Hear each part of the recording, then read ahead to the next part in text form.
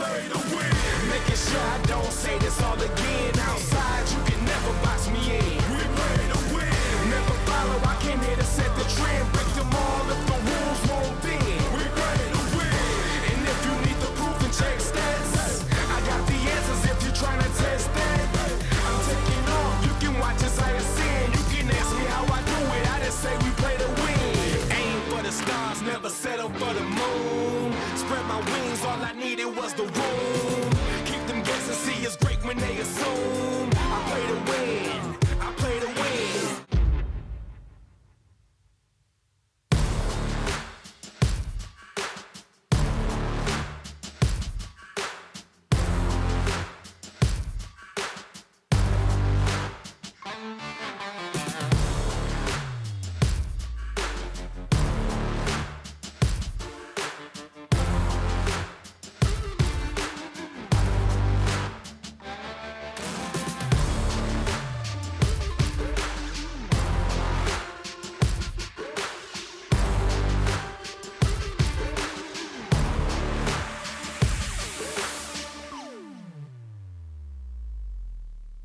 We play to win.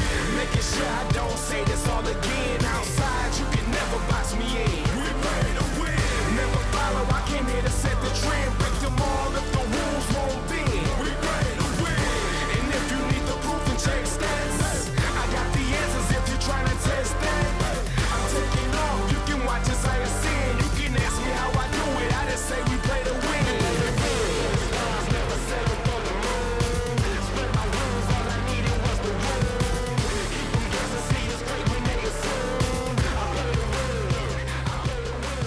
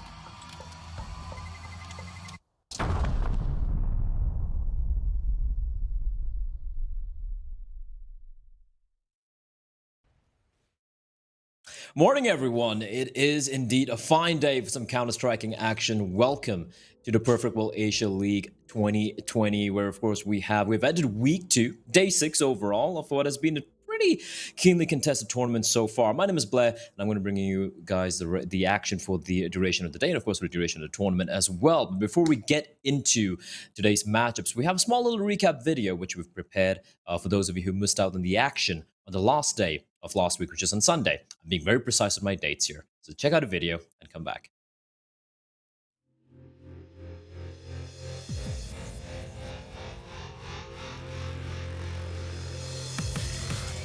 Neff, he's doing so much of this picked up orb. He saved it over from the last round. He's causing What the hell? What? What is that? What is that shot from Neff?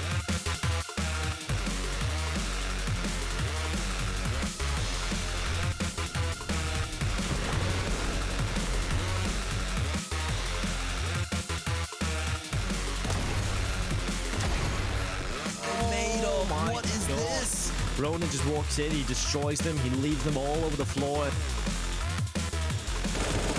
Oh, get destroyed, Splash.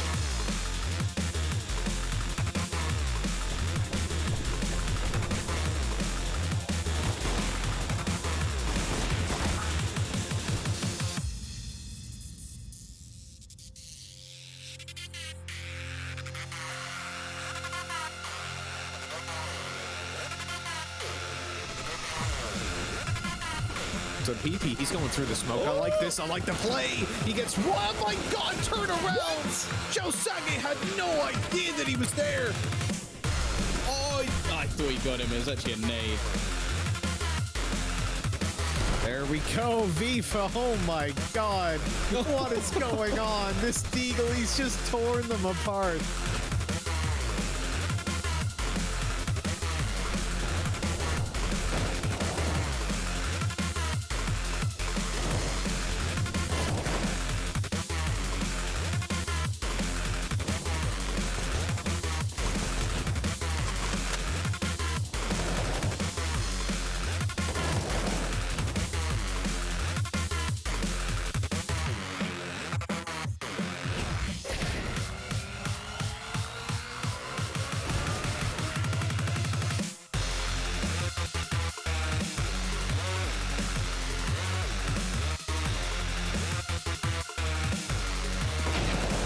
And somebody, okay, you just smelt them coming in.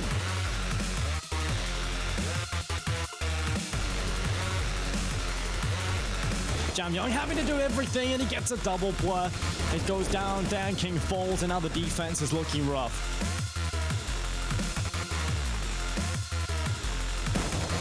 Oh, he's got a good position here, first kill. Slowly crosses over as well. Oh my God, Jamyang is just unbelievable. 3 kills and now Dan King. He's young, he's looking for the aim, and he has only got 1 kill. Jamyang has shut him down, 4 kills.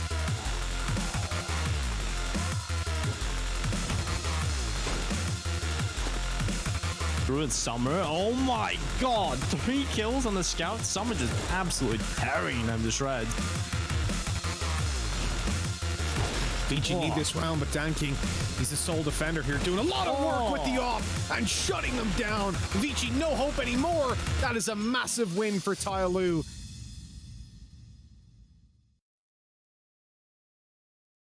I hope you guys enjoyed that, because I sure did. It was kind of heartbreak for Vici there in the final series, the match of the week, some people might say. Tyloo taking on Vici in the end there, but that's last week. Right now, we have a brand new set of matchups lined up for all of you tuning in from home, from wherever you are, and joining me, as usual, it's going to be Tom.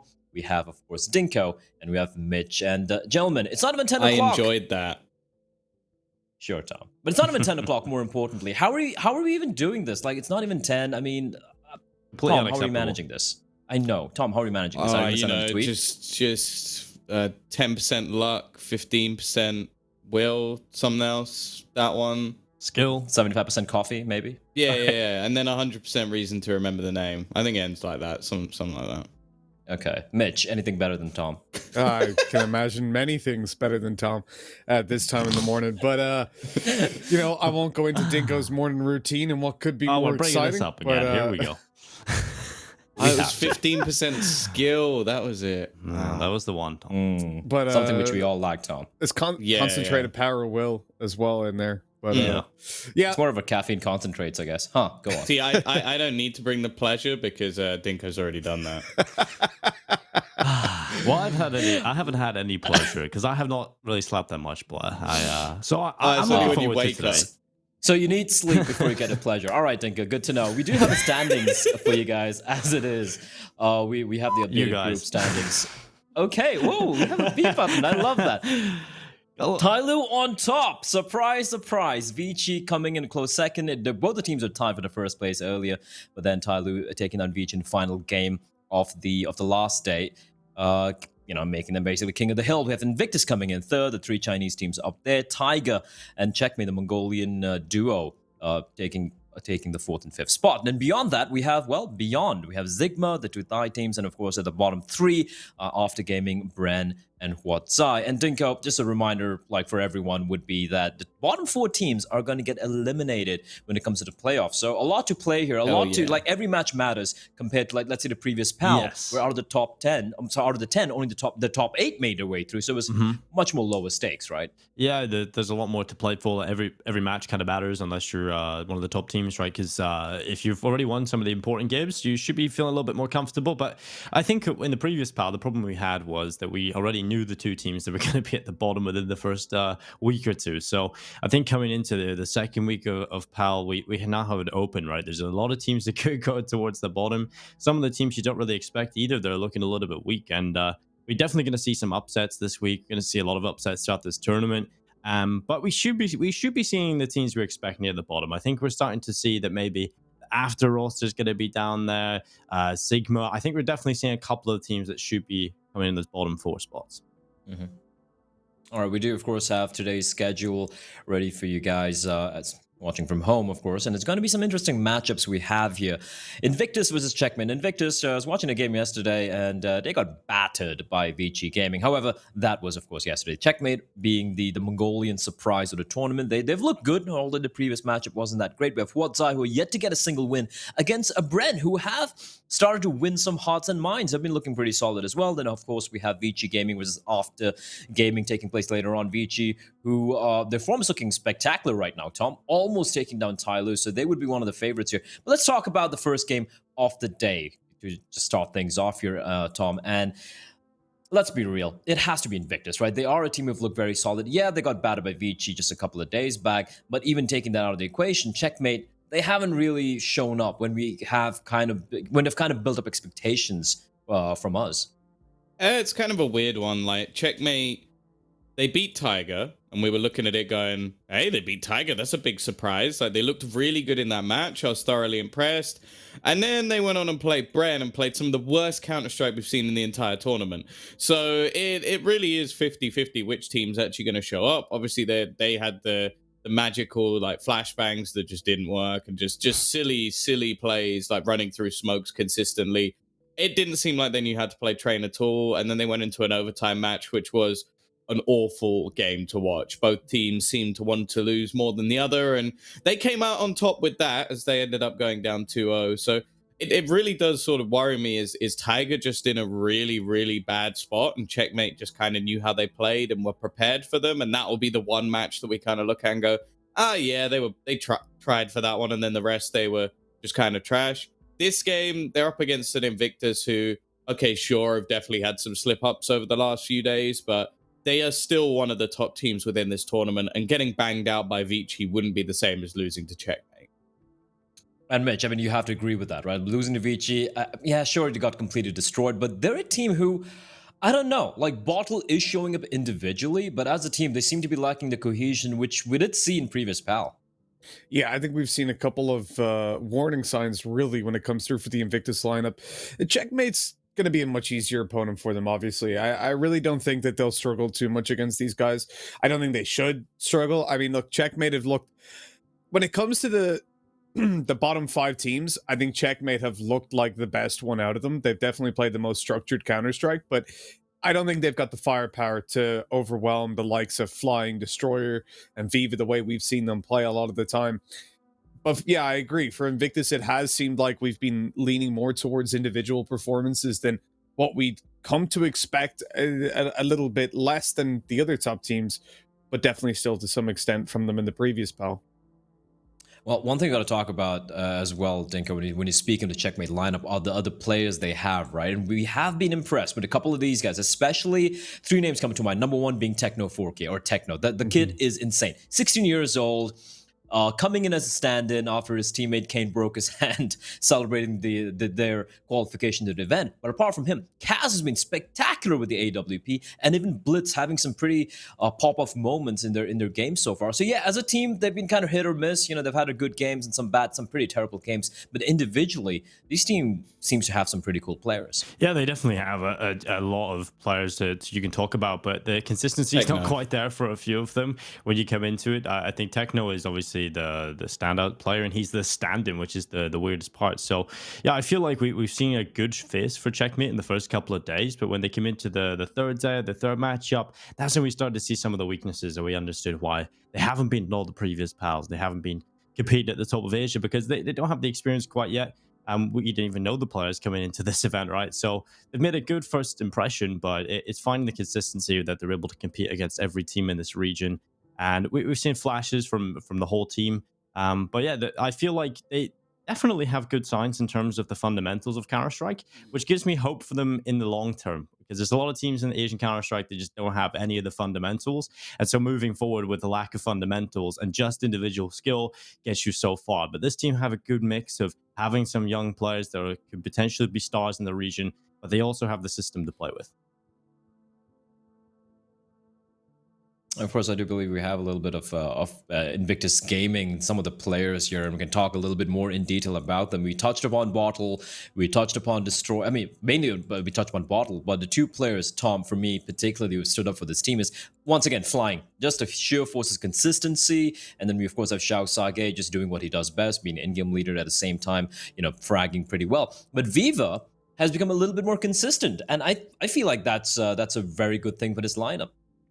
Yeah, he bailed them out of a lot of really tough positions in the last couple of games. Like that game versus Sigma was, it was weird. It was one that they should have probably won very, very easily, and it came down to him winning them a couple of rounds with a deagle and nothing else. And I still think that when it comes to actual buy rounds, he has a few consistency issues. Obviously, someone who like wants to be manning that AWP a lot of the time, which, okay, fair enough, but I feel like some scenarios don't really warrant it. And in fact, a lot of his better rounds actually do come with the pistols. So he's definitely going to be that explosive player, while Flying he's been bailing them out of even more positions. I still remember there was a round, I think it was on the A site, where he was alone and manages to just take down 3 players and just save his team in so many situations like that. And it must be annoying to play against because he clearly is a talent.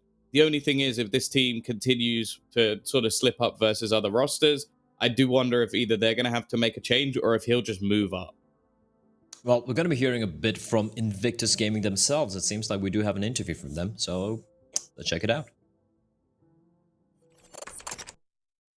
可以打80分吧，因为夏季赛可能是我们今年状态最好的一个月了。虽然说惜败了吧，但是整体表现还是挺好的，拿冠军就100分。队伍的表现还是算蛮满意的吧，就是决赛没有打过天路，是比较让人烦躁的吧。 我觉得只能算是中规中矩，其实有些比赛赢的也是比较艰难。就最后一场吧，然后我们跟天龙打的时候，团队氛围出现问题，然后就输掉了比赛。我们和天路打得比较焦灼，然后可能就是一点点小的失误导致我们最后输给了天路。打危机吧，打之前就感觉这肯定是一场苦战，然后没有想到。 打的时候会是就是没有自己想象中那么困难，可能是打1-3吧，就他们的打法很奇怪，然后就枪法特别准，感觉压力很大。后来慢慢调整也可以打得过。每个人都有一颗夺冠的心嘛，所以肯定会往夺冠的目标去冲击。低保应该是前4吧，夺得冠军嘛，更想夺得冠军。秋季赛希望能够夺冠吧。 就是我们现在的训练赛主要就是以复盘为主，就是希望能够减少像下一赛那样那种低端的失误。大家这段时间训练也开始刻苦了，就是专门为秋季赛做准备。地图池还有一些战术上的准备，非常刻苦的练习了我们的弱点。最想依然肯定是天路，一雪前耻吧。就是一路上就是得精英斩击才有意思嘛。我想在淘汰赛的时候遇到 VG， 并且淘汰他们吧。对天路说吧，尤其是对那个白菜说，他老是会说亚军，所以说对他也挺烦的。那这次肯定借这个机会要摁死他吧，把冠军拿到手里。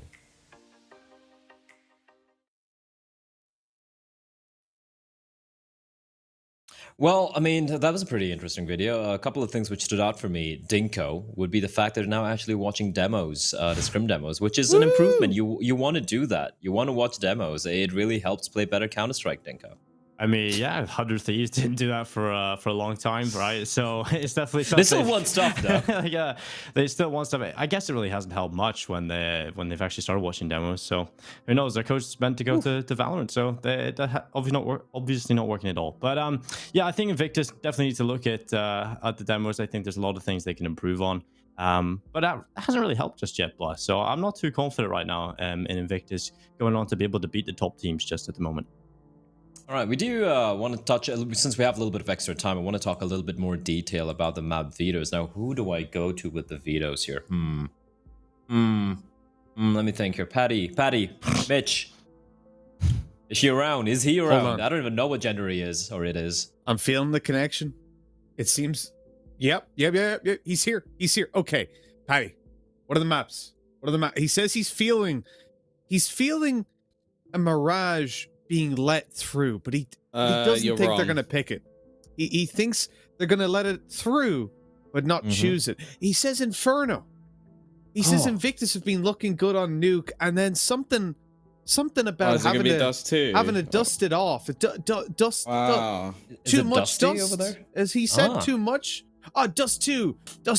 Inferno, Nuke, and Dust 2. That's what Patty's feeling. He also said that he's lived a half-life almost through a TV, he would say.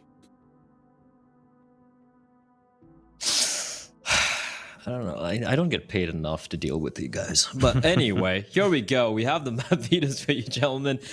Inferno getting picked by Checkmate. We have Nuke getting picked by Invictus. And of course, the Dust 2 deciding map. Now, let's be real here. I know we're not really getting into the predictions yet right now, Tom, but it is heavily favoring Invictus, right? On all three maps.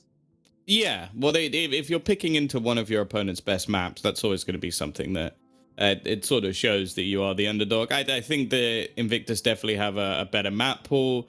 The maps that Checkmate don't really play seem to be similar to the ones. They've also never won a map. Have they ever even played a map of Nuke? I don't think they played each other. No, they've never played a map of Nuke.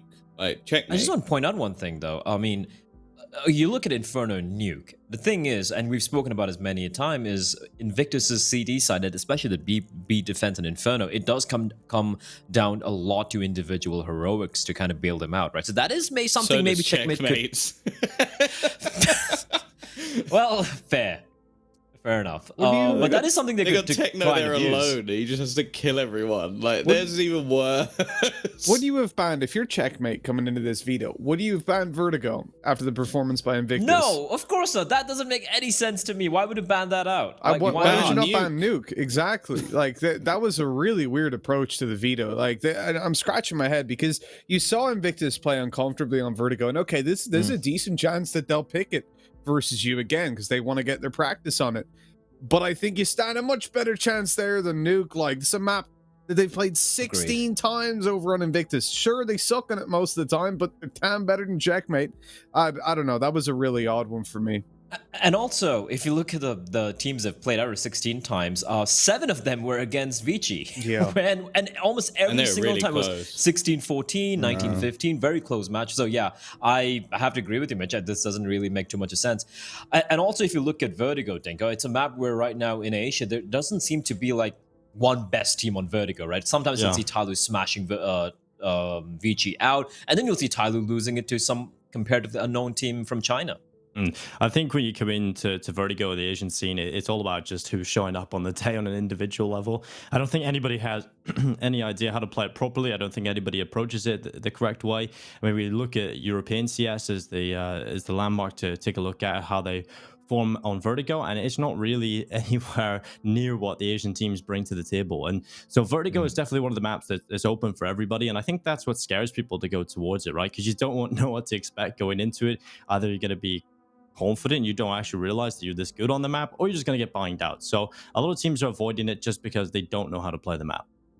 All right, we do hear word that the game is slightly delayed, a little bit of some technical issues over there. But before that, we just want to go through any quick predictions we might have. I'm going to start off. I think it's going to be Invictus, and I think it's going to be a 2-0. I think Invictus is going to wake up, just going to smack Checkmate around. That's a brave prediction, I know. Tom, do you have anything more realistic, more reasonable, maybe? Unless Checkmate play like they did versus Tiger, there's no chance for them here. Like the way they played last week was poor, and I don't see them even being able to face off against the side of Invictus on an individual level. What I will say is strategically, I don't think Invictus are that good. They may have started watching demos, but it seems like they rely more heavily on individuals than any other team in this tournament.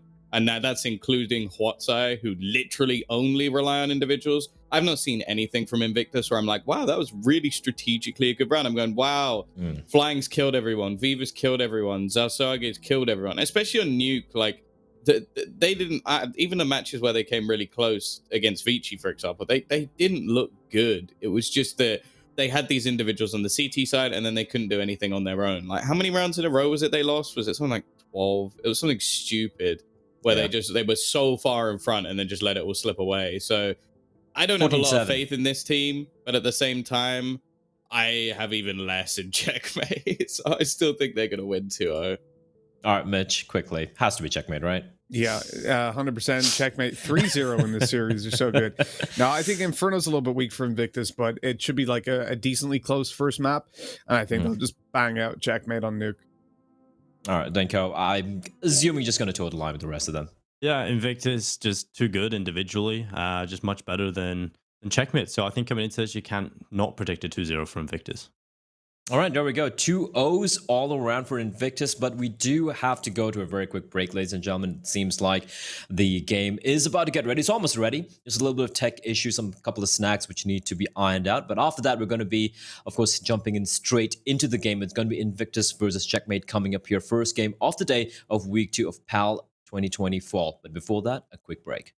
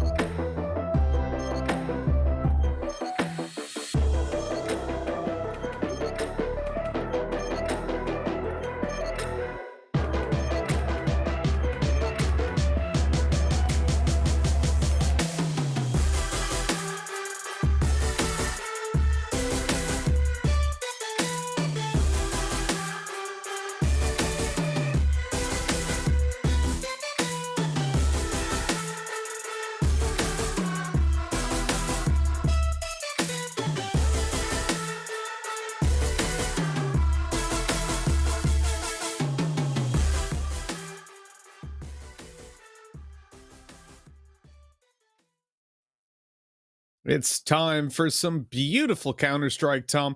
We are ready to go into map number 1 of Invictus versus Checkmate, and quite a lot of expectations on Invictus coming into this game. They're definitely not the underdog in any way. And I think the weight of the world's on their shoulders to 2-0 this series, so we can at least start to build up a little bit more faith in them. Yeah, for sure. I'll be honest. I just want to see. Techno play. I'm already a big fan. He's been probably my favorite player of this entire event, purely based on the fact that he is, I still believe, 16 years of age. Someone who's come in as a stand-in and has by far. Joe, I'm going to go ahead and say he's looked like the best player from his country. I don't think Tiger have particularly impressed me. I don't think the rest of Checkmate have particularly impressed me. But Techno, he's looked like a well-grounded individual, someone I think that should definitely be picked up permanently, either by Checkmate or even by Tiger. I think he'd make a great addition to this team. And for someone so young, that's not normally something you see more of the Ronins, like where they're crazy high individual skill, and that's not been the case with him. Like, he's got the skill, but he's also got the mentality to be able to hold a sight. And as I said, I've been very impressed with what I've seen from him so far. So let's go Techno. There you go. Even has a wonderful chant. Yeah, I 100% agree. Techno's been that god tier stand-in coming into this lineup. You know, we didn't know what to expect from him. Obviously, even slotting into new roles is going to be difficult. We didn't know much about him. He didn't even have a HLTV page before this tournament right here. But now he's on everyone's radar because this guy has been delivering for such a young player, thrust into a lineup at the last second. I'm thoroughly impressed. But over towards the Invictus side, there's certainly a lot to talk about. You've got the likes of Flying, who I don't think has been on the same staple performance that we've seen from him in the previous PAL series. So certainly a lot to be improved on there. We've had Viva, a little bit slow to start. Xiao Sage, though, from day one, this guy's been carrying them through a lot of their matchups, actually. Like, there was games where he was the only player on double digits. And I think seeing him step up is, on the one hand, fantastic. But on the other hand, if he could match that with the rest of his team turning up, that'd be great. Yeah, I think the only person who's sort of been bitterly disappointing for me has been Destroyer. I think that he's had some good games, don't get me wrong, but it just seems like for someone who should be one of the more experienced people within the scene, he plays some, I'm just gonna say brain dead Counter-Strike. Like like when we were watching that Mirage game, he was just making solo plays that basically, if it worked, he gets a multi-frag. If it doesn't, he gives them a gun. Even in eco rounds, it was just silly. And then there's peaks on this map as well that he takes with the AWP, especially on the T side, that just make me bitterly uncomfortable. Like, even on the CT side, he'll re-aggress in places he really shouldn't. So I'm hoping we see a little bit more of a calm and collected performance today. They've said they're watching their demos. I'll be honest, thus far, I'm not sure if I've seen massive improvements because of that. So hopefully they've gone back and seen something over the last couple of days. This match, though, I almost want them to play a little bit overconfident because they should batter Checkmate. Yeah, I think individually there's not many players on Checkmate that can match up, and one of them's already deleted. Techno's been deleted, but Viva went straight around the corner looking for extra aggression on Banana, knowing they were up the top, and they just held it, waiting for it. A good capitalization by Checkmate on the over-aggression of Invictus early on, and now they run into a 2 versus 2 fight on B, as Destroyer and Xiaosage pick up 2 quick kills, and what is that peak, dude? You see the smoke? They can see your feet. You can't see theirs. Why would you swing on that? That was silly. Is that smoke intentional? Because I've now seen that a couple of times, that one-way smoke where you can see underneath. I feel like it has to be pretty pixel perfect with the lineup if that is intentional, but I feel like it might have even been in the last Checkmate game where I saw that smoke land. So if they're doing that on purpose, that's a really cool idea to see underneath.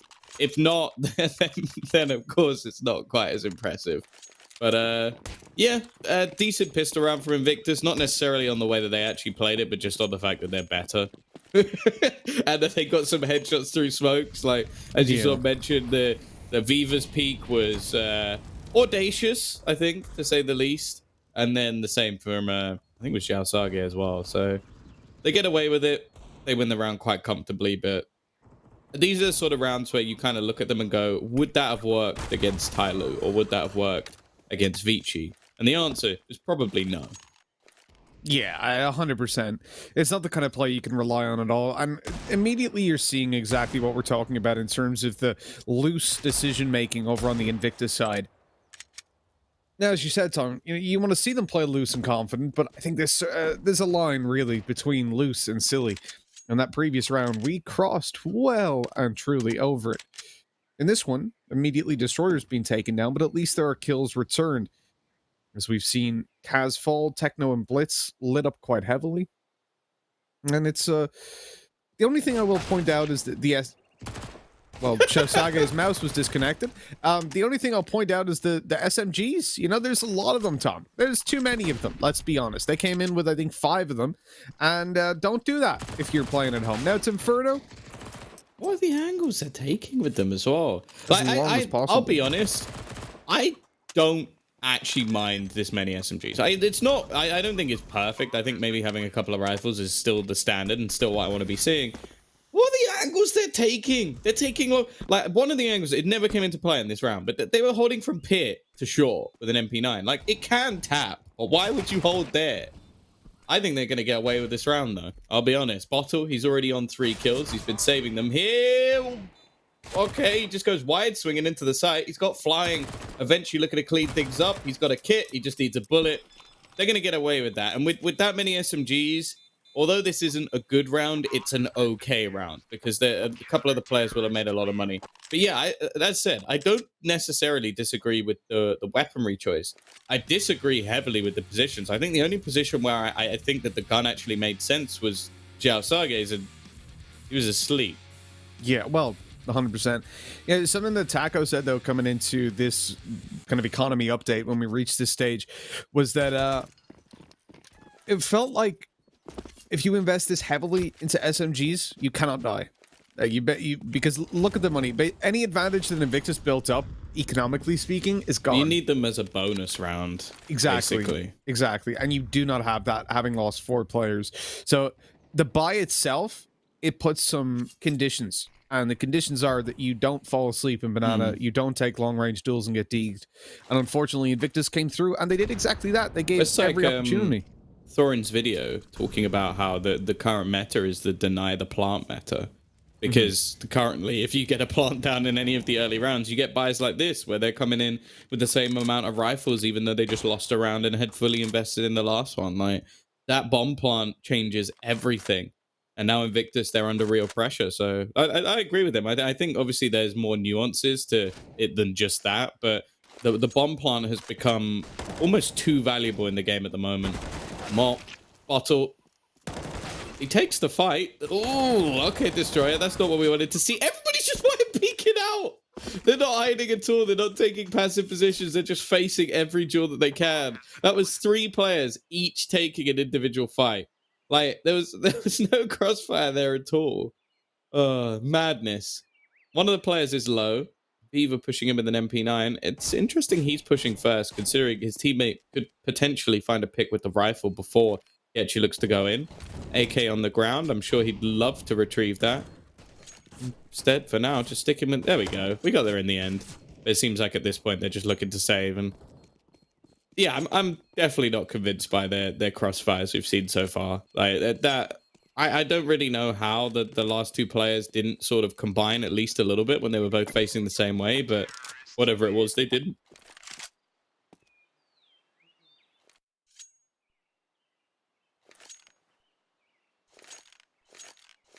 Odd little start to the game. If you're... Excuse me. If you're Invictus, you see the problems here, right? Straight away. Having lost all those rifles or SMGs in that second round, you had to invest a lot into the previous. And it means that now coming into just 1 round loss, it is 2-1. The economic advantage is firmly in Checkmate's favor. They have got full rifles. 1 Galil alongside AKs and an M4. While in terms of rifles, Invictus can only afford 2. Now, CT side Inferno. This is going to be the least punishing side of the least punishing map for this kind of buy. You've got Deagles, you've got an SMG, it is perfectly viable when it comes to Inferno, but getting spammed through the smoke, well, that can happen on any map. And unfortunately, it's happened to Bottle, leaving Invictus with a 1-man disadvantage straight away.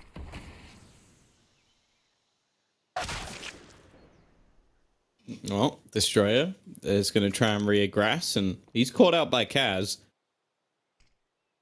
Map, so it leaves Xiaosage with an awful lot to do. Flying here with the MP9. Good flashbang out from Xiaosage. A TK even comes in as well.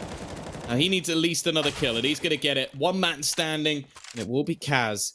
3 already for him in this round. In fact, the only 3 he's got in this game, and he's going to have to add a 4th. Viva on the other side, making the rotation through. Smoke has faded. The shots. Oh, it's dicey. Both players actually missing quite a bit, and Viva eventually will get the job done. Huge round from Xiaosage. Fantastic flashbang and a multi-frag. And while there's a little bit of help from the team kills as well in there. So Invictus do bounce back. But again, we talk about this man being a huge individual player. Well, he was even setting up flashes for the first 2 kills as well. That's a round that they really needed. You know, considering the early start, I never like to see the 2-2 equalizer. Like you're given on a map like Inferno, especially, right? If we're talking Mirage, just 2, yeah, whatever. But Inferno, you need to capitalize on that early CT advantage. But what you need to do more so is build up that economy, get yourself in a comfortable spot. And oh my God, Techno! This man was full blind. He should whack Xiaosage in the head with a bullet. The rotate has to come through. Now you've got a weakened A defense, no control over long, cause him flying to leave out short. With Destroyer watching short with an MP9, never going to be ideal. So he has to concede a lot of space and just hold for close apps. This is a terrible start to the round for Invictus. Attempted aggression down Banana that ends up costing them a rifle and any potential to find information throughout this round. They've had to concede long completely with this rotate around from bot. Oh no, please tell me they're going to flash flying. Whew, okay. Techno made that one look very easy. Bottle, he's in position, but again, it's only going to be 1. And Checkmate, again, they look like they're back to that sort of unit style of play. Moving around as a 4, they get the trades effectively. Destroyer, he's dead here. There's absolutely no way he gets out of that position alive. Completely surrounded, and Viva has no choice but to save once again. It's honestly, so far, it looks like Checkmate are the better side, and Invictus are just relying on very big individual plays to even stand a chance.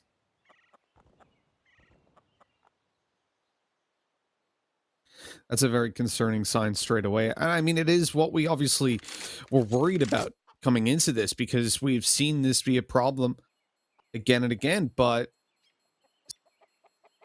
I don't like to see it. I was hoping that, you know, their demo reviews would come through to at least deliver a little bit of a better experience, but it looks like we are looking at the same old team.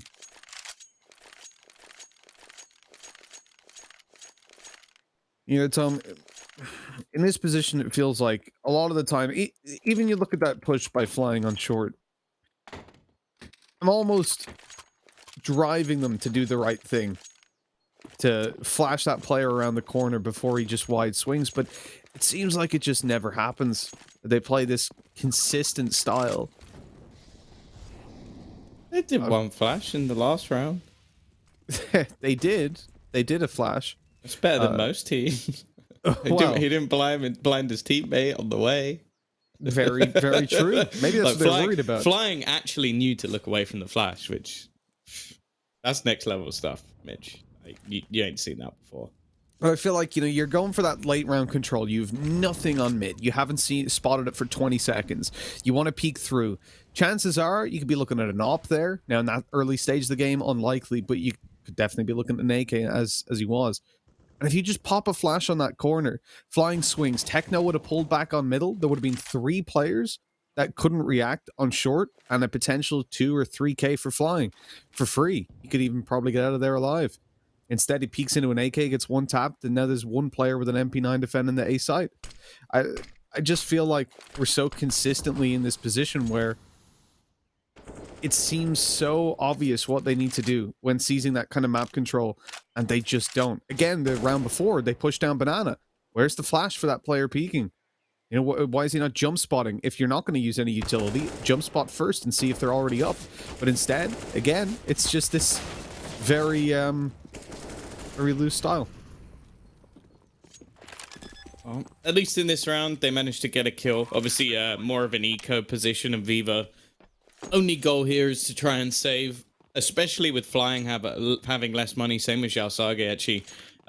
Saving an extra gun would actually be integral to their next round bye.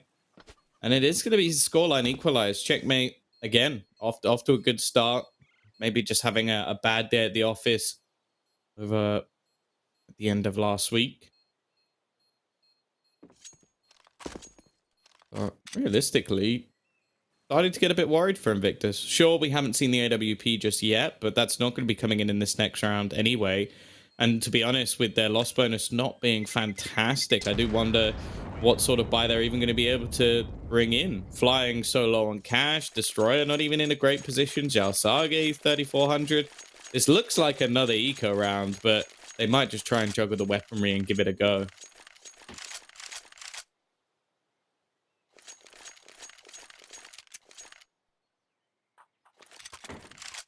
Oh me, oh my. 3-3. As I said, I don't like seeing things equalized up early on, and at this stage, Tom, it's looking likely that it ain't just going to be the equalization. It's going to go even one step further and give Checkmate a 4th round. As you can see, just pistols in play for Invictus. Oh, they're just going to wide swing with this AK in a second. You can feel it. You know Viva's going to go out and take a look, and didn't wait for the jump. Oh, God, I don't even want to talk about this round. So, Checkmate have taken this one, and that is going to be 4-3. Let's, can we fast forward? They're actually being quite patient. Even though they've managed to get 3 kills already, we're not actually seeing them just blast into one of the sites. They're waiting. I think they're ready for anything Invictus are going to attempt. This is just smart, methodical play from Checkmate. And from the other side, no. Look, they're so ready for anything. I'm actually enjoying what I'm seeing from them. It is a weird... It's almost like Checkmate are a little bit bipolar. Well, they come in one day and it's like methodical, calculated, they're patient in all of their play, and then the next day they're running into the B side without checking the boost 3 rounds in a row. It's like, what happened here? Like, how's that happen? But I'm hoping that means they've actually watched through what went wrong and actually started to fix a few things. They've got a lot of economy. The start they've had is fantastic. Nade's going to be dunking in onto Viva, and by the looks of it, he's just setting up to try and make a solo play. They've got all the counter utility. Just like a round we'd see within, well, like Europe even. Just everything forcing him back, making it awkward for him. Taking banana control within the first 30 seconds. And Viva's been forced all the way back, and now he's going to get smoked out again. He hasn't been able to do anything, and it's purely based off utility. This is fantastic.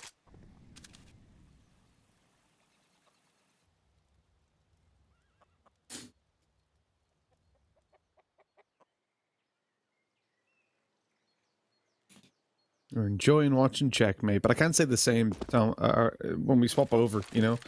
When we look at the Invictus side, I think they've made a lot of mistakes. A lot of mistakes off the bat. I'm gonna wait a while before I feel quite confident with them. Molly execute out, push through the smoke on the back of a flash. I like it. Viva's there to get one, goes over to the USP though, oddly, and ends up getting shut down. Josage good for a trade, almost a second through the smoke. This is a good position for a retake. Don't go by yourself. Oh, you're just baiting bottle. What are you doing?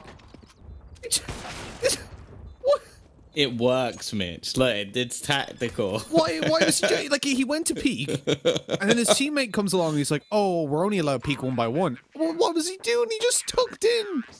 What was that like? Oh, I'm just gonna, just in case they flash you, bro. Just in case, you know? What are you doing? Peek with your teammate, for God's sake.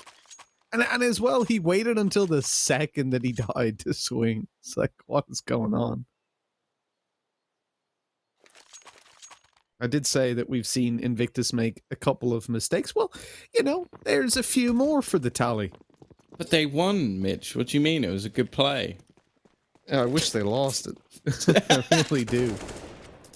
Oh, God. Like, what are you... What? Why? What? How?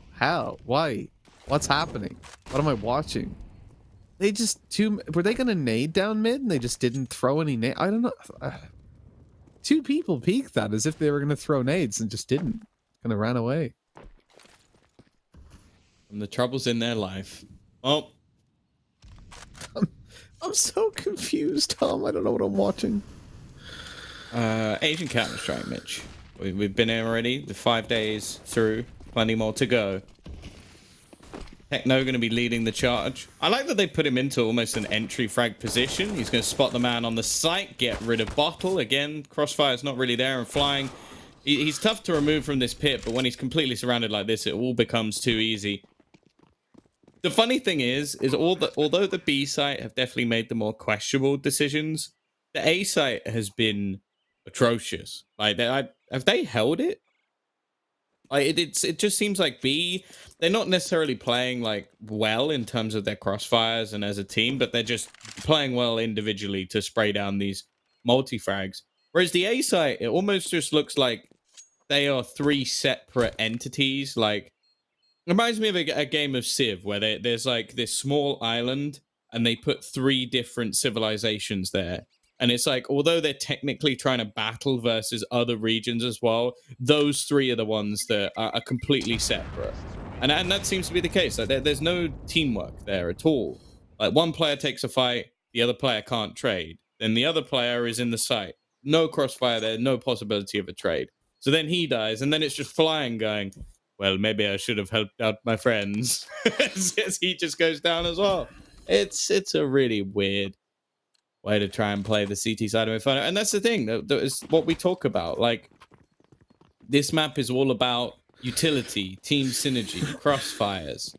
Like, we're seeing none of that at the moment from Invictus. We're not even seeing any of the sort of normal setups. Like, for example, oh, okay, let's take Banana, let's put the AWP there, then let's rotate the 4th player over. They're just trying to play 3-2 every single round and make plays like this. I'm gonna start a tally. I don't know if production can do this, but I think it'd be pretty cool. It'd be an interesting stat to track. How many fights are Invictus gonna take where they could trade, but they could peek together even, but they don't? Because at the moment, I don't think we have enough space on the screen to show that tally in its entirety. Oh, good lad. I've inspected your gun. Oh, Hawks missed that one. Acceptable though. Dude was running like the Flash, and I think at this point, I was gonna say you don't need to hunt them down anymore, but they got plenty of cash. Yeah, they got money. They can go for this. For me, it's more about just giving them AKs for free. Like, what if you're gonna hunt them together. Like, there were 2 players coming down Banana. I think in that position, you wait for one of them to come top mid and push together to try and hunt them down instead of just swinging in, giving them a 1v1 aim duel, and they get an AK if they win. Production just tags me. No, they can't do that. That'd be too rude. You know what? I'll do the tally in my head. I think we're on about 70 at this point. We'll start there and we'll move forward. Like the classic starting at 70. But like, you look at top mid 2 rounds ago. One player swings, then goes back. The other goes out, goes back. Well, it doesn't go back, so gets shot in the head. Banana, just there. First guy around the corner. Is there a flash? Of course not. Dies. Then the second guy comes through, and okay, you might think, well, that looks like a trade, but why are they not peeking together? Why are they not using utility? Why are they peeking? And there's so many questions. I feel like Invictus realized, okay, we need to take map control, but they don't know how. Oh. See you later, Destroyer. He's not been having a good day so far. Flying. Now it's his time to shine. It is there's the next one. And now it's Bottle's time to shine. Yep. Kaz even gets TK'd in there. And that was not... There was no assist. Like, that was just... Rue just killed him. But, yeah. Another round over. That A-site defense is one of the worst I think I've seen in a long time. Well, and don't get me wrong. Checkmate are doing very well at getting these entries. Like, on an individual level, they're playing very, very well. We're seeing just clean headshots as they walk in, moving as a unit. As said, that's something I'm enjoying from them. At the same time, Invictus are making this very, very easy. Yeah, look, this is one of the few rounds where I won't actually criticize Invictus too harshly. I think in the other rounds it was a terrible, terrible hold from them. But you had those. Look at, I thought it was Blitz again. You had Flash come over for short, didn't catch the long player. Okay, so you're thinking, here's an opportunity. And Blitz just one-tapped that guy on long faster than I could even register he was through the smoke. It was oh, here it. Look at that. That was nasty. And then a molly, a nade, and he was just wrecking these at fellas. At the same like. time, I agree with you in the sense that like this round was dirty from Checkmate, but we've now seen it 3 or 4 times where their A-site hold, it still has no crossfires, not one. There is no trade opportunity in any of these kills. Like, no matter whether there was a kill through smoke or anything. And, okay, Techno. I accept that he's clearly feeling very confident. He just ran up top banana. They managed to take mid control again. And Viva's gone down. There was no trade. Interesting. Wait, where did he die? He died down banana. Did he run through the smoke? Yep. Why? That's another great question. One I can't answer, but it is a good question nonetheless. So Sage, okay, he's got one smoke going over. He's got his gun back out in time. That's a good thing for sure. But Blitz is too good. Now he comes into an AWP, though. This is where his life ends. Bomb down on the floor. Rotates are coming through, and it's all onto Hawk. He was nowhere nearby. They thought maybe they'd cleared out B with those 2 picks, but didn't count on that rotate having come through already. Destroyer can't... maybe he can, yeah. I think he can see the bomb from there. It's a little wider out than I thought. And so he's able to just take down Hawk as he swings on through to try and clear the angle. And 5-7 we go. Invictus. They got the round. I don't know if they deserved it, but they got it. Yeah, that seems to be the case with pretty much every single round they've managed to win so far. I want to... Do we have the kill that onto Viva? No, we don't. I don't really understand what he was doing, but that seems to be the case with a lot of the kills that they're giving up. It's just like, it's so individually based. Of course, the T's have got plenty of money to buy back into this. I will happily watch them continuously push into this A site again and again, because as of right now, Invictus have shown 0, well, just attempts to even hold it.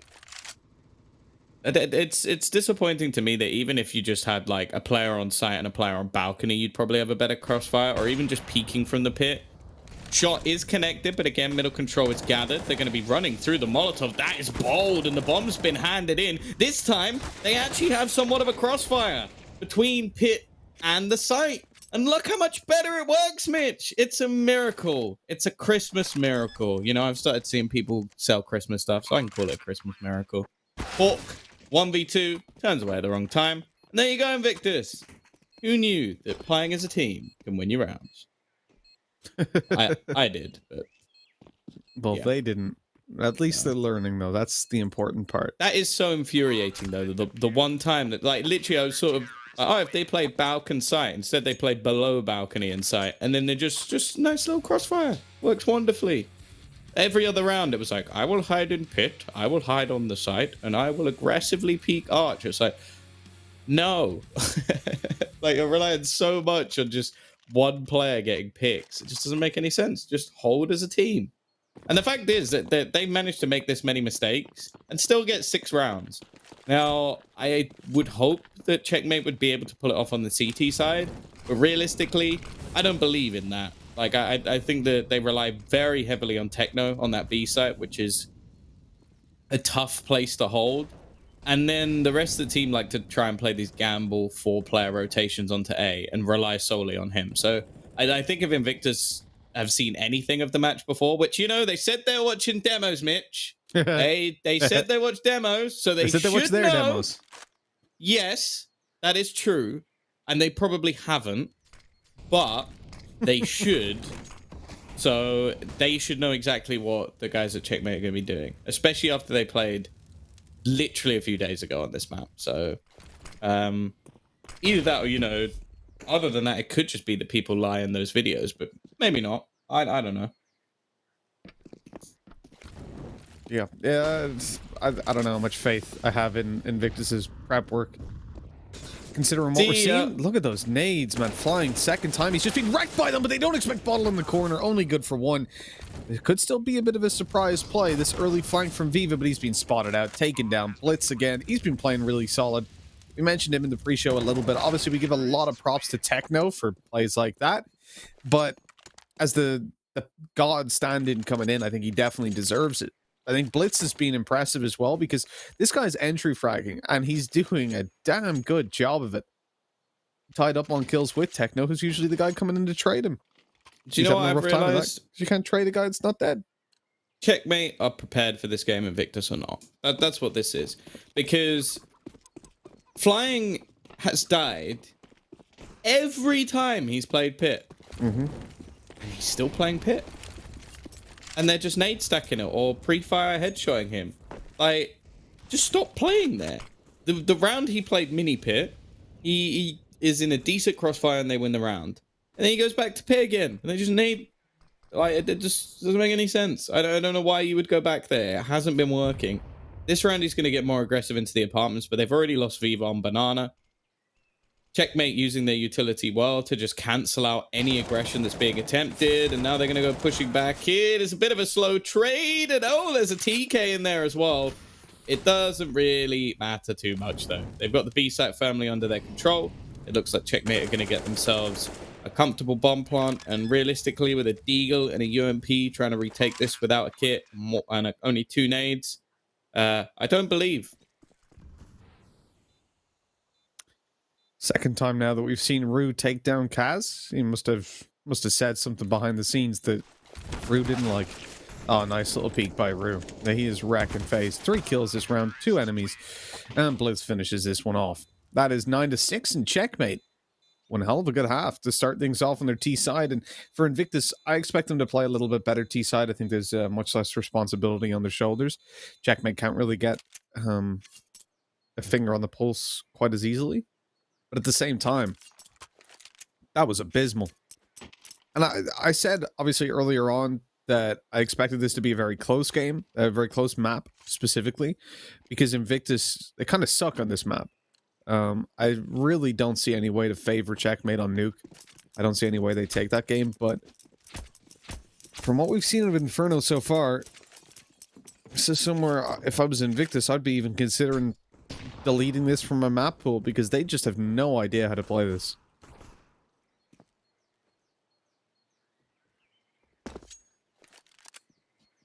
Well, going on to the T side, I feel like I have a little bit more faith in Invictus here. I'm relying more on individual prowess. They've actually got a 3-man stack, though, on the CT side ready. Nice shot from Techno. As I said, this B-site hold relies quite heavily on him as an individual, and the CTs have actually already pushed into second mid, so this almost has to be a B play. There's too much information on the other side, and the Ts are completely unaware. The bomb's actually going to go pushing back into Banana to line up potentially some sort of smoke.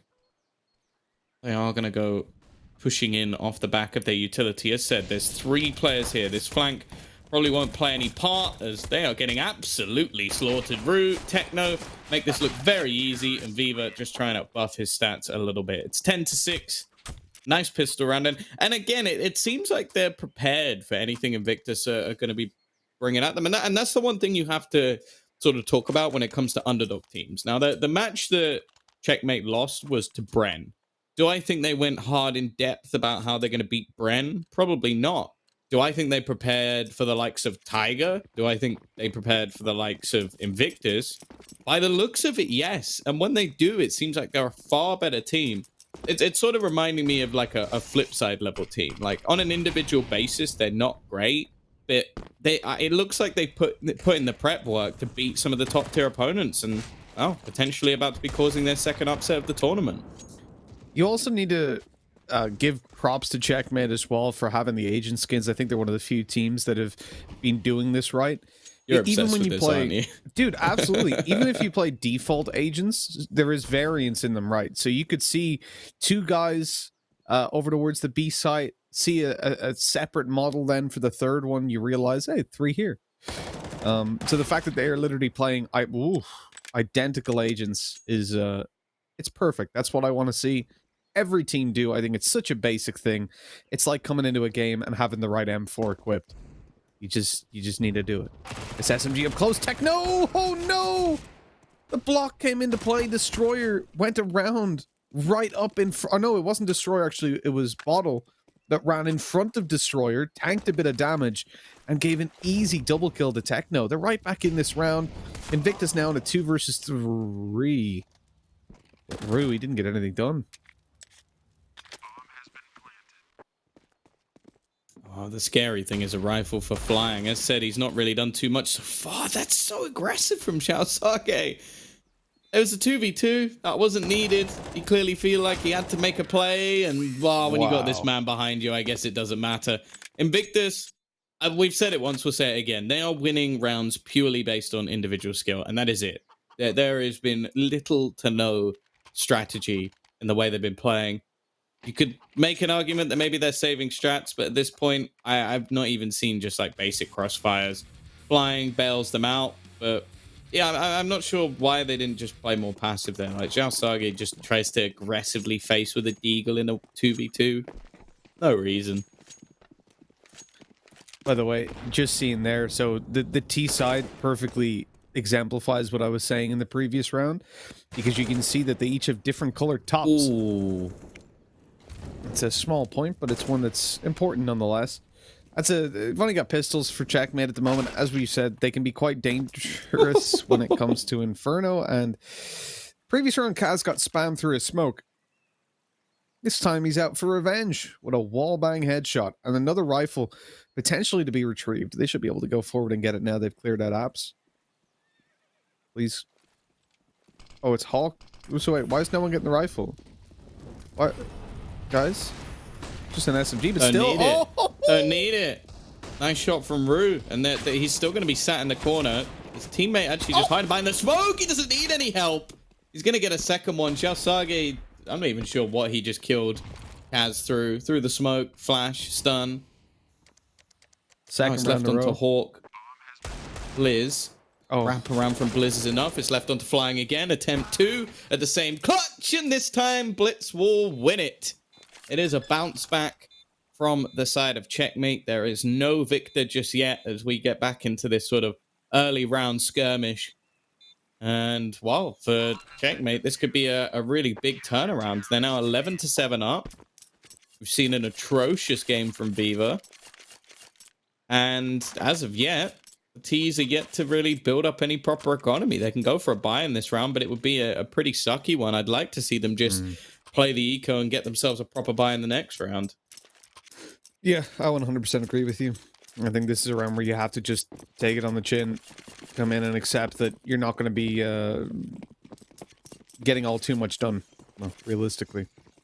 Viva's given 3.2k though, and I'm guessing then we're going to see the AWP come into play. It'd be an interesting change of pace for the Invictus side, maybe a chance to grab those opening duels without playing as scrappy. I do love that they left. I think it was only a Mac 10, but they left it in the previous round over towards apartments, and it ended up paying off for them because the Deagle did the damage for Blitz, closing out that round. Don't know if he would have wanted it had he had a Mac 10. This is a nice little shutdown, but they do lose Hawk. You don't really want to lose players in a round like this, and Blitz went down middle. It's so aggressive, checkmate. It's unnecessary.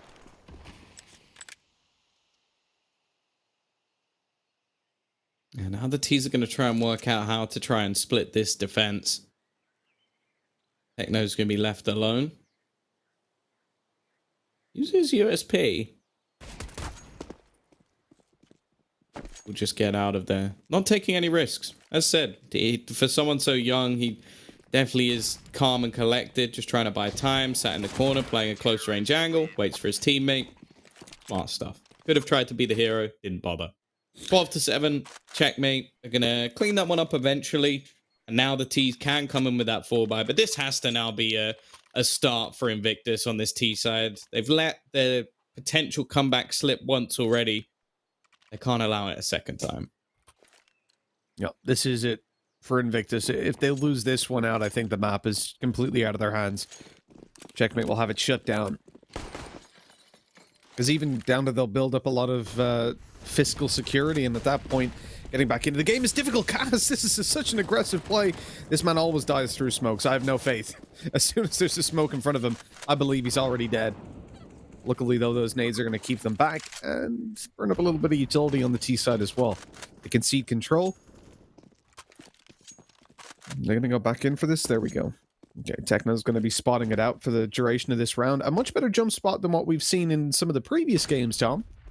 where players have jumped so far out in the open that, well, they didn't need to jump. They were just standing in the open. And again, look at how passive Techno is. As soon as he spots players, as soon as he hears the AK, he's gone.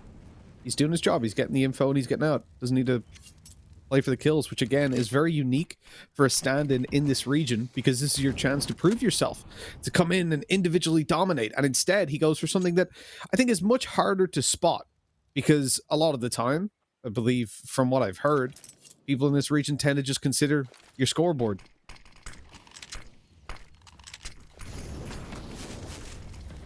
Oh, Kaz a little bit caught out by the Molotov. Been somewhat of an execution, but the T's are stuck behind the smoke. It looks like they're just going to try and blast their way through it. Counter utility being expended. Good flashbangs from Kaz. And it's going to help Rue and Techno who shut this one down. Flying going to be the only one left. Pushing this man is a big risk. I'll just let him keep the AK. Just let him keep the AK. It's not worth it. This is where he plays his best Counter-Strike, with players walking into his crosshair. I think he's dead anyway. Hawk, good position. Oh, what? He saw. Are you kidding me? He saw the barrel. How did he see? Oh, I had X-ray and I barely saw it, but his spidey senses were tingling. He knows this game so well. Even that still, how did Orc not kill him? I have no idea. I think he was playing on like trigger discipline. He was like, oh, I can just line this one up. And all of a sudden the guy had his AK out. That was so impressive. Like, you can see Flying knows this game so well that even on the corner of his screen when he runs past, he's like, that pixel doesn't look the way it should. Like, this was nuts. What? How did he react to that? That's crazy. I don't know how he's done that. Orc has to feel like the like an absolute John fool. Wick. Oh god. He's just being John Wicked. That's I didn't even touch your dog. Oh man. Yeah, that was horrible. That was actually horrifying. Because I can imagine myself being Hawk there. Like, that's something I do. Let him go by and kill me. Yeah. Oh, here we go. It's looking like a faster attempt into this B site. Flying, just going to try and sneak his way out. He's been spotted. And eventually Rue is going to trade the rest of the team a little bit far behind. They're going to try and come pushing in. Nice shot from Rue. First one, second one as well. This is clinical shooting. Oh, a bottle. A Deeg in hand. 4 players to find. And he's not going to get anything. 14-7 in favor of Checkmate. They look like a completely different team. What we saw just a few days ago facing off against Bren. Maybe we haven't given Bren enough credit, but it was a lot more mistakes. And they are looking like they've ironed those out. And while considering Invictus are meant to go into this one as heavy favorites, it looks like they're just getting absolutely wrecked at the moment. I haven't seen anything from their team other than maybe a couple of shots from Flying that have been impressive. I think that Viva has had an awful performance, and we speak about him being someone who's quite hit and miss.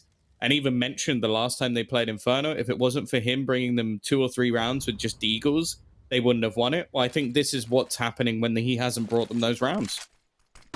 Yeah, I think I'm done predicting Invictus in series at this point. I mean, they've just looked so trash. They're, in terms of their decision making, it's out the window. And I'll accept players whiffing shots, but come on, you know he's in boiler and he gets that much space. Just forfeit the map already. That's stupid. He's just facing. Okay, Kaz. Yeah, but like feeling it. I don't care what happens from this point. Like, they could win the round and I'd still want them to just forfeit the game, because you've had one player die to boiler. Second guy quickly checks it, goes, oh, I guess he's not boiler anymore, and just walks short. His teammate goes long, leaves him for dead. Like, isolate fights one at a time. Kaz didn't even need to do anything special there. Look, first kill. Okay, then what happens here? Viva just goes, oh, I bet it's clear, it's grand. Looks away. Where's his teammate? He's going up long. You've already got control of long. 2 players have already run up there. Why are you securing long when you don't have boiler? It's stupid. Go with the bomb. That's moronic levels of Counter-Strike. Oh, okay. Yeah, GG. they've given up. You completely deserve this loss, Invictus. I've never been so angry in my life. Like, if I was, you have. Literally a few days the other ago. day. if I honestly, like, no. Oh, I thought he was gonna get another one through the smoke. They've just I could spend an hour watching that round back, and I would gradually get more and more infuriated. They left their bomb to solo run up short when they knew there was a player boiler in favor of maintaining control of Arch. Now, I don't know how much you guys at home know about Counter-Strike. I don't know how much Invictus know about Counter-Strike at this point, more so. You're looking beautiful there, Tom. But what I will say is that they clearly don't understand that the bomb needs to get to the site before you take Arch control. Great. It's odd. Oh, wrong side. I look great. Oh, there we go. Yeah, I'm lucky back. great blood. But yeah, I agree with Mitch and his delve into madness in that last round. Invictus or trashed. I think that's the word he used. And it's true, they were on Inferno. They were really, really bad on Inferno. And I don't really know what's going on. I feel bad for Flying because this guy's an animal, but the rest of the team just aren't doing anything. And it doesn't make sense, Blair, because this team, they were good in the first POW. They destroyed Vici going into the semifinals. They took on Tyloo. They brought them a decent fight. But here in this they're terrible. They're completely different. You can't even put the blame that, oh, you have a new player, bottle. Yeah, exactly. No, I agree with Mitch and Tom and even you as well, Dink. 100% that this A-bomb side defense is some mid-tier matchmaking level crap, if you ask me. It is atrocious. The one round they managed to win. The crew actually had the crossfire. They did it once. Why did they stop? Exactly. Like Flying was playing from mini pit. It was working wonderfully. It wasn't countered at all. And they're like, oh, let's go back to what we were doing earlier. I gotta say, this has to be perhaps, I know it's not a 16-0, but it feels like a 16-0. Yeah. Even if they got to like 11, 12 rounds, it was atrocious. And the thing is, for the side of Checkmate, they were over-peaking. They were making a few mistakes here and there. But overall, they were made to look so good. Yeah. By Invictus, they were given so much. Look at this. How is Kaz allowed to get 3 kills, Mitch? Just stupid. It really is. Like, I don't think I've ever called a team trash before on broadcast. Definitely off broadcast. But I don't think I've ever straight up just said, these guys are trash. And the reason I say that is because if I'm looking at Bren or back in the old season, Mazalai, or the Bren versus Mazalai game, which is just ingrained in my soul. The reality is those teams are not expected to play well. So when they make those kind of mistakes, the exact mistakes we just saw from Invictus, I'll sit there and go, well, that was a bit silly. They should have done better, but I don't expect better of them. Invictus, oh yeah, we've been watching demos. So from our demos, we decided we need to peak 1x1 more. And we need to just give up map control and then run back into the map control 20 seconds later with no utility. Because that's what we saw in our demos. Get out of here. Stop picking and stop having Inferno in your pool. Man it outright. Man every map outright. It's so terrible. Just stop playing Counter-Strike. That was terrible. Like, what the hell? Okay, hopefully they don't stop playing Counter-Strike, Mitch, because we do have map number 2 coming up here. But the predictions have all gone awry. It's all gone wrong. Checkmate to take map number 1, then map pick very, very convincingly. Now heading into Nuke, I fear for Mitch and Tom's sanity. Will they lose their minds? No. We're going to be finding out, and that's going to be, of course, map number 2 of this best of 3 series coming up, but after a quick break.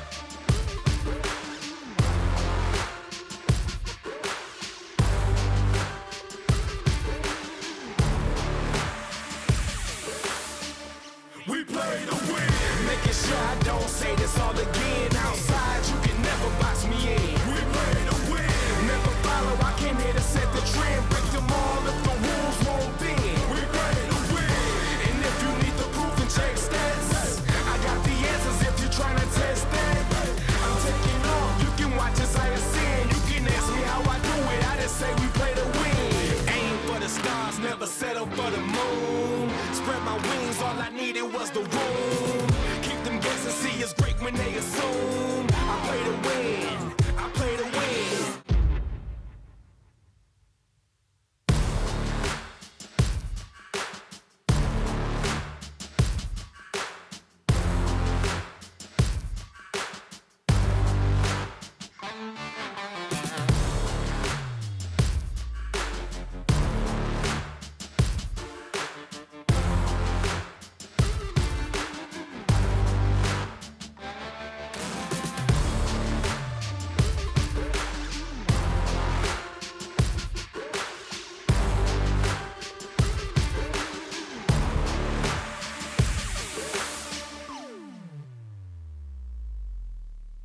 We play to win.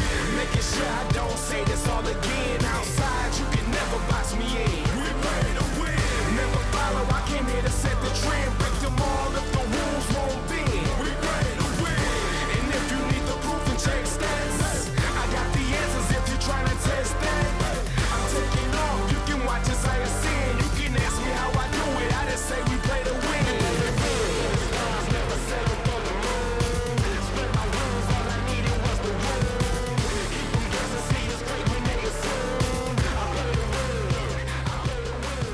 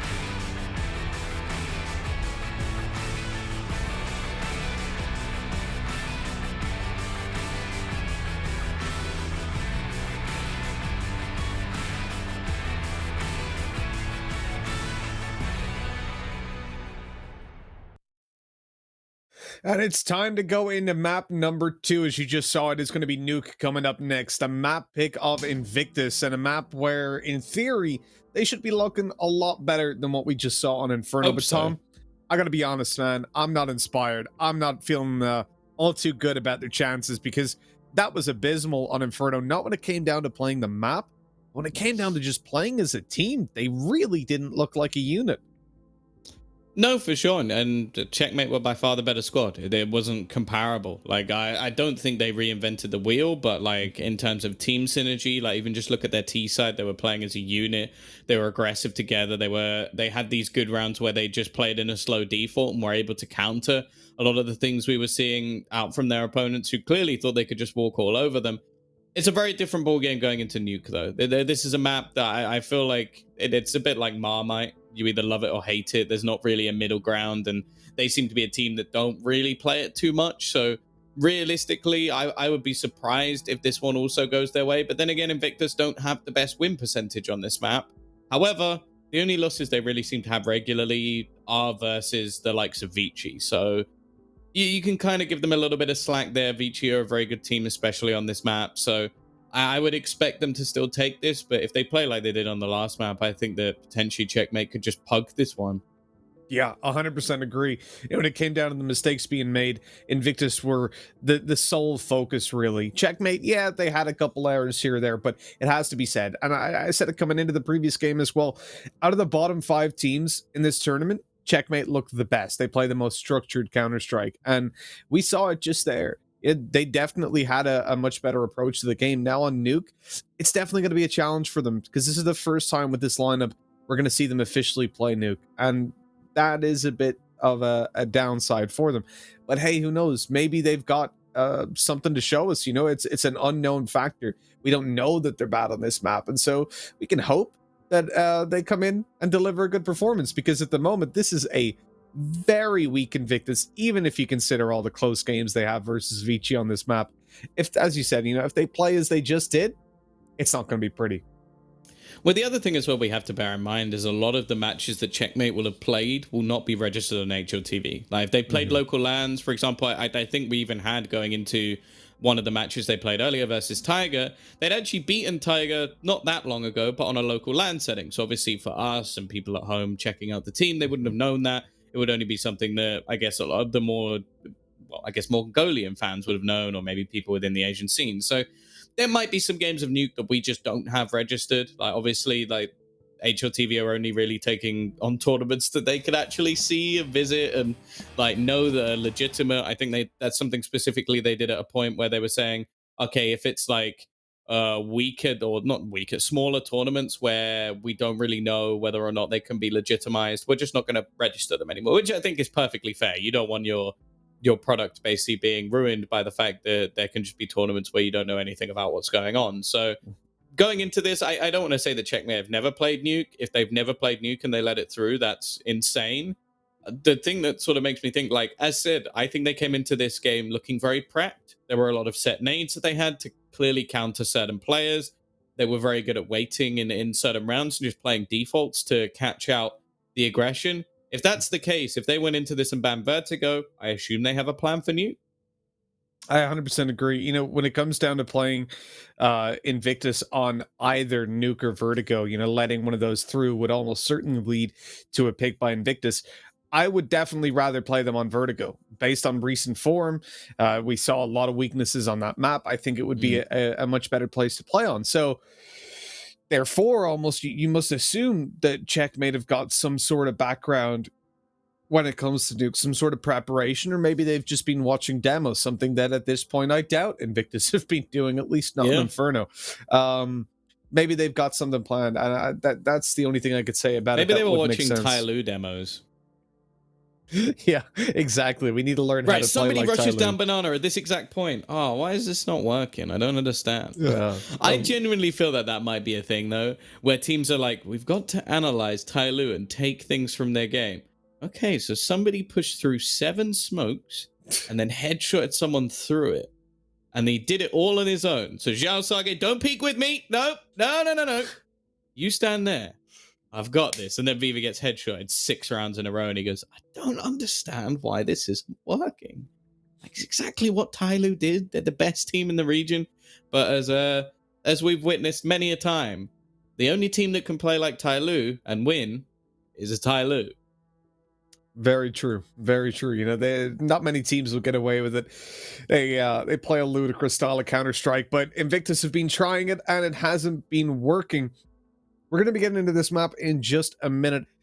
And I think, you know, it's time to refresh a little bit, Tom, before we do jump into the pistol.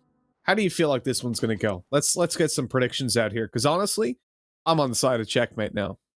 I'll be honest, I don't even like doing predictions once when it comes to these matches, but doing it twice, I don't know why you've done this to me. I'm still going to stick with Invictus. I'll be honest, like, I can't gamble on the unknown. I think that's something that it would be stupid to attempt. Like, even if the known is questionable, like, I don't know anything about Checkmate on Nuke, so to say that I think they're going to win would be madness. Julies! Oh my Never mind, God. I changed my mind. He's got dual Berettas. I believe in him now. He's dead. Flying's got the dual Beretta. Destroyer is just having a field day. Flying now gets some dually headshots as well. I like the order. Julie's in a kit is still the greatest pistol round setup you can ever purchase. Bear in mind, that's still the greatest play probably I've ever seen. I got to cast was during DreamHack Summer, where Keto gets an ace, and he had a Julie raid boss, which is something I had never seen before, where, like, for anybody who doesn't know, in the past, the raid boss was the Tech 9 and Kevlar. Someone would drop a Tech 9 over to the man with Kevlar. He would win them the round because the Tech 9 was BS. In case you didn't know that, it was one of the most powerful guns in the game at a time, especially when Cobblestone was in the map pool. The Julie raid boss, well, it's the same thing. Someone had to drop him those dual Berettas, and he aced the round. I haven't seen another team do that, probably for good reason, but Keto made it work because he's a beast. Yeah, I wonder for Invictus, are we going to see them return to form? They've already taken a lot of damage versus this double scout setup. Kaz been able to get out on outside and get a couple tags, but now he's in trouble. These guys are up close to him. Easy kill. Shafsaki just took him through the wall. What was that? I think that was through the floor. Oh, the It was grater. Yeah, he did it through. Okay. So he did see him. He didn't just go, bang! Like, I knew you were there. He saw him. He saw him. I was ready to start shouting vac, but yeah, that makes sense. Oh, well, it's okay. Destroyer's gone. As I said, 2 more players on low HP Flying. If he goes down to this Deagle, it could be all over. He's in trouble. The tags bring him to 17. This is so winnable. But unfortunately, it's only Techno. Now, hold on. Oh, he's not got a Deagle. If he had a Deagle, every player was 1 hit. Oh, if he gets a 5-7 headshot, everybody. Well, slightly more difficult, I will say. I believe in him. He's got this. Easy peasy. Never mind. Maybe not so easy, huh? You would have won that, Tom, but, you know, unfortunately, we don't have you playing. I would have come in with my Omen power. Wait, this is the wrong game. Yeah, no, I definitely would have won that. Especially if I had dual Berettas, even more so. I really thought you were going to say that you would have come in like a wrecking ball. I thought that's where you were going with it. Can we not go back to this You'd again? never hit so hard in love. I mean, really, you know, you might have only wanted to break their walls, but this is CS, not Siege, so that's not possible. All you can do is wreck me. Okay, then. Yeah, no, look, in the start of this round, you know, you saw Checkmate. They clawed, they chained their hearts in vain. But they jumped, We get it. never You know asking Miley why. Cyrus lyrics. Well, we'll see if they're going to fall under Invictus's spell. Or if they can deny. That flash has just gone backwards. Oh, I can see. If that was a buy round, he's just killed his whole team. Did you see what he did? No, I didn't catch it. He tried to throw a flashbang through the door, missed, hit the rim of the door, and it bounced back and flashed his teammate. That is, luckily it didn't matter, obviously, but still funny. Well, 2 deaths so far for the Invictus side, looking a lot stronger. And we are now going to see the investment of the CTs. Kaz onto the AWP, the rest of the players with rifles, and AUG for Rue as well. It's not a bad first buy to come up to, but of course they've now got to start putting some rounds on the board because Invictus have already built up a pretty insane bank for only 3 rounds gone.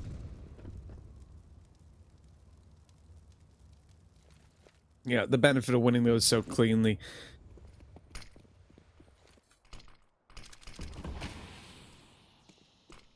I feel like in general, when you look at the position for Invictus, you know, sitting at a 3-0 scoreline, it's hard to favor checkmate, but I somehow still do. I just don't believe in these buy rounds. This is looking better, though. Okay, they pushed in together. They get the trade. It was a little bit awkward, but it's there. And you can see the comfort level of Invictus has definitely improved a lot since Inferno. We mentioned that was going to be a weak map. We looked at a close scoreline probably in favor of Invictus, but seeing them turning it around already is nice. It's only one buy round, though, and it's a fast blitz towards A. I want to see it when it slows down. I want to see their retakes as well, or their post plants, I should say. And straight away, they've lost one. This is getting a little bit dangerous. In comes Rue. He's got the back angle, but Bottle's picked up 2. He's keeping them alive in this one. Techno swinging out wide. Bottle gets it on the spray. A little bit awkward at the start, but 4-0 to save the day, and Invictus will be walking away with that round win. Yeah, close one, but nonetheless, it's still going to be the side of Invictus coming out on top. Viva with some pretty nice entries. Like I said, he had an abysmal first map, so the fact that he's already having a fair bit more impact than we saw in the entire last one, and I think you can see the differences even just in checkmate not looking quite as good so far. Still very early days, but at the same time, you're looking at 6-7 rounds on the T side. You're already pretty happy, and chances are that's already going to be a guarantee. We see the same thing again. Every single map that they play, Techno is in one of the most crucial roles. Like, he's playing ramp in this one. You see him play, I think it was like the B site on Inferno as well. Maybe even the same on Train. And that's rough for someone so young to have such important roles. It's always going to be tough to try and hold. This was flawless as well, and Viva got a 4K with a Mac 10, so they have a lot of cash already built up on this T side. 5-0 up. Invictus looking like they're back to their usual selves, and on the other side, we're still waiting for checkmate to wake up. Yeah, CT side, you can't afford these slow starts.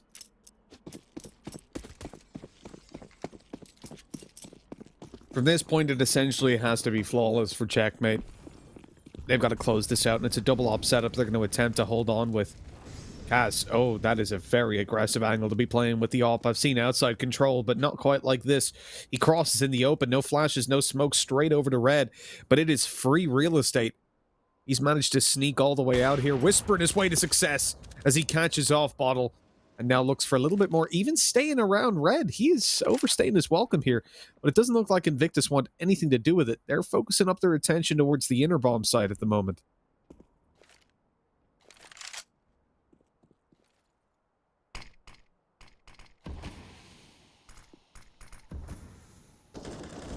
Well, a lot of utility already expended early. Flying's found a kill onto Hawk as well.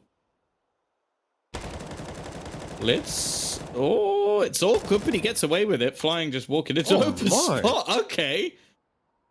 Destroyer's just been taken down low as well. Not sure how Rue misses that shot, but oh, he does. They've got a double AWP on Nuke. This is a weird setup, but it's actually working out quite well. Kaz has managed to find 2 kills, and they're just going to try and flash through the smokes. The Mac 10 going up against the AWP. I know, which I favor, but they actually stop themselves. They just wait on the other side. This is such a peculiar round. I guess maybe because they didn't take the bomb. They could have just gone down the vent. Blitz is looking to try and rotate in behind them, which, well, I think they've already dropped down at this point, so it doesn't really matter too much. I'm not sure how they haven't made this realization, but it seems like Techno is ready and waiting. Rotated round for the ramp, and Rue's going to be there to close it out. Now, I'm not going to say I like a double AWP on Nuke. I think the only team I think I would be happy watching on is Furia, and that's because Art's AWP doesn't count as an AWP. It counts as a shotgun. Other than that, 5-1 up. They've got a round, but keeping this setup... that's the thing. If they go for a blast through the A site this round, I think they're done. Like, I don't think there's any way they hold on to it. I almost thought that's what they were going to do in the previous round, but they gave a lot of range duels. I think now that they know that they're up against the double op setup, it's far more likely for the Aster interplays. What is peeking outside without a smoke, without a flash? What are you doing? You know they've got a double op setup. This is lunacy.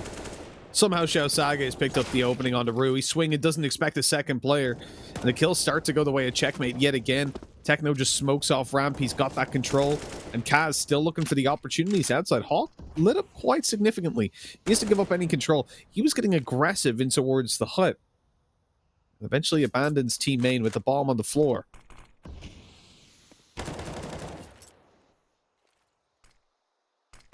Nice, left onto Bottle. It's been pretty good so far. Player up. Okay, never mind. Nice. 5-2. Bit of aggression into team main. Then the fight over towards Squeaky. Jump up on top of Hut. He's changing up his angles constantly. And I love the confidence from Hawk. Even on, what was he, like, he was sub 20 HP. To still go for those duels. That's fantastic. Like, he got spammed down 15 health, takes one, and he just jumps up on top. Oh, one more. Why not? I love it. But the real concern for me, Tom, is the fact that Invictus just dry peeked outside. That was crazy. Okay, one player's being spotted. They know they're coming towards Secret at this point. Invictus have really given that away. What's the point in smoking it if you're going to run up close box and give it and let them see you? You could see Rue's already made the rotation, but the rest of the team actually fairly hesitant. Maybe expecting this to be some sort of bait play back in the other direction. I mentioned in the last map that they had a lot of counters and potentially trying to read into their opponents here.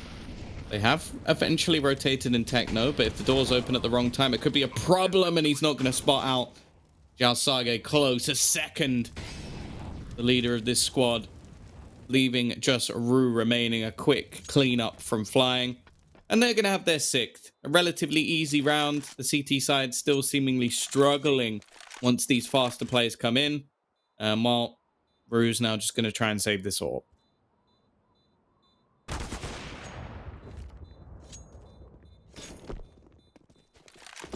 Rue is on out of there. He's on his route to saving, but it doesn't look like he's going to be getting that weapon anywhere near the next round. It's a good push by Invictus. You know, when they're hunting them down, they go together. And that's really what I wanted to see on the previous map, where they failed to do that a couple of times. Going one at a time into their death. And Checkmate. The boys with the same agent skins, they're not giving away any little bit of information. The problem is, they are giving away a lot of kills. And that play right there by flying, that lineup is gorgeous.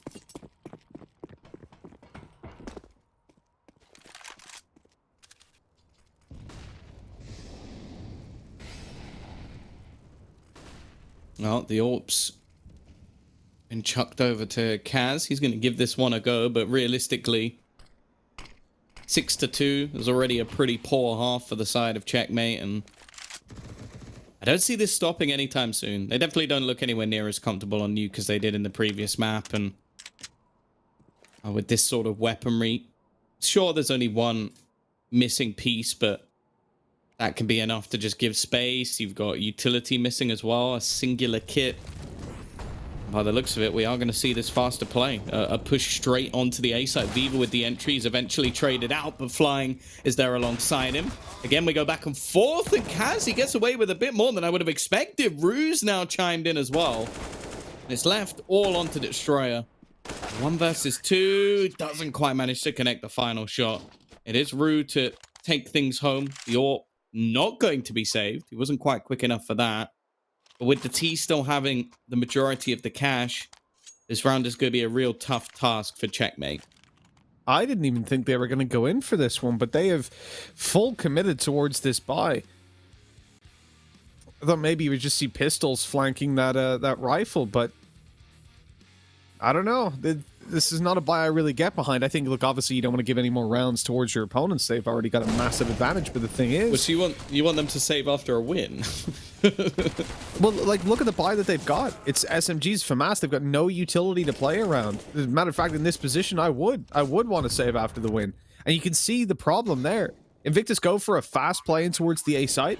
Checkmate have no utility to stop it. They have to just take straight up angels. They couldn't afford a molly to molly off both Hut and over towards the squeaky door. In fact, they couldn't afford either.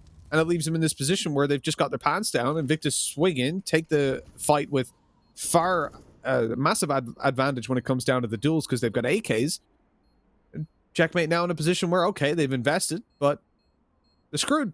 The money's gone for the next round, and they've just given Invictus an easy 8-3.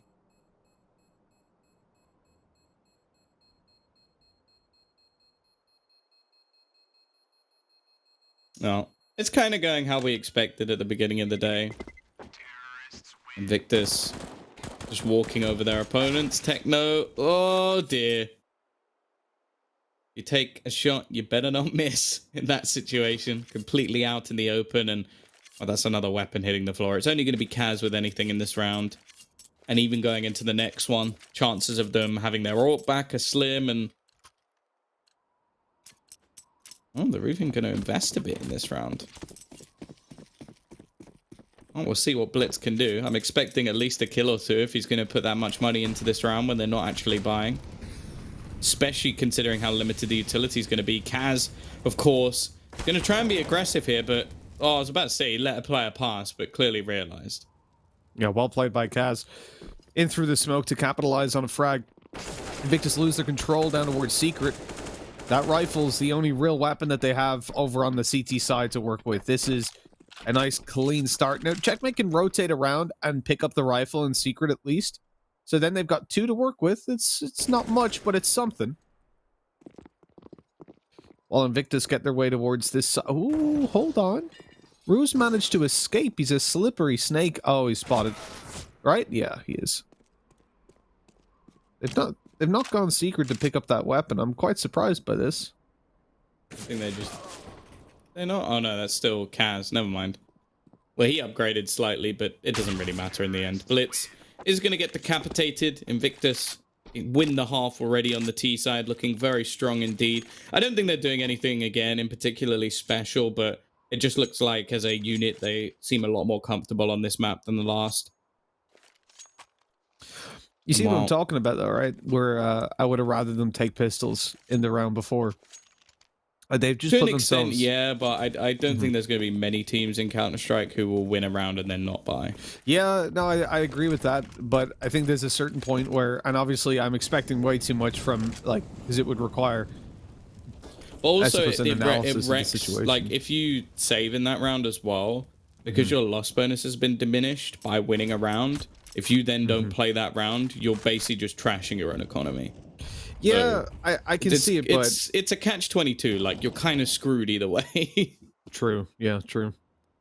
Like, to me, pistols alongside some utility would have been better. I think they still would have had a decent chance of the inner hold, at least.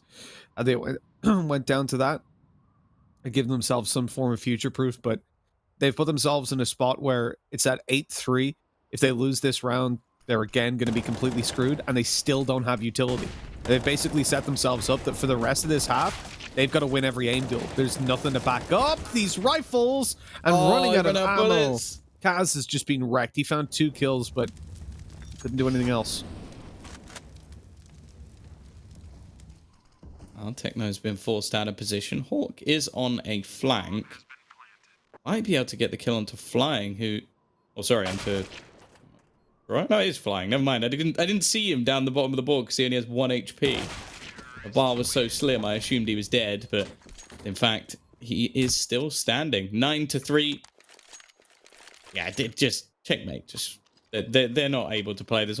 The other thing as well is I'm not necessarily infuriated by like them buying in some of those rounds. The things is what they have bought, and that's what makes me think that they're not a particularly good Nuke team. It's the same on Inferno. Like, if I see a team with, say, 4,000 and they all buy rifles, I know that they're not a particularly good Inferno team because that just doesn't work. And it's the same on this map. Like, you need to have someone go down to a shotgun or an SMG. And it's very common. Like, that's the thing. It's very common on this map. You will pick a shotgun or an SMG over a rifle to have utility in the early stages of the round. And if they blast into the A site, an XM is going to be just as good as an AK. Because you could just headshot them with it at close range. That's all it's really needed to do. So the fact that they're still dedicating themselves to like, oh, I'm going to buy an AUG and I'm going to buy an M4 with no like head armor and no utility, it just seems like a team that doesn't really know what they're doing. Yeah, I'm on board with that 100%.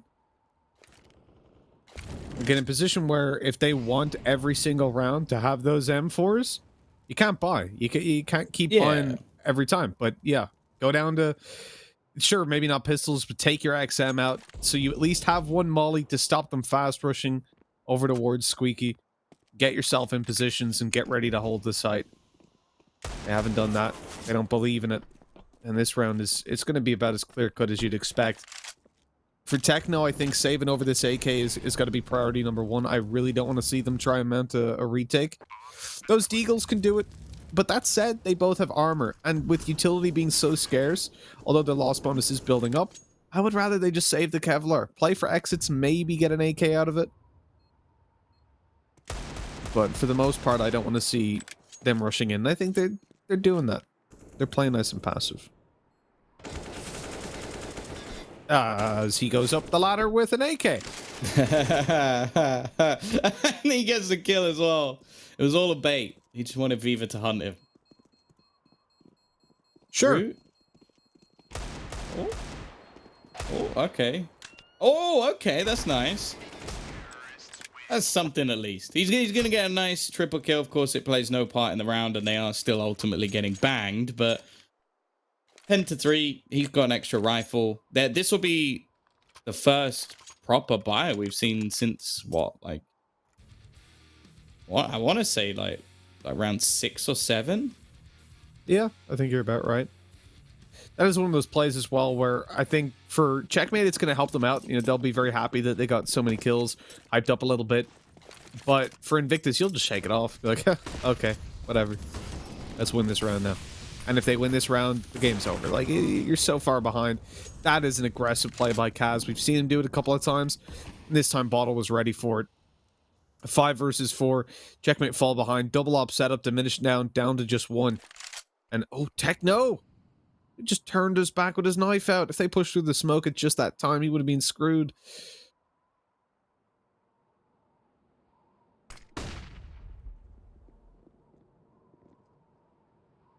Oh. Dreyer has found a kill elsewhere. Hawk goes pushing in, and, well, that's all too easy for the remaining players around that ramp position to get the kills. Leaves just 2 remaining. Rue in the vent with an AWP. I can't say I'm much of a believer in this play. And Techno, he's just trying his best to delay the plant. It's not going to happen. 11th on the board. All too easy. Invictus, yeah, this is a completely different team. Like, they are playing as a unit, waiting for aggression. Anything the Checkmate try is failing, and yeah, they don't look like a comfortable team. Bruce at least had some nice shots with the Deagles, but if he's your top fragger, or at least one of them, no, he is top, and he's got 4 of his kills in the last round just with Deagles, that pretty much says it all. Yeah. You know, I feel bad for Checkmate. The first map looked so good. This one is just a complete and utter shutout, and I think bouncing back is going to be difficult. Again, it comes down to what we were saying in the pre-show, that it seemed odd the way they vetoed this. I would much rather play Invictus on a Vertigo than on a Nuke. And we thought, well, maybe they've got some sort of reason behind it, right? Maybe they've had extra prep, or they know what they're coming up against, but it doesn't look like that. As you said, they just look like an uncomfortable team. Their buys have been really disjointed. And it feels like at this point, it's just a matter of getting this one over with. I really don't believe in them coming back into this one.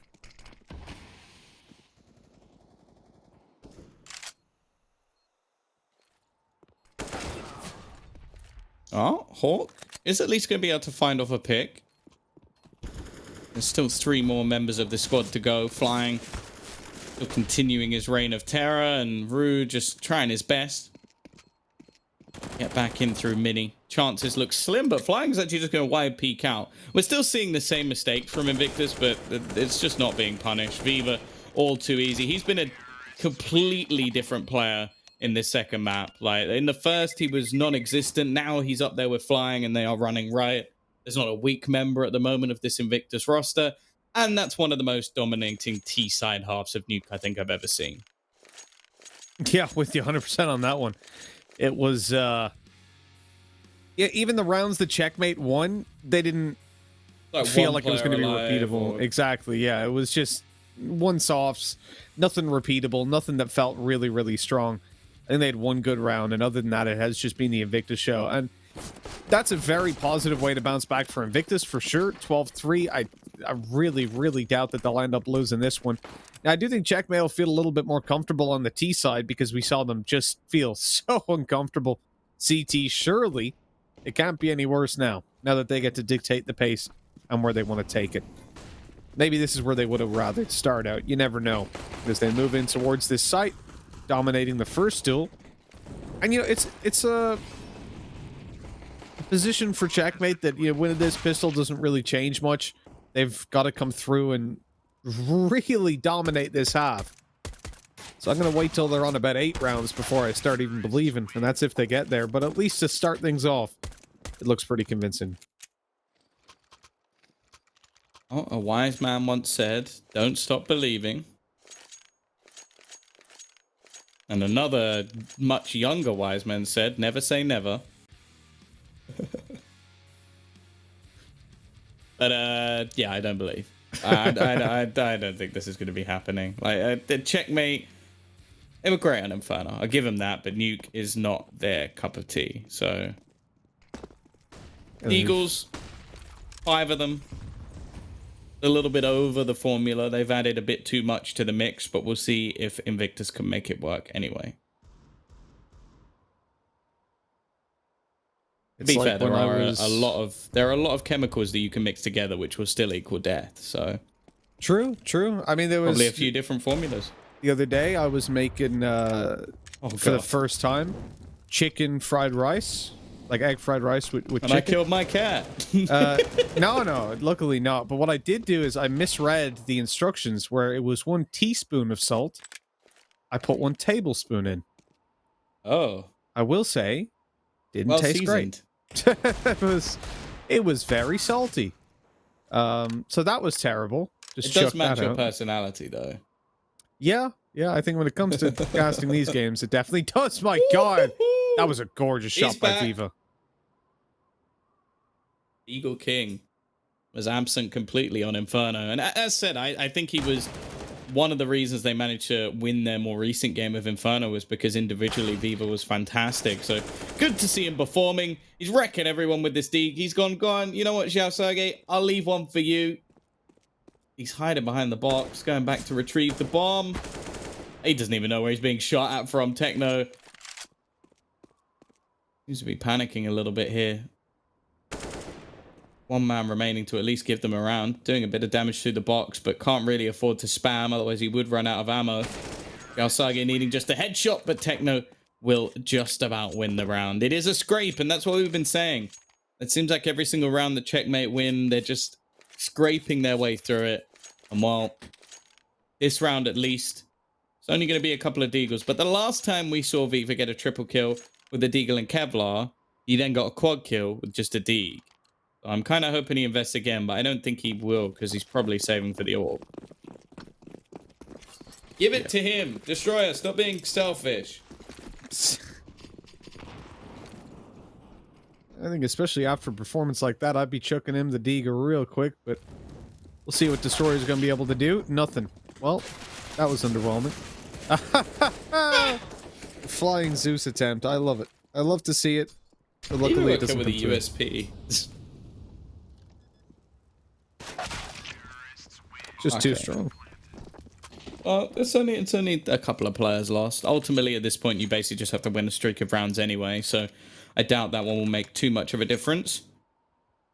Viva, I assume this is an AWP coming up, otherwise I don't really know why he has $6,500 going into this round. No, he's going to... Wow.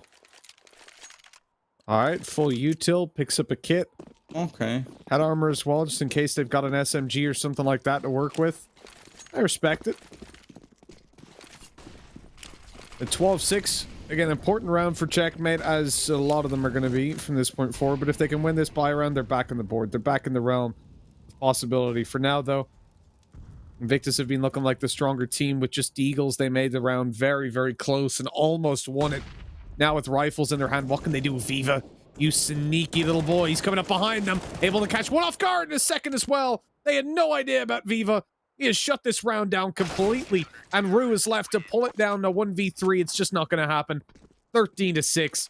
Viva, again, being the player that's making things happen. Interesting. Impression has just left BTRG. News straight off the press. There you go. And by press, I mean Twitter. They did have a bit of a weird roster, though, didn't they? That was the like mix of different nations. You've got Zion on there, Excurate, Genius. Like, in fact, there's only 2 players from the same place on that roster. A bit of an odd one. Or did he get left? It's a tweet that just says leaving BTRG. So. All right.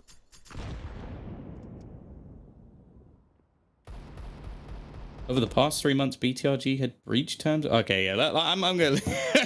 That seems like something that shouldn't be mentioned on stream. Here we go. Blitz started things off. Destroyer, a bit of a whiff. That's actually given them space onto this site. I'm still not really sold on Destroyer. I think he's an alright player, but I think there are better ones. If that makes sense from what we've seen. But this fast round into the site has actually worked out wonderfully. The pistols seem to be the powerful thing, as always, Mitch. It's the pistol power. For Checkmate, you know, again, to bounce back, this is a lifeline. This is not something you're going to get every single day. You lose a buy round to a massive flank by Viva, and then you come in with pistols and manage to overwhelm them completely. They've been gifted a golden opportunity to get back into this game. And now it's time to capitalize on it. Now it's time to show that they're deserving of being in this matchup, and they're deserving of the previous map win. You know, when you look into what's going to be bought up by the CT side, the opportunities are definitely there to continue chaining these rounds together. I think it's going to be a much weaker buy. I'm curious to see if we do see like an auto shotgun or something come out. But no, it's actually not going to be a buy at all. They're keeping over their 2 rifles that they saved. I respect that. And outside of that, just pistols. Yeah, I think this is definitely the right call. And somehow they'll probably win this round, you know? Seems to be the way it goes. Yeah. Viva, his aggression outside, is going to get caught. Xiaosage actually does get tagged up a bit. He's trying to make his way through the edge of the smoke. We call this the art play. He's nailed it this time. Free gun as well, which will be handed over to the other man outside, which is Bottle. Doesn't have any armor. The only man who has is Flying and, of course, Xiaosage. So, Kaz, though, has managed to gain an awful lot of space. And Rue... Oh, he's actually going to go down. Bear in mind, Bottle didn't have any armor there. So, to correct this spray is not easy. Xiaosage is going to take another... My clairvoyance seems to be going fairly well in this round so far, Mitch. Although, that is a bit of an unnecessary risk from Xiaosage. Bear in mind, none of his teammates are really in a position to trade this out. He's trying to deny the bomb plant by the looks of it. Got to be careful around the squeaky door as well. It's being watched. I don't know if they'll be able to save his teammate. That was such a weird way to try and plant that. I get that he's holding the door, but did you really think that whoever was on the other side of the door would be able to, or would die before he got the kill? Like, I was sold the second he went to plant there, he was dead. Mm-hmm. And for such a crucial time in the round as well, I really don't get it. It's a ludicrous play. Plant it. Mm-hmm. Yeah, very weird. Pros don't fake, I suppose, and they're taking that over to planting the bomb as well. For Invictus, sat pretty. They've got the advantage. Shot somehow misses. I don't know. Looked on him to me, Chief, but Xiaosage goes through for a little bit more afterwards. They're going to peek him again. Look at this. A jump peek at least. A deep nade. Shallow nade, actually. Try to catch him and slow him down if they're pushing him. And he goes towards the back of the bot. Oh, this is risky as hell. He's still going. He's still peeking, and they're challenging him one at a time. You know what they say? Whenever you're up against an AWPer, make sure you re-peek him, and make sure you do it one by one. That is the rule. And here we go. One more? Why not? Let's go, Xiaosage. See what you can get. Techno's going to be flanked before that can happen. He manages the first kill. He's not swinging just yet. He wants to try and block out this player with a flash, but he's not going to catch him. And Xiaosage has just gotten 4 kills on the ramp. And each time, it was a 1v1. That is ridiculously careless by Checkmate. Yeah, I think at this point there might be like a level of tilt setting in. We saw similarly in the last map where Invictus, going into the last couple of rounds, were just making really stupid plays, like running through Molotovs. And this looks like one of them where they didn't just have the communication there to try and peek him all at once. Like, that was very, very easy for Xiao Sage. And he's someone that we've already mentioned on this map in particular is very, very good at holding that ramp. Well, he's going to get tagged up early here, so it might be a slightly more passive hold. Never mind, he's going to go for the re-peek and takes down Rue anyway. Bottle also has picked up another. We're looking like we might get identical score lines here, Mitch. It was 16-7 in the last map, and it's looking like we might be about to get another.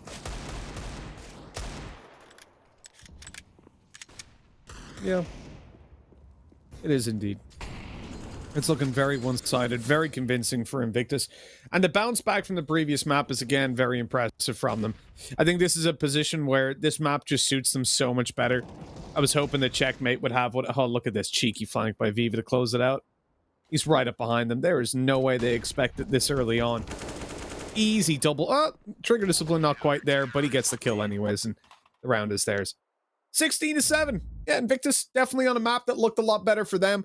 Overall, Checkmate not quite as comfortable when it comes down to Nuke as they were on Inferno. And the mistakes were tightened up by Invictus. To say I'm impressed by what they've been able to do map to map.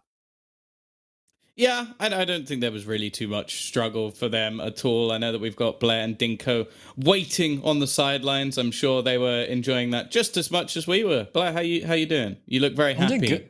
I'm more like befuddled. Where was this Invictus on Inferno? I mean, Inferno has to be easier than Nuke, right? Right, Denko? Like, it has to be.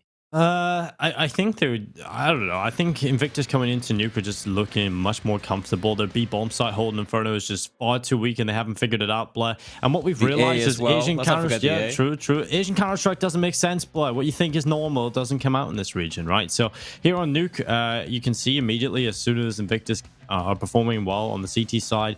We talked about Xiao Sage's proficiency on this map. Back when Invictus was looking kind of rough on Nuke a couple of days ago, I think that was all down to Xiao Sage being very weak and having an underperformance in towards ramp. But when we have a big step up across the board, Invictus get off to such a good start at their T side, racking up the round wins. It was easy enough to close it out going into the second half, especially with the players stepping up, especially with Xiao Sage being an anchor in towards ramp.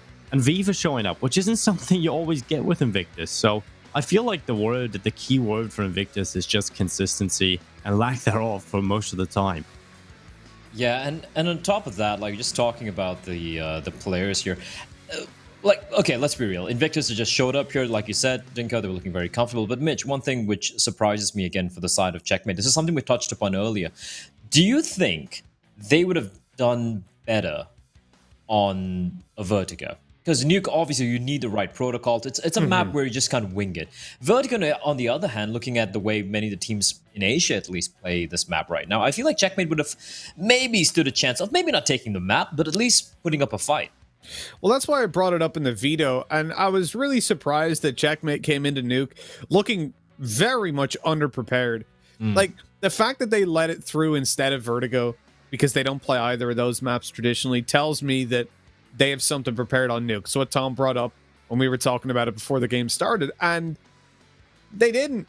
They just simply didn't. So yeah, I think they would have looked much better when it came down to Vertigo. And this man here, I think, exemplified some of the problems. Maybe it was tilt towards the end of the game, but he was able to take so many fights on ramp one at a time with no punishment. Like, sure, they try and flash first or whatever, but he would just wait and then peek out after the flash, and there'd be one guy stood there by himself going, "Oh no, he's not blind." Like, it was odd. And it's always good to see someone like Xiao Sage, 30 years of age, making his boomers look bad, actually, showing that he can really frag with the best out there, with Viva and Flying showing up. Xiao Sage, 7 opening kills out of 7 opening duels. That's quite impressive indeed. Heading into map number 3, it seems like the odds are definitely swinging the way of the Chinese powerhouse. Dust 2 is going to be coming up, ladies and gentlemen, but that is on the other side of the short break.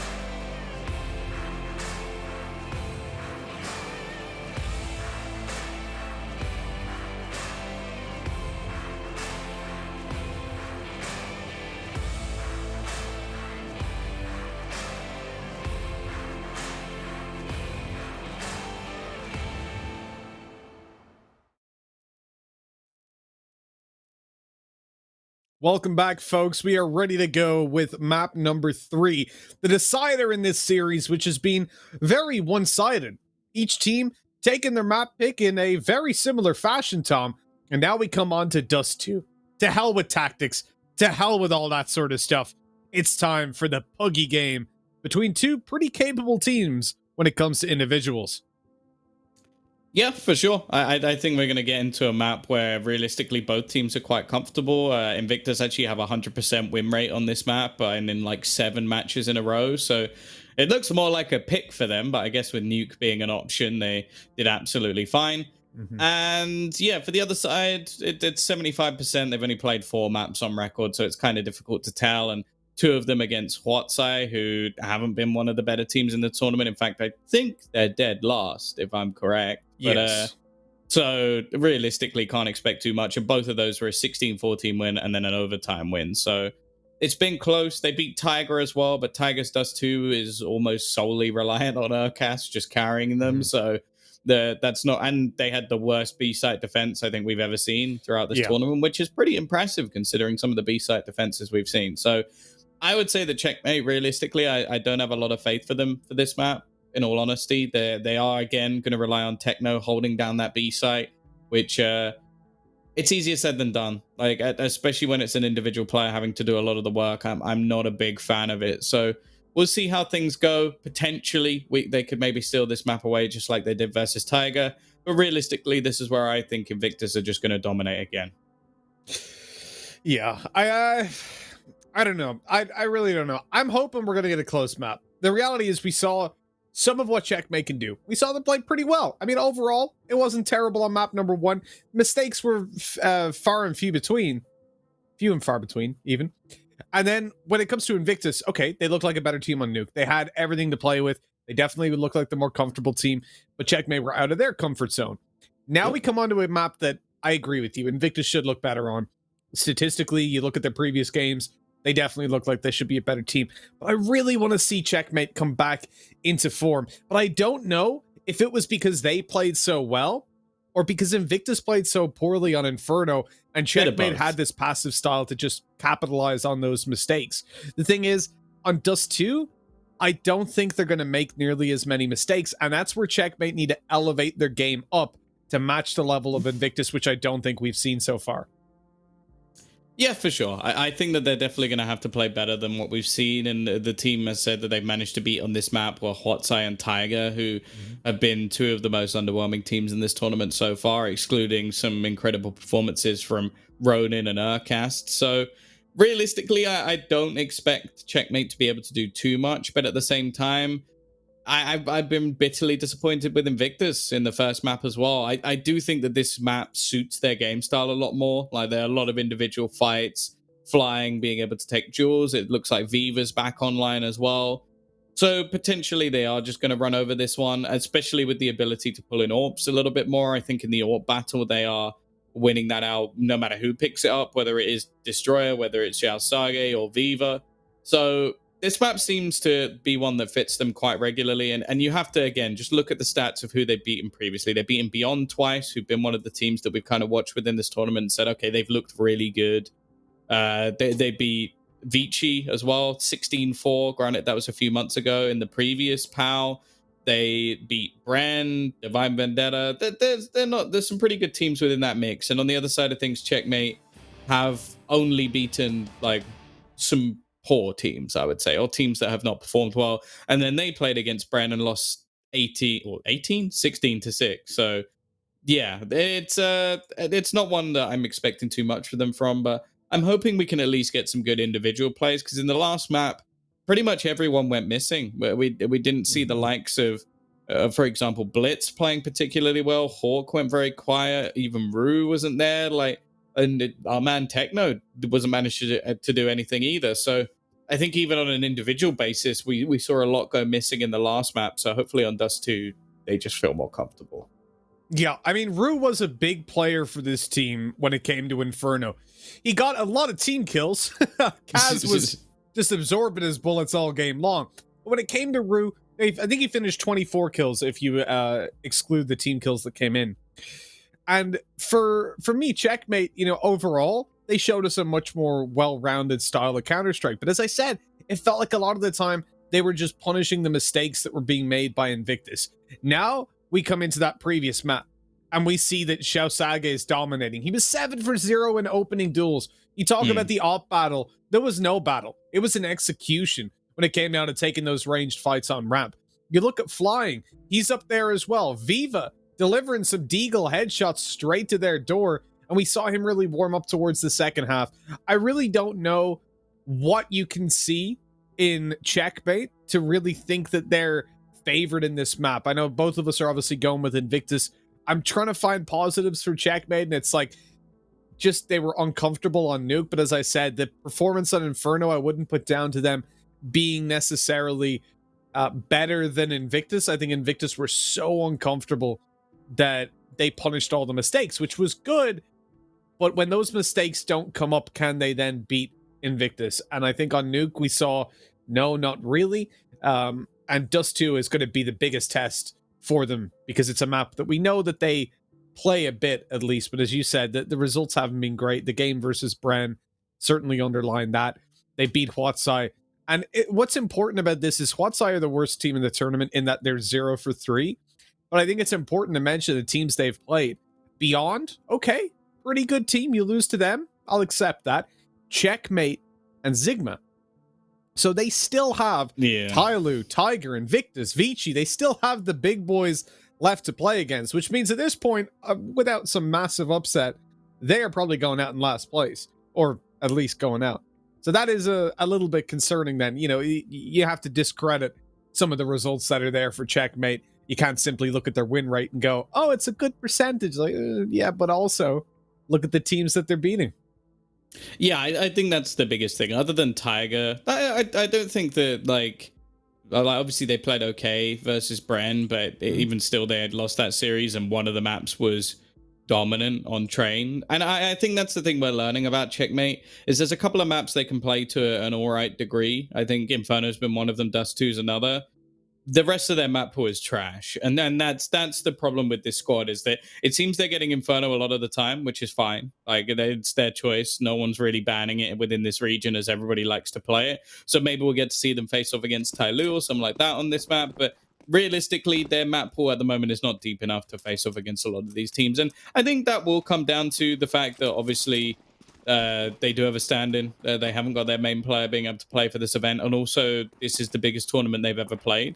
So realistically, can we expect them to come in here with a 5 or 6 map pool and just trash some of these opponents? No, they're going to have weaknesses, and some of those are the likes of Train, the likes of Nuke, the maps which are clearly more tactically based and have tougher T-sides for them to play against. And then the maps like Inferno that everybody plays, Dust 2 everybody plays, that's where they're comfortable. So they've definitely got a lot of work to do coming out of this tournament, and within the weeks, that's the one good thing, is that because this tournament runs over a few weeks, 3-4 weeks. It's one of those situations where they do have time to try and correct their issues. Whether they will, that's another thing altogether. And I think they've come in today. They put a lot of prep into Inferno. They look very good on it. They looked awful on Nuke. And Dust 2, it should be another one where they at least look decent.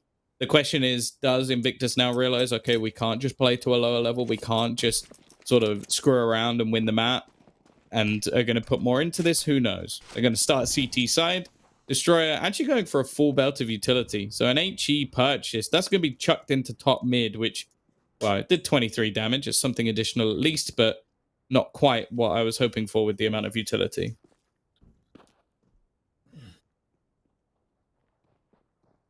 With that kind of investment, you definitely do want to be getting a better reward for it in the pistol round, but it's all down to RNG at times, you know. Just going to maximize it across games. Sage able to find the opening. Looking for a little bit more on long. Bottle, though. What a shot. Shutting down that bomb, and another, as this is going to be clean as can be. 3 versus 1. They've got the site locked down. They even flash it to get another player. Oh, no, not even. I thought they were going to run up the ramp on the back of the flash, but instead it's just kind of thrown out for the sake of it. And Hawk wisely switches to the USP, having gotten the opportunity to pick one up off Sage's corpse. But he now has to find those headshots to back it up. 14 bullets in total, 12 in the mag. Not really a lot of opportunities to miss shots, and he's already out. He had 3 bullets left when he got killed. Well, there were 3 players. You never know. The next 3 might have all been headshots. Well, there was only one in the mag, so you'd have to reload as well. I'd be quite surprised. Decent start for Invictus. No bomb plant as well, so can't expect to see too much of an investment into the next round. No, normally in these... Okay, they forced. Not a fan, particularly. I guess with the amount of SMGs that's being brought up on the other side, it leaves us for some potential. And what I was going to say, even if it was an eco round, is there's normally an opportunity to go for a far short play. And you can see Viva's waiting, but again, he only has an SMG, so he has to play this relatively passive. Otherwise, there is a good chance he'll just get headshot by the Tech-9s and Deagles running into his position. But there are 2 players on... I think they expect this, if I'm being honest. I think they know this is coming. I hate the 4 SMGs. I really do. Couldn't disagree with it more. I think even picking up a scout would make more sense on second round. Just to back up those SMGs for the longer range fights, but whatever. The molly up towards the back. Destroyer. Oh no. He whiffed that. He was trying to kneecap them, but unfortunately in this game, it's not Tarkov. They can still run. They can still make a move into this bomb site, and Flying's about to be overwhelmed, or maybe not. He perfectly dances around this pillar, isolating one fight at a time. Eventually, a Deagle shot finds him. Good tag to Viva, lighting him down to 50 HP, making it much easier for Rue to come on through and finish him off on that Deagle or MP9. Gets Viva. Oh, this is over. They have just lost the force buy. Bottle has to come through with a massive play, and he can't get it done. No, not today. Invictus 1-1, tied up after winning the pistol round. That's disgusting. I feel like Destroyer is... I say it... I said it in the last map as well. I just don't rate a lot of the plays he makes. Like, they're so all in. It's like that guy that sits down at the table and just shoves all of his chips into the middle without even seeing the card. Like, it's just madness. And a lot of the time it costs them round.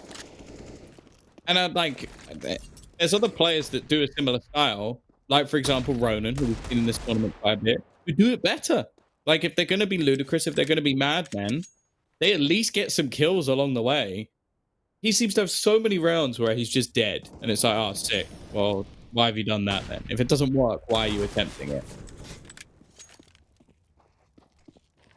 And you look, the reality is you're going to make those kind of attempts, and it's not going to work at times. It's not like we're saying you've attempted something that didn't work. Well, why did you attempt it? But it's the frequency to which he tries it, and it's the infrequency to which it works. So it's the... Oh, Techno, you're dead. He's been spotted. Pistols just overwhelm him. Nice kill. AK retrieve, but Destroyer's got to go huge. Finds a tag, going up for a little bit more.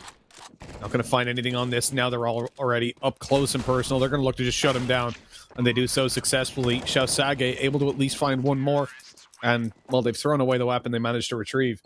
That's a bit of a shame. And now it should just be an eco from Invictus, so 2-1 we sit. Tom, quick tip for you, by the way. Whenever you're... I realized this a while ago, right? When you're drinking a big bottle of a fizzy drink, right? Let's say you got a 1.5 or 2 liter bottle. So you're not going to drink it all at once, I hope. If you are, please consult a doctor. You know the way when you open it, it's obviously nice, it's fizzy, and then afterwards, when you go get it the next day or 2 days later, it's going to be quite flat, or to a much greater extent, right? What you should do is squeeze the bottle so that the liquid is right up at the top, and then screw the cap on lightly so it's like, you know, squished in, because it gives less air Who would for have the guessed gas you to would disperse be into. a fizzy drink connoisseur? Not me. Next, you're going to be telling me you're an expert on crisps. What I will say as well, though, is, you know the bars called Squares bars? Why are they called yeah. square? They're clearly rectangles, right? Rectangular-based cubes. And yet, they're called squares. Doesn't quite roll off the tongue, I guess. Rectangular-based cubes bar. I think that works. It would work on me more, to be honest. I don't I'd be know. like, I oh, think it cool. would work on you after, but like if it was your first time buying something, you would look at that and go, "That's stupid." No, I honestly I would respect the commitment towards the correct terminology. If I was walking down in a shop and I saw 2 bars, squares, and rectangular base cubes, and they're both rectangular base cubes, I'd go for the correctly named one. Like, you know, I'll give you the benefit of the doubt on this one. So if they know how to name it properly, they probably know the recipe properly. They're obviously sticklers, so maybe it's perfect. Okay, fast play in. Nice hold again from Beaver and Flying. They lose the sight. They've traded more than evenly. This is what I mean! What is wrong with this man? You have an advantage. Why have you just YOLO pushed into the site? Oh my god. You can take it from here.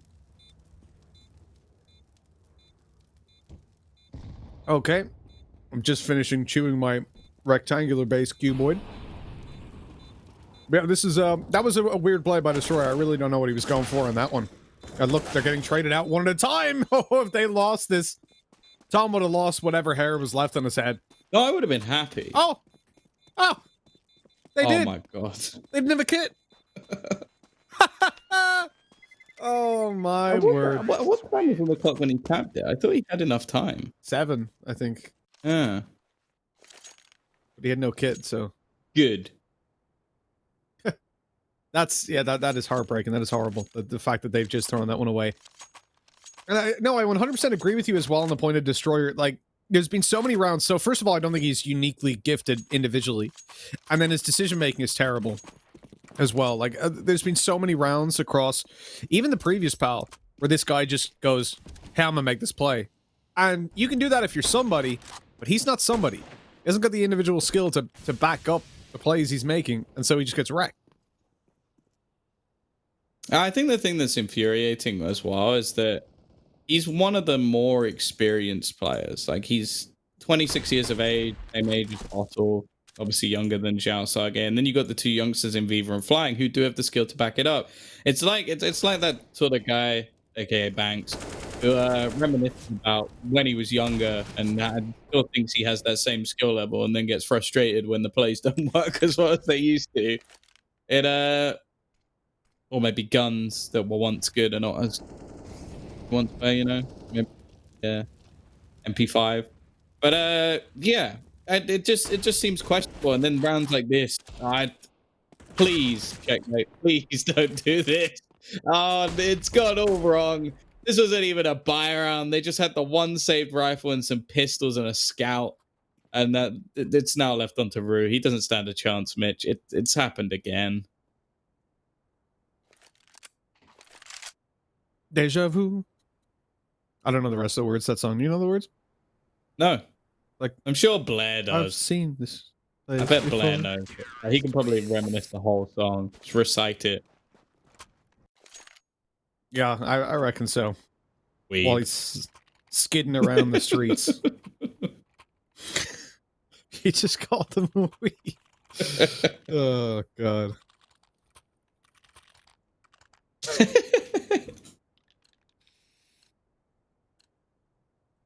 Oh, 4-2. Yeah, that's one of those rounds that I think Checkmate are quickly going to want to forget. Luckily, they had built enough money up that going to be in an all right position here to still continue to buy. Looking like they're going to try and pressure the B site. Nade will go through and do a little bit of damage. Now, the rotation isn't going to be here anytime soon. Flying is just going to try and use some utility to slow them down and keep off the flashbang. Spreader coming to help him. The flashbang works out. Flying, holding the line. How does he stay alive here? Good utility usage to keep him alive, but that's ridiculous. They should have closed him down. Destroyer there to help him this time. A bit more team play coming out from Invictus. Maybe they've gone for a dinko. They've got their caffeine pills out. They're woken up, ready to go. You know what you have to do when you wake up? Get out of bed. That's the first thing. Depends who you are. Depends if you're dinko or not, really, doesn't it? Yeah. He's got other priorities. Turning off his alarm clock, obviously, is what we're talking about. Let's just say, in the morning, he has his hands full. Hand. Let's not be too generous. So Because he has one of those alarm clocks you have to pick up. And you have Yeah, to of shake course. it to turn it off so it knows you're awake. Because you know I the ones just with the meant buttons? Something. No, he's just giving his girlfriend a hug, of course. That's all. That's a bit rude. Like, rude. You got his hands full. Sounds like you're making assumptions about the dimensionality. His hand's not that big. Oh, anyways, let's quit talking about. All I know about Dingo's girlfriend is she's a lovely woman. She loves Monster Munch. That's about all I know. And she's from Poland. Oh, another point of detail. Black hair as well. Okay, I didn't know that. You've been hanging outside her window. Oh, okay. Lion, he was trying to hang outside Hawk's window. He's taking control of it. What a transition that was. Never thought I'd be making that one. And he's just been tagged through and Viva's going to headshot him in the end. Doesn't matter. Invictus are going to equalize the scoreline. Still money available for checkmate and moving swiftly on. We're going to see whether or not they can actually break back. I think that one round where they lose to all the pistols is going to be the one that potentially breaks them. And we saw that in the last map, a few slip-ups here and there, and it just fell apart from that point. And something, again, we talk about the fact that this team hasn't really played at too many events, or any events at this level at least. So realistically, there is going to be those moments where I don't know if the mentality will be there. They'll have to come back from too many positions. Destroyer. He's throwing down that smoke into the corner. I guess it gives him a little bit of vision over the top. The flashbang is nice, though. Leaves him completely blind as they're going to go past. Nade over the top. I think did 3 damage, and Destroyer eventually, that smoke does come good. So he's still making these sort of plays. I said, like, I'm not a big fan of them, but they work every once in a while. It will come down to a point, though, if he can continue to do it, that he's probably going to get shut down. Who's the... Oh, Xiaosage. Okay, that was nice. Viva as well on 1. And Xiaosage wasn't spotted on top of this smoke. That's the key part, but no one's watching long! What's happening here? They've left it completely open. Rue walks out. Hawk able to find 1! They almost lined up. Well, they did line up. They almost gave him the kill on the spray down. That was wild. You got like 5 people looking at short. No one cares about long. That's weird. Oh, man. Well, we are going to see a technical pause called by checkmate. A slow start for some of their players. So you have to bear in mind, we spoke about Rue before. He's currently on 12 kills. So he's doing very well, considering we've just had the 9th round. There's a few players, Blitz, Kaz, Techno, really struggling at this point in time. And on the other side of things, you got Bottles showing up, which was something I really wanted to see. I said in the past, we've seen some fantastic games from him on an individual level, but not to a consistent level. And that's the problem with a lot of their players. Like Viva's inconsistent, Bottles inconsistent, Destroyer's insane, and Xiaosage even having a bit of a slower start. I think Flying's been the only one that we can consistently say puts up big numbers, and thus far in this map, hasn't really had to. He held down the B site when it was needed. Bit of a risky peek here behind the back of the Molotov. Oh, he's a lot closer than he was last time. Okay, I might have just jinxed him. Luckily, the Destroyer is there, and he manages to spray down 2. He's rushing. Go on, go for it. Oh, he didn't go in while he was blind. That's an improvement. Waited for his teammate. They're gone in together. I like it. Rue, not given as many opportunities. They know where he is. Deagle in hand. He's trying to swing and find a 1v1. And although Bottle goes up on top and kind of gives it to him, it's a surprise angle, one that catches him off guard.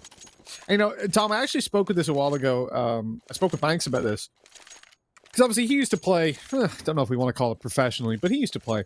And one thing that he was mentioning from talking to a lot of pros, and obviously back in his day, back in the 80s, was that sometimes, you know, you see these plays that are unnecessary. I think if you broke them down and said analytically that is the correct or incorrect play, you would come to the conclusion that it's the wrong play.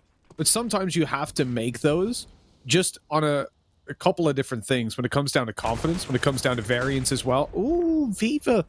Yeah, that's one that I'm not going to make that justification for. That was weird. He just straight pushes up mid. No support, no one there to kind of flash him out if things got a little bit too froggy for him. That's odd. But yeah, no, it was just basically like, sometimes obviously they'll expect you to do one thing, so you have to do the wrong thing to just get out of their heads, basically. And it was interesting. I think it definitely helps out when you look at some clutch scenarios, but I just wanted to link that in with the point of Destroyer, where you can make the argument that, oh, well, he's doing this because they won't expect it. But if you do it half of the time, they're going to expect it. We transition into the push as Hawk is going to manage to get another opener. Bottle just caught one more, and he's just continuing his reign of terror. It's left into a 1 versus 1. Hawk has come alive in this round, his 11th kill, and looking for more. 40 seconds on the clock, so he doesn't need to rush, but it doesn't matter. Bottle has been almost flawless so far. 13 and 3, even saves an AWP for his teammate. Well, it has been him alongside Destroyer and Flying who've done the majority of the work. Already 7 rounds on the CT side as well. I'll be honest, I think that's enough. As we sort of mentioned when we saw them play versus Tiger, who definitely don't have the same sort of individual level as we see from Invictus. Checkmate really struggled on that CT side. They did not have a good CT side at all. It was actually their T side where I think it was a 10-5 half in favor of Tiger, and then they managed to bring it back on the T side. So I don't expect much from Checkmate from this point onwards.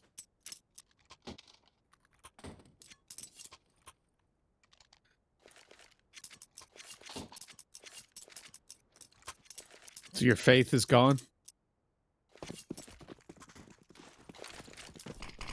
You don't believe in the boys anymore over on the Checkmate side? You don't think the king is under threat? Well, The queen's in position? even when they lost, even when they won the first map, I still said I thought Invictus was going to win. So yeah. I don't think I'm going to change my mind now. Now that they've won Nuke, I think they're going to lose. I'm sad that Rue's name is Rue and not Rook. I think that's a missed opportunity. Although I guess you won't change your name just for a team name, but still, would have been cool. Yeah, it'd be a bit weird. Oh my. Maybe it is going to be Checkmate soon, because Rue's moving into position. He's taken 2, picked up an AK. Give it a blitz. Give it a blitz. Come on. Blitz is spraying with a CZ. Go and get the AK. Good lad. No, what's happening? Go up tunnel. Oh, don't take that fight. Go get the AK to Blitz. Why is Blitz running away? Go get the AK, Blitz. You're the only player with armor and health. This is crazy. This is madness. Because Rue's got a deagle, right? That deagle's pretty much as good to him as the AK is. You maybe get 2 or 3 bullets extra out before you're dead. I don't care about this round. I just want to see that AK in the hands of Blitz. Come on. Oh, he's going back. He's going to get it. Good lad. Good job. Thank you, Rue. Thank you. Good boy. Okay. Not patronizing at all. Dude, honestly, the amount of even EU teams, like tier 2 EU teams that I've seen just go like, oh, I'm going to play with the AK on 1 HP and die. It blows my mind. Because people think about it when it comes to the op, right? You'll think, oh, this guy's low, I'll give him the op. But for some reason, occasionally, with AKs, people just don't bother. Oh dear, Viva's missed a shot. That dink actually only hit him for 3 HP, and he gets the second one. Tech 9 out. He's going to go pushing. He just kills the man who was still partway through planting the bomb. He's going to kill off everyone. Just styling on them at this point. As said, there's been a real step up in an individual basis from a lot of the members of this CT side and more Invictus. They get their 8th, they win the half. Looks like they're going back to retrieve the secondary up as well. And, at the moment, Checkmate looking like they're out of this one. They're going to get a lot of money going into this next round, so that's something. The bomb plant will help them, but realistically, it's only 2 players actually playing for them at the moment.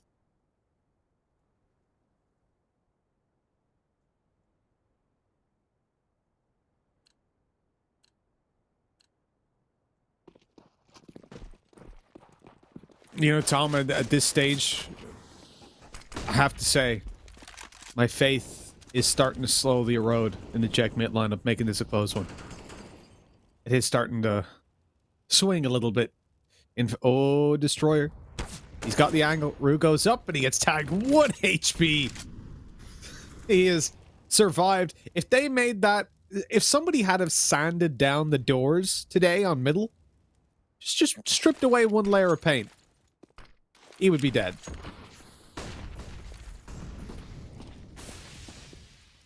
And not the start they were looking for. Flying, he might be caught transitioning into mid. The flashbang's good, but he's been lost. It's left onto Destroyer, and while caught at the back of the site with an AWP, it wasn't going to be happening.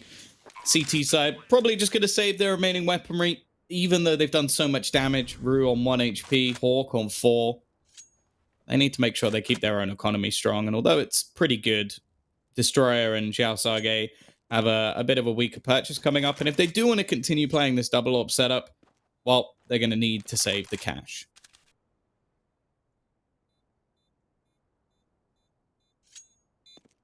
It's all about the dollar bills, y'all. And I respect the play to just immediately go in for the save over on the weapons. You know, considering the fact that they've got so much money, you could very easily see them just take this very aggressive approach, but I wonder now, are we going to see a much heavier investment? We're going to see maybe a double AWP setup come out?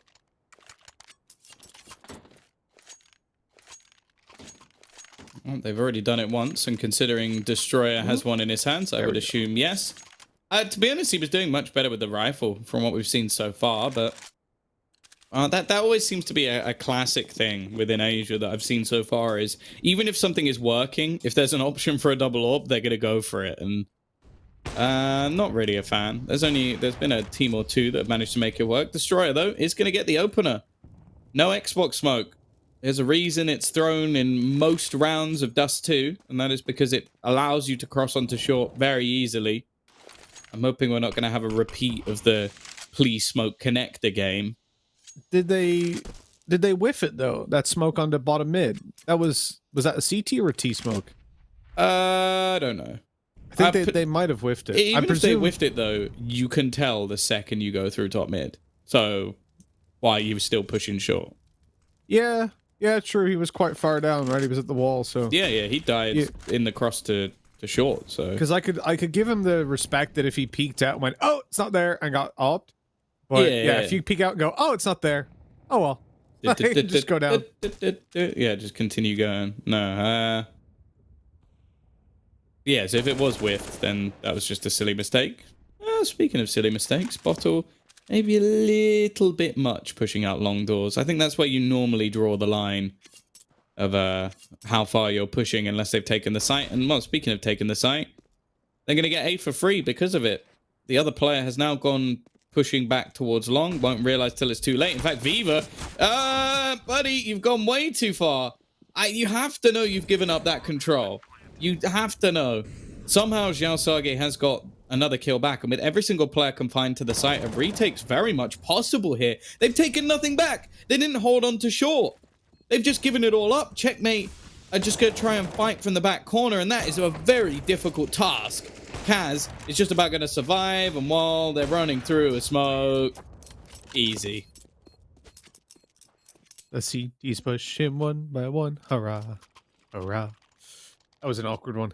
Kaz obviously did very well to connect those shots.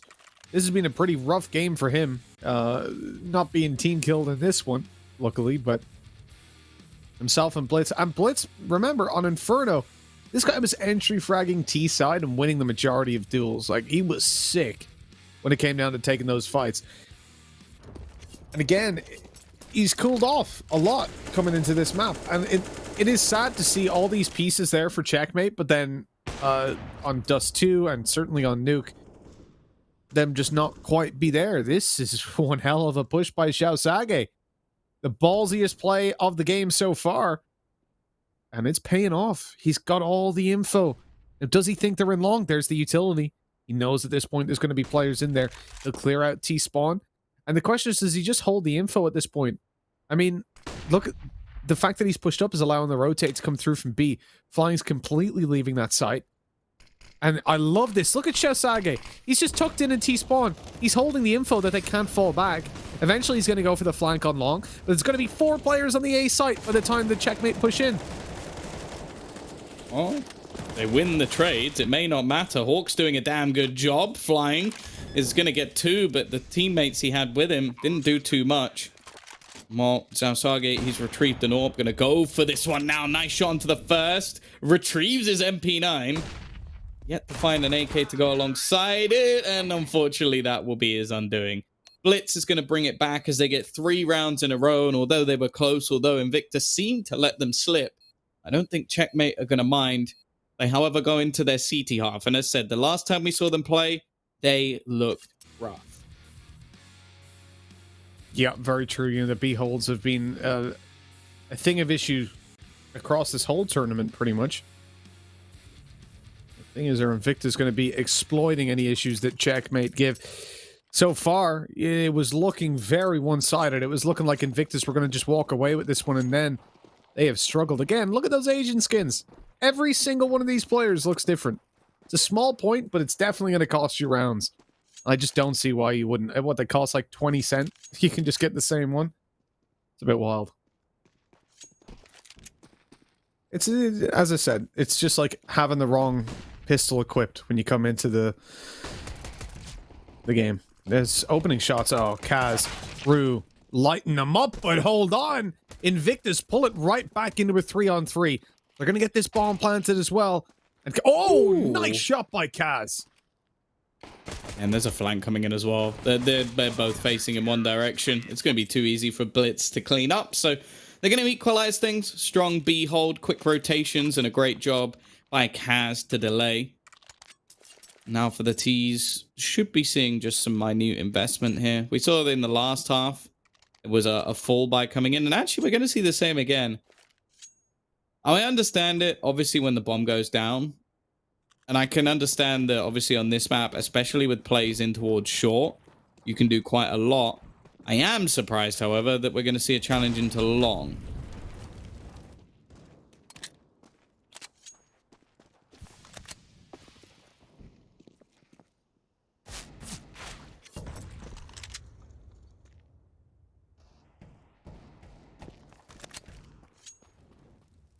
Okay, so with Checkmate having already pushed all the way up long, gotten that control in the doors, they know that obviously there's nothing there for now, but they have nothing across the map when it comes down to mid. It's very passive. Short as well, same thing. I think they're content with just locking in the control that they've got and hoping they can get either the early flank or obviously just shut them down the straight up duel. So, oh, the nade perfectly landed. Almost every player is lit up by half HP. Nice spray by Blitz as well. And they still have the support in Goose. This round should be done and dusted. No need to wide swing for Kaz, but he goes out. All right. Gives it away now. Oh, maybe not. They didn't notice. Oh, flying. Get a bomb plant. That's something at least. Switches to the Deeg, and although he does a lot of damage onto Hawk, it's not enough to close him out. So it is going to be the lead kept now for the side of Checkmate, which, considering the streak of rounds that went on for the other side, that is relatively surprising. We were looking at an 8-4 scoreline, and they've now brought it back to 9-8 with the help of the pistol. It is now both CT sides getting the pistol round start, although you do have to remember that it was the force by victory that actually gave the majority of the rounds over to Checkmate. What is this? What? Why? What is this by? If at first you don't succeed, buy again. That's how it works. I feel like for Invictus, they haven't got the worst in the world, right? They've got the Galils. They've got a Mac 10 and a Scout. It's doable. In a very loose sense. You're going to see a push in towards this site. They have smokes for the cross. They can negate the short control that's in play for Checkmate if they can just get this planted. Kaz even going to extend out for this peek. The Scout there, but they trade shots. Unfortunately, Kaz comes ahead in that one, having the superior weapon. But he's caught in the open.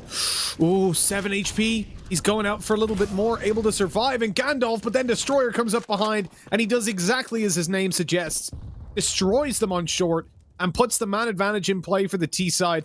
This buy-up is working out so well. The lineup there. Destroyer on the spray. A 3K in this round. Such a good play by him.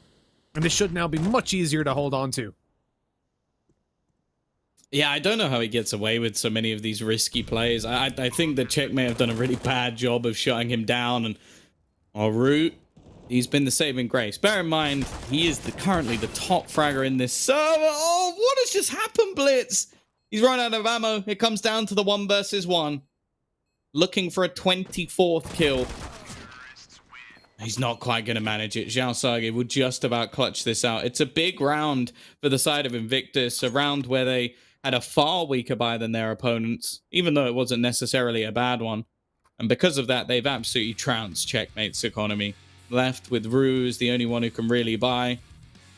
And a lot of this just came down to not being aware of short. Like, I don't know how that happens. Like, he just walks up like it's absolutely nothing. Obviously, Kaz in the corner is already very low. And then just aggresses again. And this is what I mean. Like, I feel like a better team... If this was a better team playing against Invictus, Destroyer would have 5 kills. Instead, he has 20.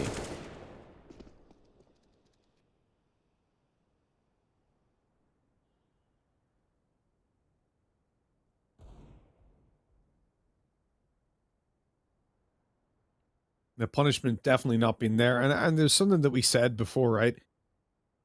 That when it came to Inferno, a lot of mistakes were being made by Invictus, but they were being punished by Checkmate. And that was really the big difference. The reason that they were able to carry it across the line. But coming into this one, it's not quite been the same thing. Viva, through the smoke, it must have been just above it. He caught that headshot flying, rushes up short, and again catches a player off guard. Similar to what Destroyer did in the previous round, but oh, Blitz, no! He's missed all the shots. Oh, I thought that was going to be a great kill back and an opportunity for Checkmate, but instead, I almost want to just see them save at this point. Can I do an opposite of what we normally do to production? Can I ask not to see that again? I don't want to see that in a replay. That was awful. Like, it is the Deagle, so it's forgivable, but still, it's just one of those situations where you just can't afford to miss. 10-9, Invictus again. They've managed to put themselves into the lead off a big round individually, and then, well, just following up. And I think that's been the main bane of Checkmate's life, is just that they put themselves into decent positions, and then they throw it all away with a silly round. And that silly round has come up just moments ago. I asked not to see this again! Oh, no. You really hate to see it. Yeah, and I hate to see it twice. In slow motion as well. In case anyone missed it, you missed all those shots. You think you guys have got banner, don't you? Another one. Another one. I'd like to put forward my resignation from this. We've got time. We can show it one more time. They're only running out of spawn. Oh. Yeah, you don't want to make any mistakes in this tournament. PGL will throw you under the bus. That is... Yeah. I think that was more just because I specifically asked not to see it. Yeah. But, because they are trolly. But, you know, when I mute my mic in the next game and pretend it's still working, then we'll see who's laughing. Oh, well. You believe in this round, Checkmate? They've come in with 5 pistols. A real chance. They've got silencers on them. Silencers are expensive. That's the thing that always confused me. I play Escape from Tarkov. I know that those things aren't cheap. Cost more than the guns sometimes. When do you get them for free? You should be able to sell your silencer for utility. They actually managed to gain quite a lot of space pushing all the way around, but realistically, oh, can they get the gun? Can they get the gun? That's something. That's a small silver lining, although I thought Viva for a second was going to go hunting for it. What? I get why he threw the AWP away. But once they already have the AK, why did you keep going? Why not? If you're feeling it. Woosah, remember, woosah. Got to keep yourself calm, cool, and collected. And over on the Checkmate side, that's more relevant than ever. I mean, this is definitely a team that are struggling. We'll see if they're going to be able to answer up on a little bit of confidence they will have picked up in the previous round. They've got themselves a lot of weapons taken away on the IG side, or a couple of them at least. Kept the economy at a medium tempo. All right. The short push, it might just be perfect. Oh, Flying's going to come down in tunnels in just a second. He'll have an angle, and there you go. He shuts down Blitz. Bottle won the fight on top mid. And this is now looking like, yet again, we're going to see Checkmate fall apart. I don't mind the aggression on short, but they needed to find that kill. There was a full mag sprayed into that guy. Flying shut down, bomb dropped, but it goes right into the hands of, who was it? Who's got it? Xiao Sage. There we go. Yeah, I couldn't see it on the UI for a sec, because it's in the middle. But yeah, that's, it's unfortunate they managed to drop the bomb, and Xiao Sage is like, oh, I got it. All right, see you later.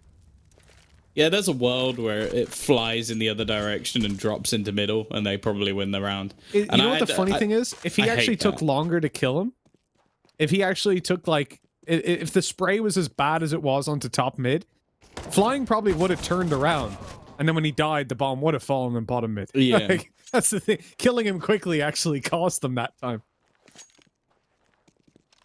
Oh, Root this time is just left alone on the B site. He's having a good game, but it just doesn't seem to be enough. I think he'd have to drop about 40 kills for them to get the victory here, and even then, might not be enough. Fever. Oh, he actually expects it. Checks the car. Nice headshot. And, well, that's another round on the board. This is starting to get out of control. As mentioned, like, I am not impressed with what I've seen from the CT side of Checkmate in the matches we've already witnessed. They get themselves the pistol, they get the second round, then they lose to what was some Galils and a Mac 10.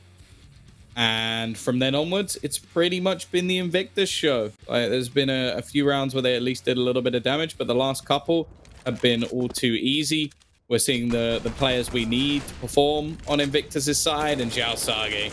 Timing is going to be enough to start things off through the smoke. Of course, this is a weaker purchase, but one that they're hoping at least will do some damage, and they're just pushing across the map. Nice shot from Hawk at least. But in the meantime, the T's have completely taken control of the B site. Sure, that's a free rifle for Hawk, but in reality, he should just be saving it.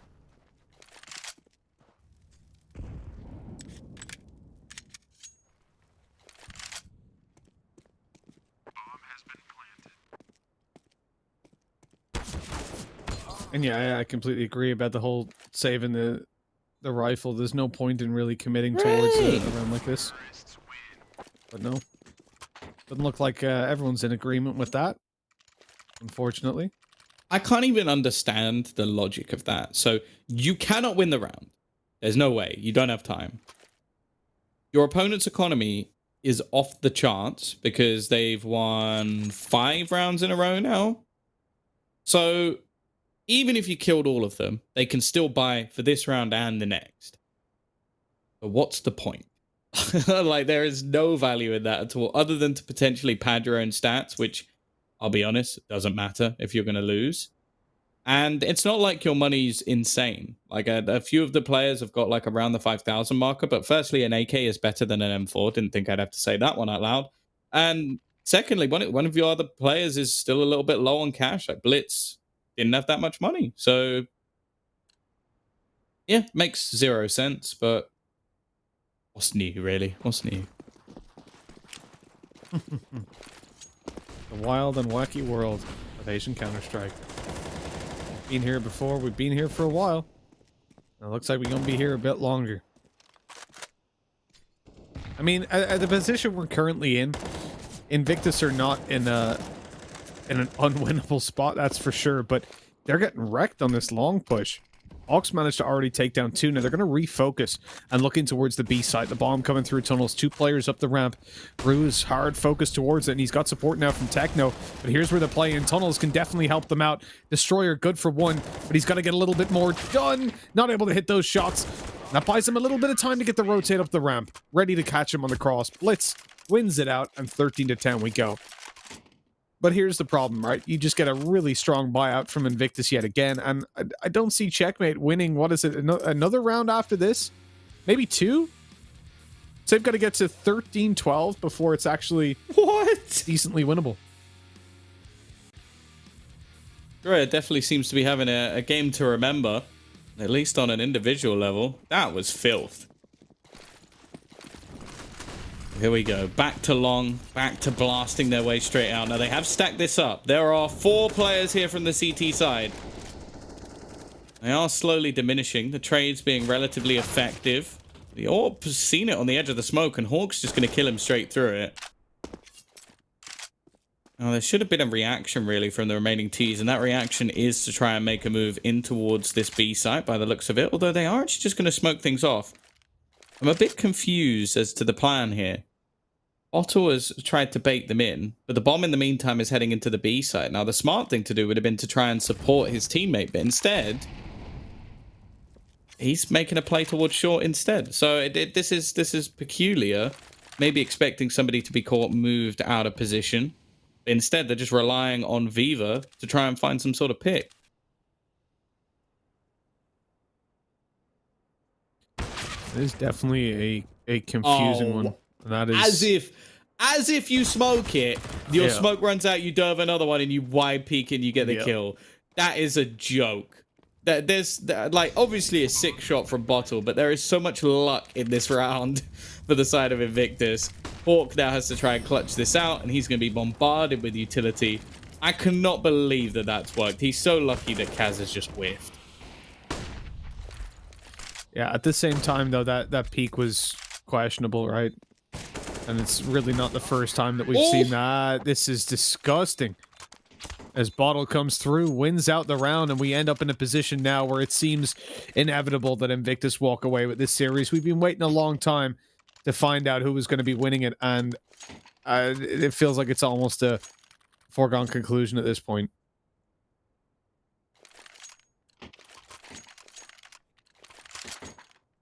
It would almost be more impressive if they lost it at this point. I would be more surprised. Yeah, I have a feeling I know what would be spammed in the chat if they did.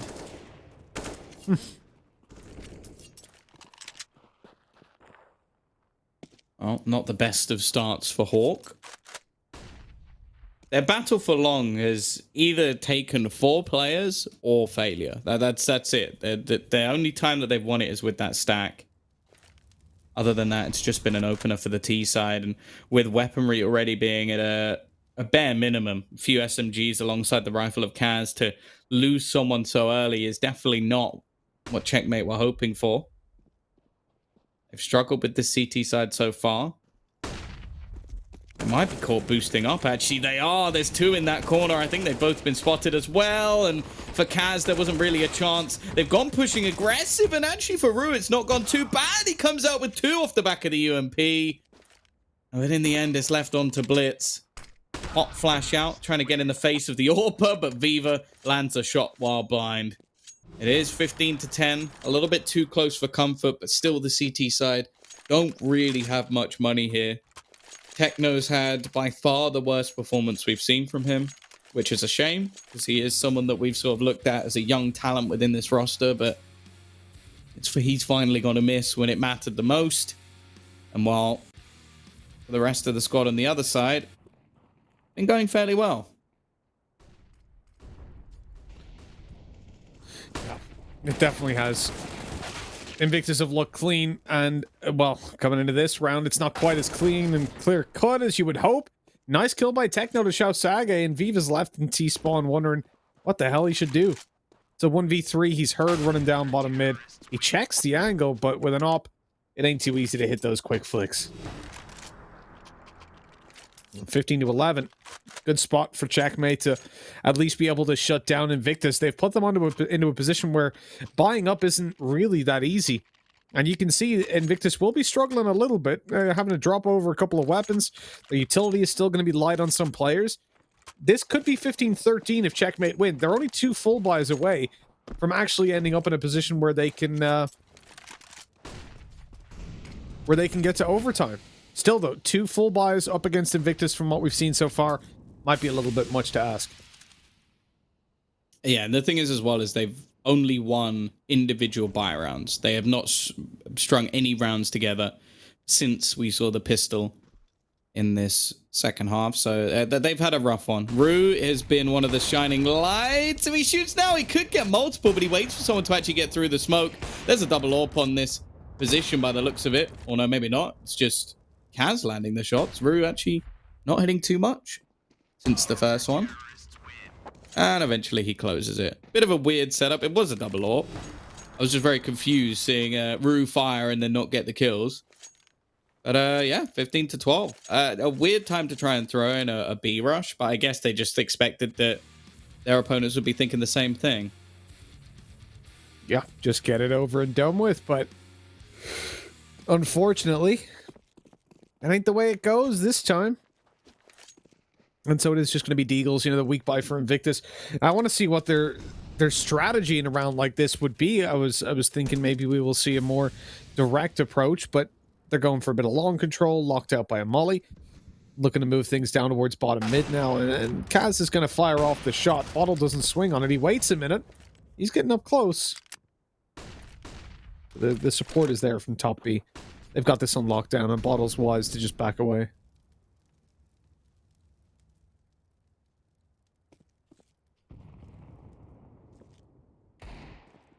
Oh, run boost. Blitz just has to stay alive here. Wants to try and deny the plant, but instead decides to face. And that will be the bomb going down. So some extra money at least for Invictus. Can't really see them winning this round, although a double AWP retake's not going to be the easiest thing in the world. Flying, desperately wanting to get that MP9, and well, the trade-off is death, so probably wasn't worth it. And now Bottle has to pull off the most ridiculous clutch you've probably ever seen. And unfortunately, he's not going to hit it. In fact, did he just hit jumping AWP? I believe he did. Awesome. That's one thing that we don't have an emote for in the kill feed. The jumping AWP. Just comes up as an AWP kill. But 15-13, here it is, the full buy from Invictus Gaming, and they need to walk away with this one. Things are definitely getting a little bit close, a little bit scary. And with just this round win, I think we more than likely see an overtime come out. So Checkmate, they're on the verge of pulling this one right back.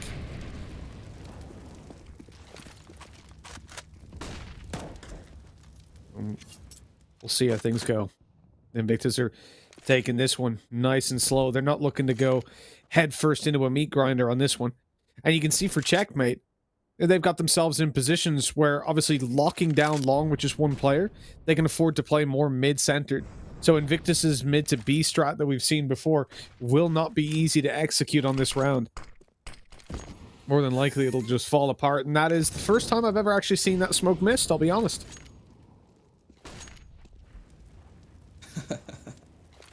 It's not ideal, is it?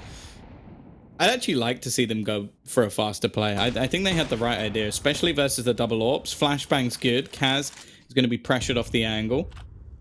Little bit of counter utility being expended, but ultimately it just slowed them down a bit.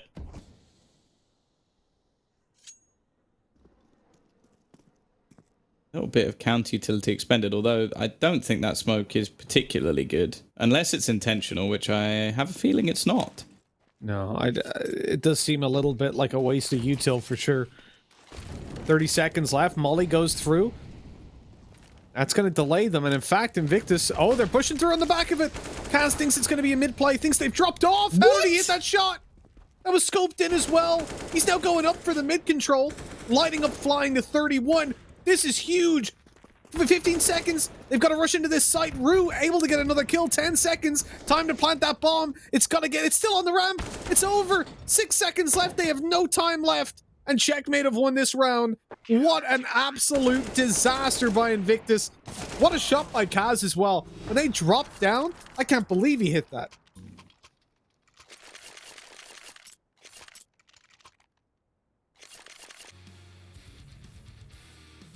Guys definitely play some interesting Counter-Strike. I really want to know how he gets this kill.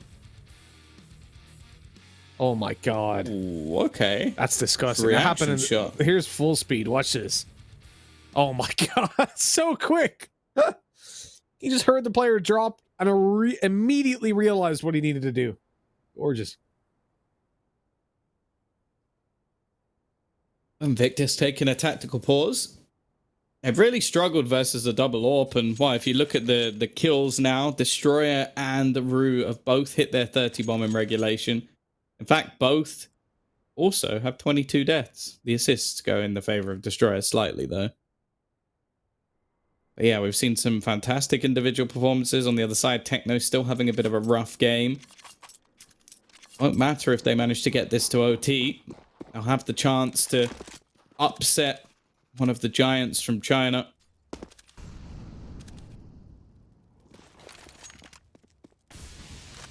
Well, in this round, the T's actually have a fairly questionable buy. Hawk going to be getting aggressive around this smoke. He doesn't really need to be the aggressor in a lot of these rounds, considering that they do have a double AWP setup. It's somewhat unnecessary. Like, in terms of pick play, you're probably going to be winning that one. Flying, actually going to take a real chunk of damage from that Molotov, giving away his position. Seems like they're going to try and set up what little utility they have to smoke in towards middle. Bear in mind, they only have a single smoke left, so if they don't make any sort of play off this, that is just a completely wasted nade. And by the looks of it, they are going to do absolutely nothing with that mid smoke.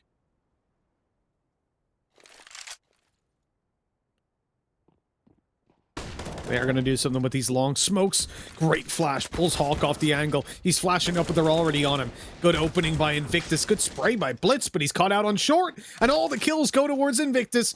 They are now in a 5 versus 2. They've taken it the full distance. All the rounds, all the maps. But it's looking like they might actually be able to deny OT. Checkmate trying to get back into this one. But what can they do, Tom? I think it's more what Invictus can do. They would have to make some serious slip-ups, maybe like running into the open. Okay, that's interesting. Techno's been handed one. 20 seconds left, though. Surely there's nothing they can do, and Flying is going to put an end to this. A close shave for Invictus. I honestly thought when they got that streak of rounds on the CT side, it was over. Then they had to do the same on the T side, and again, I thought it was over, but Checkmate definitely showing some resilience. I think there's still some severe problems with their CT side, that it is solely reliant on a double AWP setup and someone like Rue having a truly impressive game. But, well, a lot of rounds for you to dissect, Blair. I know you have a wonderful Weatherman segment coming up, which you're going to be doing, so I can't wait to see it. It was dark and gloomy, Tom, and it looked like it was going to be checkmate, but in the end, it wasn't. It was just check for Invictus. They managed to claw it back. Again, come on, man. Like, let's be real here, right? You're a team. You saw the interviews from Invictus guys, Dinko. You saw them saying, yeah, we go back to PAL Summer 2020. The only regret we have was that final game against Tai Lu. You're coming to this event where, well, you're not going to be happy just getting like 4th, 5th place. You're looking for the win, right? You're looking to take down Tyler. You're looking to take down Vici. No chance. And then you just come within 1 round away from going to overtime against Checkmate, a team none of us have heard before till like a couple of weeks prior. So, yeah, they won the game, Dinko, but did they? I think Invictus' priorities changed now at this point. It's just surviving, getting the playoffs and trying to get a deep placing without embarrassing themselves too much. Because right now, this is not looking like the team we expected. It's not looking like the team we seen the last time around.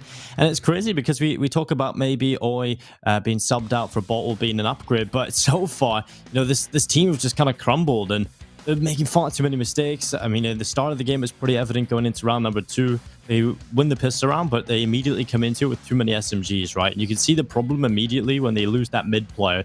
Immediately puts pressure on the long range fights from the A-bomb site players. They have no long range weapons. Destroyer absolutely fluffs his lines in mid and goes down. And then it's just relying on Flying, hoping he does enough. And I mean, he takes 2 kills, but it's still not enough for the team to win. So it's just little examples like that. These small mistakes that are coming through from Invictus across the board that they can't afford to drop to teams like Checkmate. If they go up against Vici, if they go up against Tai Lu and make these mistakes again deeper into the playoffs, they're going to get absolutely backhanded.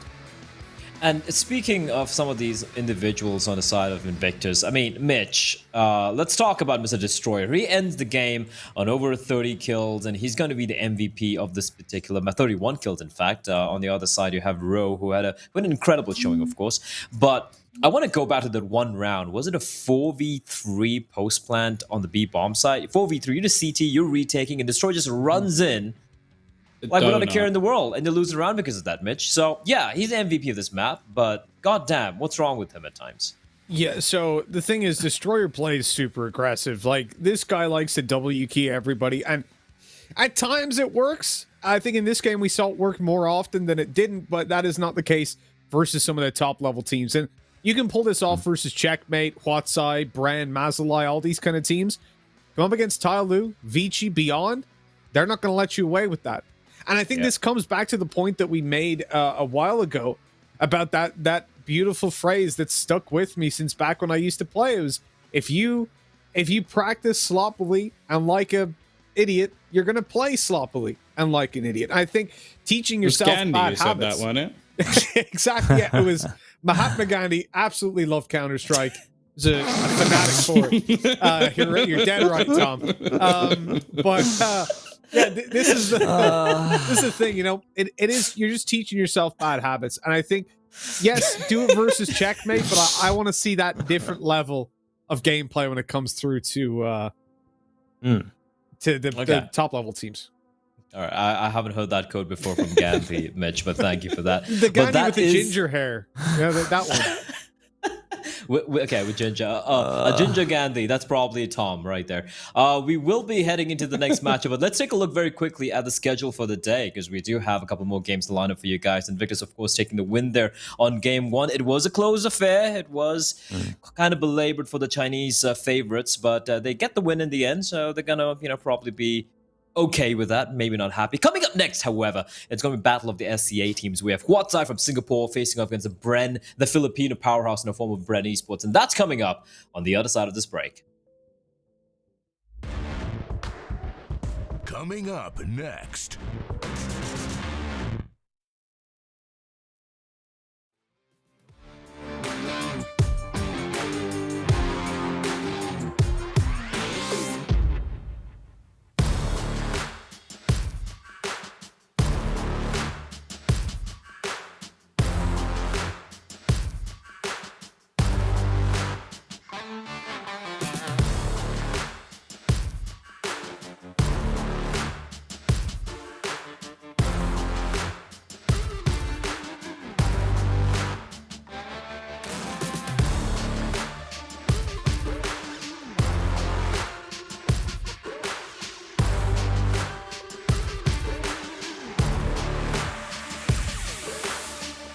We play to win.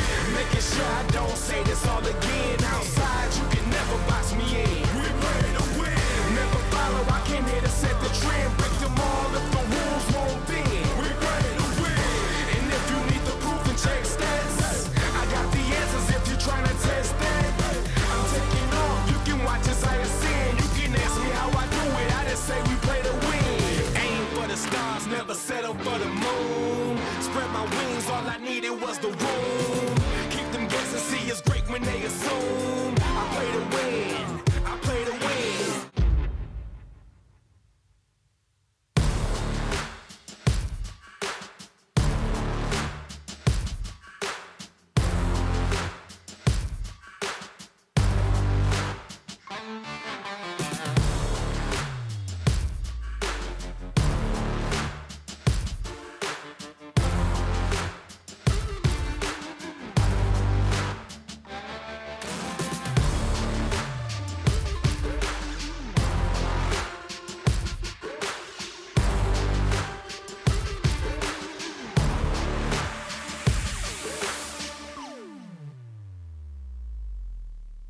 We play to win.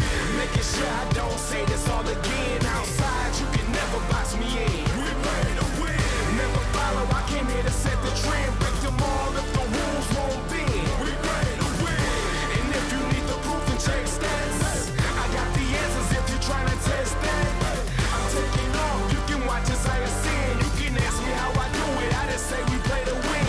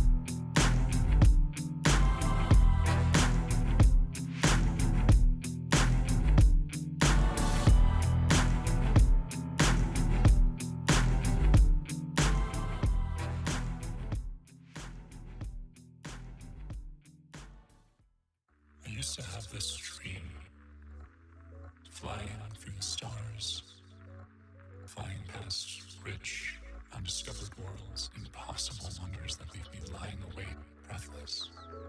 And in this dream, I hear this voice calling my name. When I turn to look,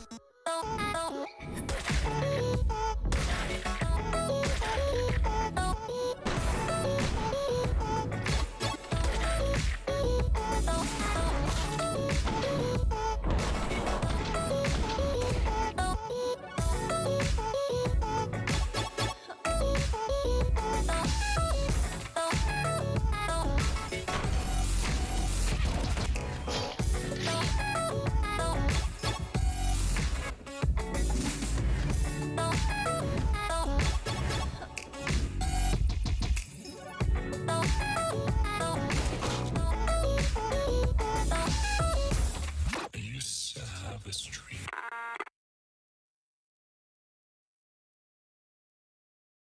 Welcome back. The sun is out. Not for me, though. It's still cloudy and rainy, which is the way I like it. But it has been kind of cloudy and rainy for some of these teams. However, is it going to be sunshiny or doom and gloom? We're going to be finding out for one of these teams who's going to be playing next. It's going to be Huatsai facing off against Bren Esports, the Singaporean side against the Filipino powerhouse. My name is Blair, and joining me as usual is going to be Tom Biz, it's going to be Mitch Man, and of course it's going to be the lovely Dinko. Gentlemen, well, here we are again. It's an SCA matchup. It's again going to be Bren, who have... Let's start with you, Tom. They have impressed us. They've looked good. Their opening matchup, maybe not so much. We saw they're the newest addition to the team, kind of struggling on game one. Apart from that, they've shown much more promising signs, at least compared to Pal Summer. But again, this inconsistency, it's going to be a problem, despite the fact they're playing against a team who, well, they haven't won a single game yet.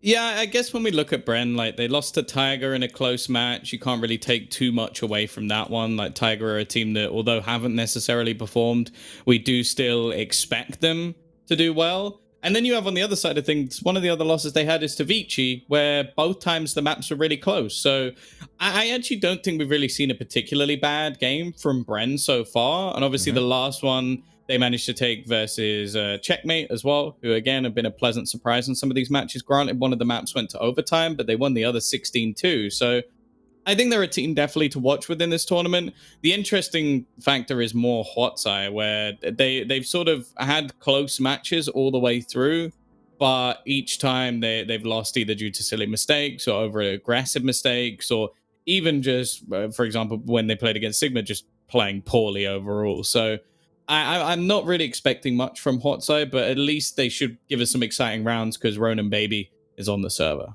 Ronan Baby is indeed on the server. Let's talk very quickly about the map vetoes here, Mitch. I don't know if Patty O'Shea is going to be around to help you out with this one, but I do hear the game's about to get started very quickly. So let's run quickly through the map veto.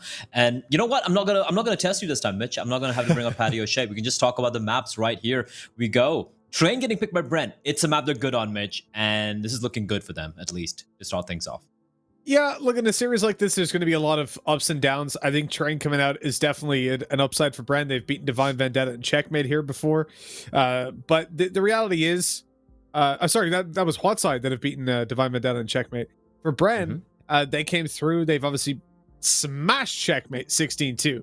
And that was a solid game. Close versus Tiger. 16-13 loss versus Vici. They've definitely shown that they've got a capability here. And I think they look better on this map, even despite win rates. Because at a glance, you might go, oh, 100% for Huatsai, but close games, not versus the best of teams. You move on to Dust 2. It's all about individual skill. But the reality is there's always going to be that little bit in the back of our minds when we look at Huatsai. You got to wonder, Ronan Baby. This guy shows up. I mean, Tom said it himself. Was it Tom or was it you, Blah? Said he's either going to get, I think I'm pretty sure it was Tom. Oh, that was me. yeah, you know what I'm going for here, right? He literally said, this guy's either going to get picked up by a really good team or he's going to get backbanned. It's like this one or two things. He's that good. Because he's so damn good. It's amazing to watch him. And if he shows up in this series, hey, Dust 2 could definitely go their way. All right, let's go with very quick predictions because the game's about to go live. Let's start with you, Dinko. Which way do you think this one's going to gonna head towards? I'm gonna go with Bren 2-0. I think in their previous matchups they've looked close, but I think Bren have just got much better than these last games. They've looked really good in this tournament so far when they played against the weaker team. So I'm hoping that Bren bring that again here, and the Veto really looks well for them. I think these are the 3 maps they pull out pretty much every time these 2 teams play, and Bren just looking real solid right now. I think I doesn't know what the word quick means. Only in predictions. Mitch, go on. Only in predictions. His morning routine, fast as can be. I'm going to go with a 2-1 for Brent. I think Watsai have a chance of taking Dust too. Okay. All right. You're giving Watsai a chance. And Dust 2. Tom, how about you? 2-0, 2-1? Watsai have only beaten 1 team on Dust 2, and it was Bren. So I'm going to go 2-1. All right, 2-1s all around. I'm going to go 2-0 for Bren. I kind of feel like the Filipino boys are going to be waking up here. But gentlemen, thank you once again for joining me and Dinko, Tom, Mitch. I'll see you guys later on as we're going to be jumping in straight into the game here. And there we go. Mitch just attempting to float away from the microphone, Dinko. But yeah, I mean, it's going to be an exciting game. And I got to agree with Tom and with Mitch here, Dinko. Like, I don't know if Hortz is going to get the win. I doubt it. But my, oh my, goddamn, Ronin baby, he's fun to watch. He does tilt me a little bit with his over-aggression, but when it works, it's beautiful. Yeah, he tilts me a lot. We see a lot of moments from him. They kind of look a little bit questionable, so hopefully he reins that in. I don't think he will. But here on the first map, I don't think it's going to be working out too well for him on Trey. And if we see him on the CT side, if he starts pushing down Pop Dog up the ladder at the wrong time, if he starts pushing all over the map, I'm going to get a little bit frustrated if it stops working because he just doesn't stop. No matter if it's working or not, he will continue to push. And that can be a bit of a hindrance. It can be a liability at the start of the round. So I want to see him kind of tempered a little bit. He's obviously very exciting to watch, but at times he can be a little bit tilting. And speaking of like individual players, one thing which has stood out for the side of Brent has been the consistency for some of the players. Like you look at someone like Derek, for example, he's been fantastic so far. You have Papi Chulo, you have Wits with the AWP, he's looking even more consistent than PAL 2020 Summer, which took place a couple of months back. The big question mark for me is Micro. Now, he has redeemed himself in some of the games we've seen from them so far. However, when it comes to Train and that inner bomb site hole, I don't know. I'm not a big fan of letting your new player, who I guess he hasn't really had too much time to gel with the team and kind of figure out his role in the lineup. It seems to be a little bit of a liability keeping him alone. And that's not me blaming him. It's always one of the hardest sites to hold. You need some of your veterans to play that side. I'd rather keep him with the rest of the team towards that outer bomb side and maybe have someone like a Derek or maybe a Papi Chulo play towards inner, right? Yeah, I think some of the decision making for a lot of these teams in this tournament is pretty rough in terms of how they approach their setups. They put a lot of the wrong players in the wrong places. I think that's where perhaps the lack of infrastructure and lack of influence from maybe some of the more tenured scenes, it comes back to bite them, right? Because we have over here in Europe and in North America, we have these coaches, we have the analysts. Now, a lot of these teams obviously have coaches, but they're not from these grown regions, right? They don't understand how to play Counter-Strike like the rest of the world. So I think you just get a lot of teams just kind of playing wherever they're comfortable. I just want to play here when maybe it doesn't really suit their play style as much, and they should probably give it a little bit more thought. But we're getting right into the action. It's going to be Huatsai over on the CT side, Bren here on the T side. We'll see how things get going with the utility being purchased up on Wits and Derek. Yep, a bit of utility indeed. Smoke, couple of smokes, a Molotov, and a flashbang, which would at least initially indicate it's going to be a play towards that inner bomb site. But of course, 2 smokes and Molotov still could be used towards that outer bomb site. But I have a feeling that's where they're going to be posturing towards later on. For the side of Huatsai, we do, of course, have Neff with the 5.7. He just has the 1.57. He's already used up. I believe he had a flashbang or a smoke, which I guess he's used up already. Not a single kit, Dinko. That means he needs to start hitting the shots. That is not right, bro. You can't do that. It just peers around Dinko, long range, taps off a few bullets, and Bulbasaur's gone. That was a USP getting taken out. That's a 5.7 gone, and Pro's done it all alone. Well, look at this position from Ronin, pushed up in towards T-Con. Around the corner is Papachulo. This could be really interesting if Ronin can shut him down. Papachulo just holding on. Wits coming over to gather with him as well. Ronin comes down to the position they decides to take, and he's going to go aggressive. Papachulo around the corner. It's a headshot from Ronin. He's going to look for another one here as well. He'll back away. Luckily, he will fall away, Blake. He can do that. And now Bren, they head into the B bomb side, but it's just Pro trying his best, but he's out of there. And Splasky shutting him down with the rest of Bren heading in towards the A bomb site. It's Micro over here catching the backside. The whiff shots, but eventually takes down Ronin. And now Spiels and Splashky. 2 versus 3 as they try and retake the site.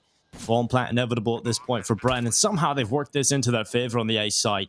It has to be a retake from Splashky and Spiels, and so much damage has been taken on board. Spiels on 5 HP, and Splashky as well moving forward now has no kit. There's no kit in play at all here for the CT side, so it becomes very difficult with just Splashky remaining in the 1 versus 3. He gets out on towards the site, but he's spotted and drops. It's going to be the pistol round picked up for Brett. That was so well done by Pro there. First, he gets 2 kills, Dinko, and then Ronin pushes up towards team mid. He gets a frag. It's a 4v3. Now he takes the fight in the inner bomb site. Here's the thing: the moment he spots both the players, even though he gets taken down, that's all the information Bren needs. They knew Ronin's playing towards team mid. They know the other 2 CTs are inside, and then of course the flank comes in all the way from Ivy, and with that bomb gets planted. And yeah, they play that perfectly, do Bren. And again, coming down to Pro, man, just opening it up alone. That's something which you don't see that often. And of course, a force buy for the side of Wadzai.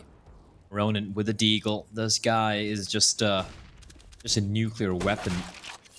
And of course, the buy for the side of Bren. You know, a couple of Mac 10s, a couple of AK-47s. Micro getting tagged down to 48 HP. It does get the tag on a splash. He's going to be down to 8 points of health, but for him, he does have a scout, so he can fall back to a more favorable, more of a long-range position where he can try and make that scoped weapon of his a little bit more effective. But I like this from Brent. They're taking it slow. They're still not just playing too passively, though. Even though they play it slow, they have once again sent Derek this time around towards a Brown Hall, so they have some map control despite just taking their time. And this is something we don't see from a lot of the Asian teams on the T side of Train. You know, when they play the default setups, it's so extremely passive. Then they have like 30 seconds left to work with, and they have no map control, no real estate whatsoever. Oh, that's a nice shot from Spiels. Yes, it is. A good start from Spiels indeed. Well, Nobler. It's one of those low buy rounds, and you never really trust Asian Counter-Strike when it comes to these. You see a lot of these wins, so now Neff going down to the bottom of the ladder. Eric, he might just be gone here. Comes down to the smoke fading. He's not aware. He's not ready, and now runs out. Neff's going to take an easy kill. When I say easy, it was a little bit labored, but he still gets the kill nonetheless. It's all crumbled here for Brian. There's just 2 players left. It's Micro and it's Pro. They can start to run away. 15 seconds left on this clock. And they'll go up into the brown halls. Saving over the AK-47s into the next round. That is it's a pretty impressive round from Wadzai. One that Brad will not be very happy with whatsoever. One that kind of brought on themselves a little bit, Brad.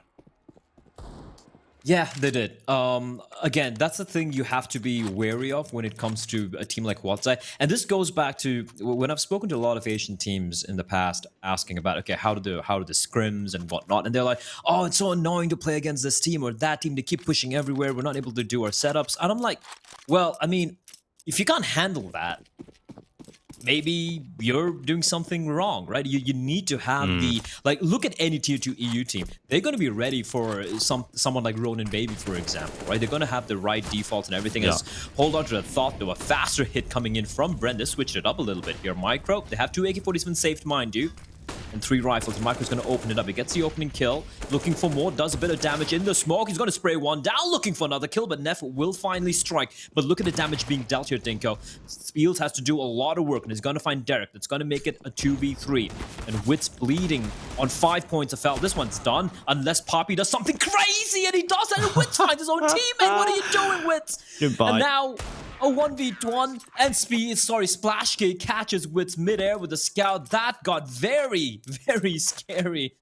But oh, Witz, that's unfortunate. I think they both lined up there, and his teammate was very, very low, but that's so unfortunate. Yeah, that's truly unfortunate coming in there, and well, just chaos across the server again, and Apashulo. Here's a player that was trying to do so much. He gets the 1 and the second, then immediately his reward player is death from his own teammate. Talk about getting Caesared. Well, playing a game of Among Us. And faster hit coming in towards Inna, but the Molotov's going to keep them at bay. Neff is called for backup as well. A couple of players have arrived. Yeah, well, Well, these pistols just gonna run on in. Bulbasaur there with the lineup, and okay, nice little cleanup. Papachulo is having an absolute nightmare in these last two blights. Just he's got killed by his teammate. He's killed himself this time. What's next? What's next on the agenda for Papachulo? Maybe dying to his opponents. Maybe. He said, at least that's something. He hasn't been giving them anything. It's just been death. Oh, It happens. It happens. Gets caught in midair, and then of course gravity. When you have like 2 or 3 points of health, it's. wait, I'm not as light as I used to be. I was actually reading about yesterday about the amount, like the mass your body generates when you're traveling at like 35 miles an hour. And like you I forgot the exact factor, but you got to multiply, the velocity along with your normal weight, and it's something ludicrous. So you're actually traveling, and your body mass is not just, let's say you're like 60 kilos, right? When you're traveling like 50 miles an hour or like even 35 miles an hour, your weight's way more than that, which is why you wear a seatbelt, or else you're basically gonna be a pancake on the road. Wear seatbelts, wear masks, basic things, Dinko. But all these safety features in life to defend you from all possible problems that you could have, and most people want to avoid them, but I know, like Abraham Lincoln once said, wear a damn mask, but no one listens, not even to Abe.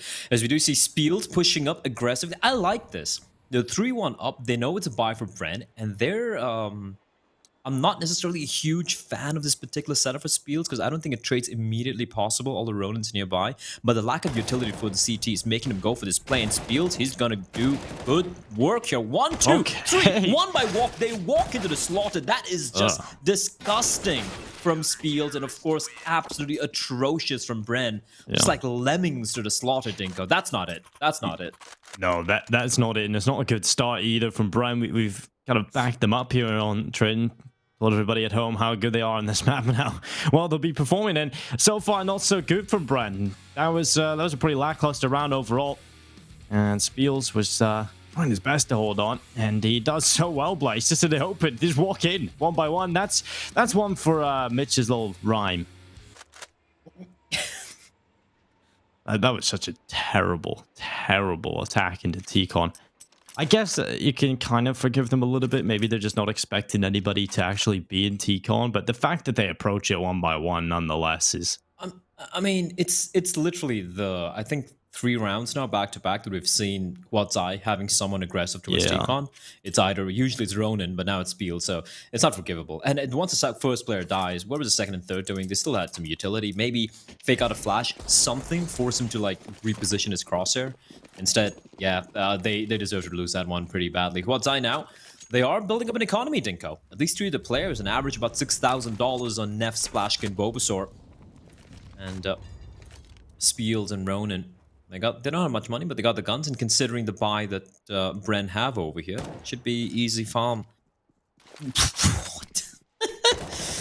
Oh no, that's rough.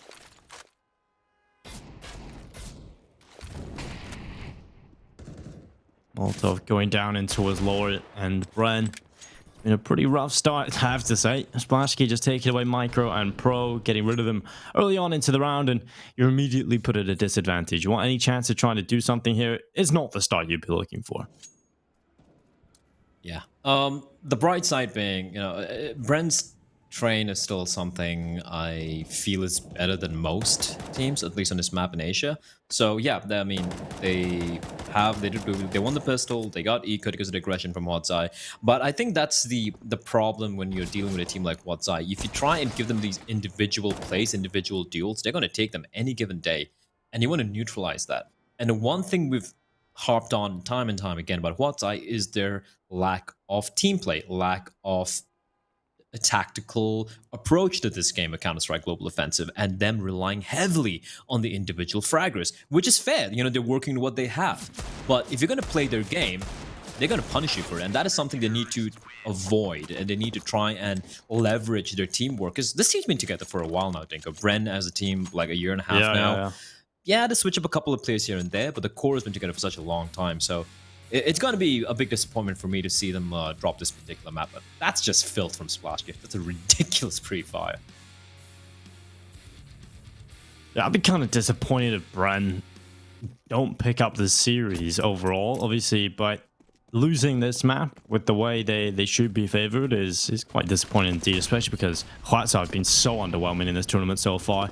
I have to say, you know, Splashkey, he's on 10k right now on the bank. He's been looking pretty solid. He's been quiet in the tournament so far, so maybe this is a turnaround for Huatzai. But what?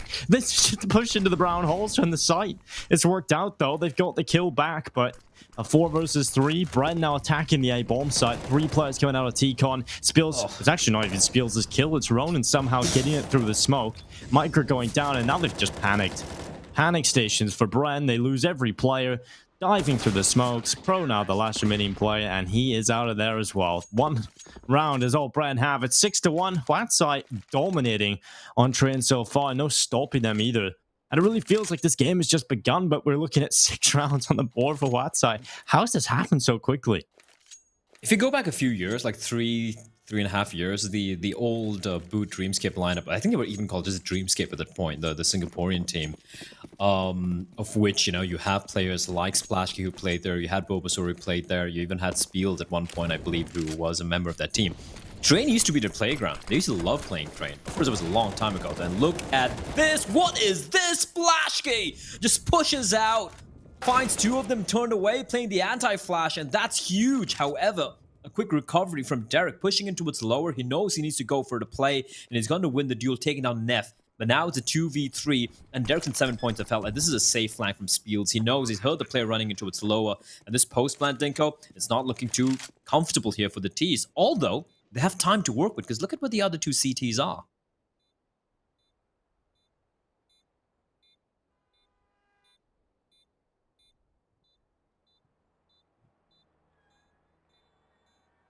Derek going in the connector. This is an important kill, and he's going to whiff it. It's Ronan with the kill, and now pushing from heaven. It's Spiels. Papachula goes down in the site. Just too many players and too many different positions. Blair. That's going to result in a round win for Huatzai. And, you know, Bren, they have a chance to win the round. It comes close, but Huatzai just all over the place. Too many players in too many places. And Bren cannot handle it. They're right down into a pretty bad situation right now. I was expecting a pause to come through at some point here for Bren, you know, just try and get it out again, try and talk over things, especially going into this important gun round. They have been struggling way too much for my liking, Blair, and there's been no signs of relief. They're just going to continue to bash their heads against the wall unless they take a breather here, consider what they're going to do, because it has just been completely disjointed. No one seems to be on the same page. In fact, there doesn't seem to be a page. I'd agree with you on that. And the thing for Huatzai is, okay, let's try to be logical about this, right? I think Huatzai need like 12 rounds to ensure a win on Train. Their T side has just not looked good on any map at all, and Train being one of the harder T side maps, perhaps the hardest T side map in all the in the entirety of the map pool of CS:GO. I feel like they're gonna just have a crazy CD side showing, which is looking good right now. But again, 7-1, you know, but Bren can bring it back. If Bren win 5 rounds on Train, I still feel Bren's going to take the series.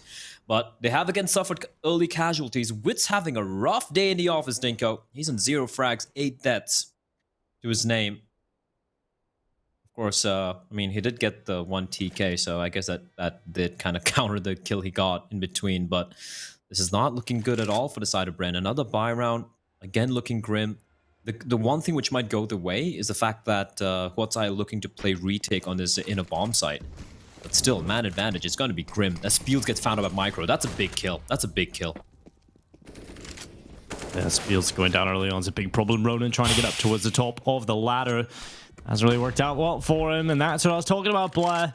It's so annoying. And while Derek goes through the smoke, it's Neff in a good position to handle, and luckily, they still held the man advantage nonetheless. So, still winning this round, most likely, as Pro is left in such a difficult round, and Neff just runs over the top, Blair. He runs over the top of the bomb site, right looking down on default, and that's it. Rounds on the board for Huatzai. They're just getting absolutely toyed with right now. Look at the money. Look at the money. It's like the Singaporean economy. It is ridiculously blossoming, Dinko. It's insane. Yeah. I mean, it's definitely true. It's living up to it. Huatzai, they're in a very comfortable position right now. They've got plenty of cash to work with. They could build another airport. That place is really cool. It's like the closest you can get to being on Pandora from Avatar in real life. Good old blue aliens. I think there's a new one coming out, right? There's a from what I read, I think there's like second, third, and fourth part coming out of something mental. That's so weird though, because like, no one's really going, "Oh, I want another Avatar," you know? I know, right? It's one of those movies where you just watch it once and you're like, yeah, cool, it was a fun movie. It's kind of crazy, like considering how much money the movie made, that, like you said, no one really cares or wants a sequel to it. But you know what? That's exactly what they're gonna give us. Yeah, well, I suppose it's just revolutionary at the time, right? Because, big blue aliens, you can go see that. It's kind of cool. As opposed to green aliens. Yeah, exactly. And no, but I mean the technology used is... Look at this. What is Ronan doing? You are mad. You are literally mad. Well, Ronan, he's a man that I like to question. But I don't think there's any answers. He's pushed into Pop Dog already, right through the smoke. His teammate, they had 5 flashbangs. Yeah, none of them were used. But that would give away that he might have actually pushed in there, Bless. So he's on a different level than you. He's on a different vibration. Different vibration, yeah. He is just phasing through walls like the Flash, Dinko. And yeah. I mean, most of the time, actually, he's getting punished for it.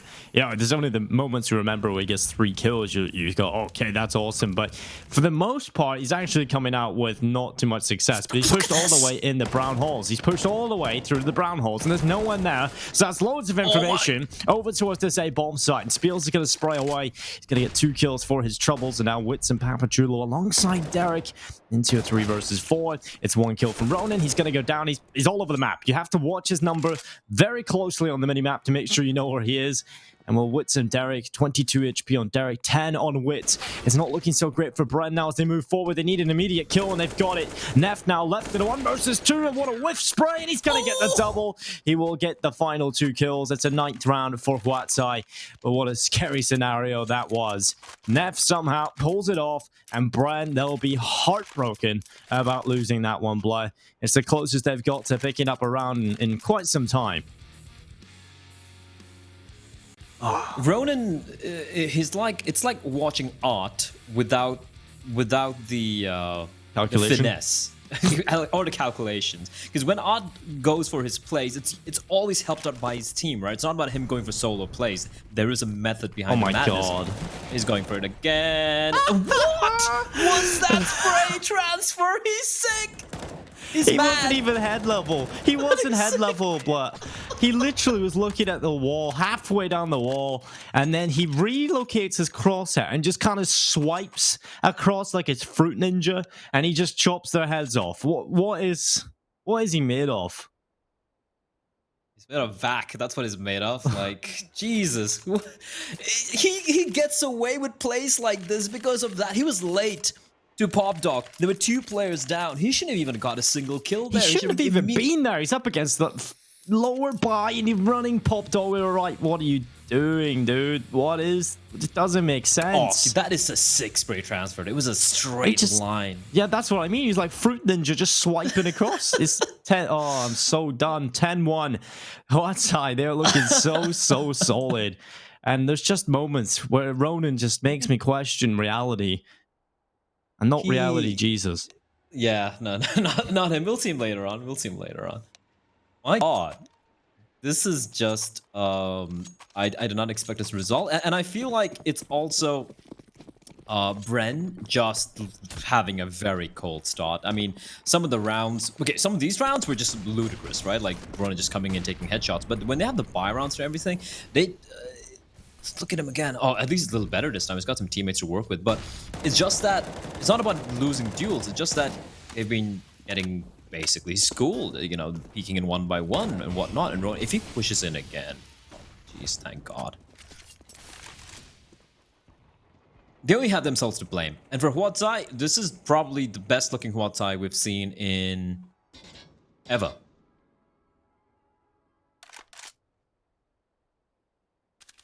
Definitely. It's not like they're playing fantastic Counter-Strike play. It's just mental. they're just good individuals, and Bren are making so many errors that are letting them take multiple kills, like dropping down Pop. That was fine. I mean, they probably should have got the trade immediately onto Ronin, but I mean, you can whiff your spray sometimes, but it's the fact that they're running in T-Con one by one. They have no idea what they're doing in the late rounds. Their mid-round calls are ambitious, but never really executed properly. Bren just kind of look terrible right now, and we were talking about how good they look on train. That's not the case right now. They're looking absolutely dire, and now they go in towards the A-bomb site. One by one they go again. It's Derek just peeking out to the right side, but luckily there's a group of players now moving together, but they walk into the open. This is not really that solid from Bren. They've lost the bomb, but they've still got the man advantage. So somehow they found themselves the kills. There's Pro in the double. Micro's been able to pick out one as well, but Spiels' position, he's given it away. And he wanted one kill before going down. And that's the trade-off. At least you give away your position, but you get at least one kill, but it doesn't matter. He has to dive. And yeah, that's just a terrible round for both teams, but Brian come out on top. At this point, they're going to take those. Doesn't matter how they win rounds. They're just going to be like, oh, guys, we won the round. We're good with that. But the money is so ludicrous for the side of Wadzai that they're not going to be in any problem whatsoever. I feel like if Splashke hadn't missed his shot over there... Oh, nice pick from Wits. If he hadn't missed a shot over there, that could have got a little interesting. Because even though they knew where Spiels was, to flush him out from his position towards Heavens, they would have to contend with Splashke. And now Brent. A little bit of a breath in the sails, Dinko. Like, they're showing they still have some life in them here, but it has been extremely lopsided so far. 10-2.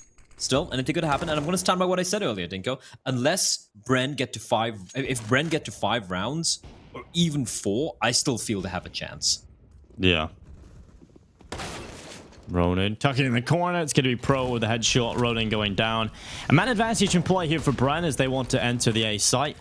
Bulbasaur is going to smoke off the left side, and now Bren finally gathering up. Splashke has a bit of a gap to play with, but he's not going to spot his victim.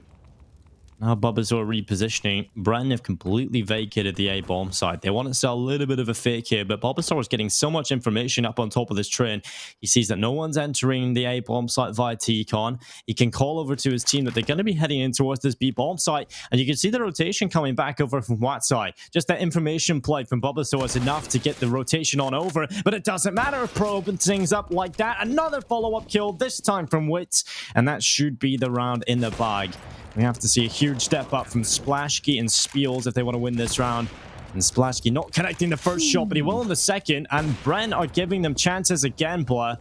But they realize winning this round is probably a little too unrealistic. So they're going to back away. They're going to save into the next round. They'll take that. It's 10-3 on the board. Still feeling pretty comfortable heading into this next one. But Bren, finally, they're working out round wins. I'm just...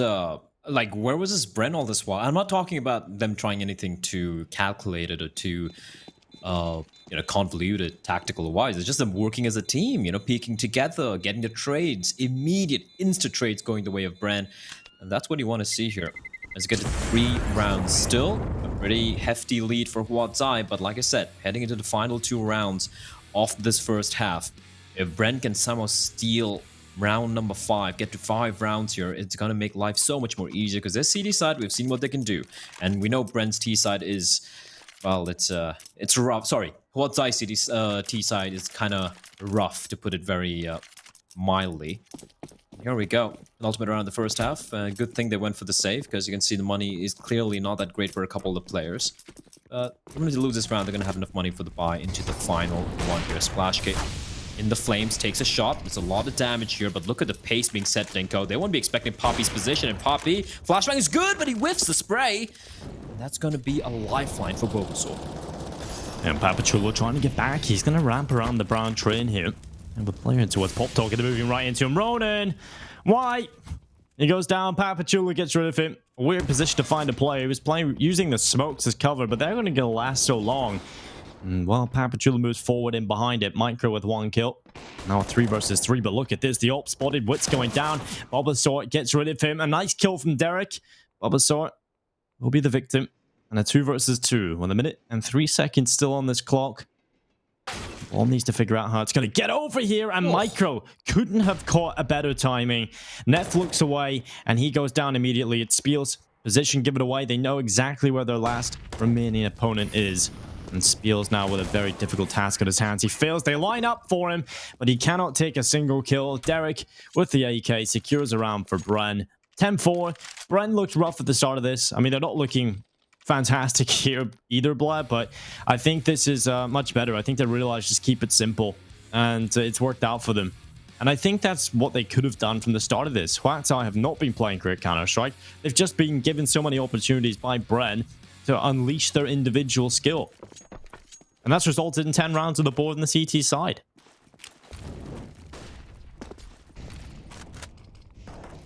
I like the way they played that entire round, right? They were at a man disadvantage almost every single time, but they played it perfectly. Nice flashbang there, Poppy. Forced to relocate his crosshair, and Spiel's taking that opportunity to get the kill. And again, Neff aggressing, taking a leaf out of Ronan's playbook. That's a lot of real estate. Ronan, you absolute madman.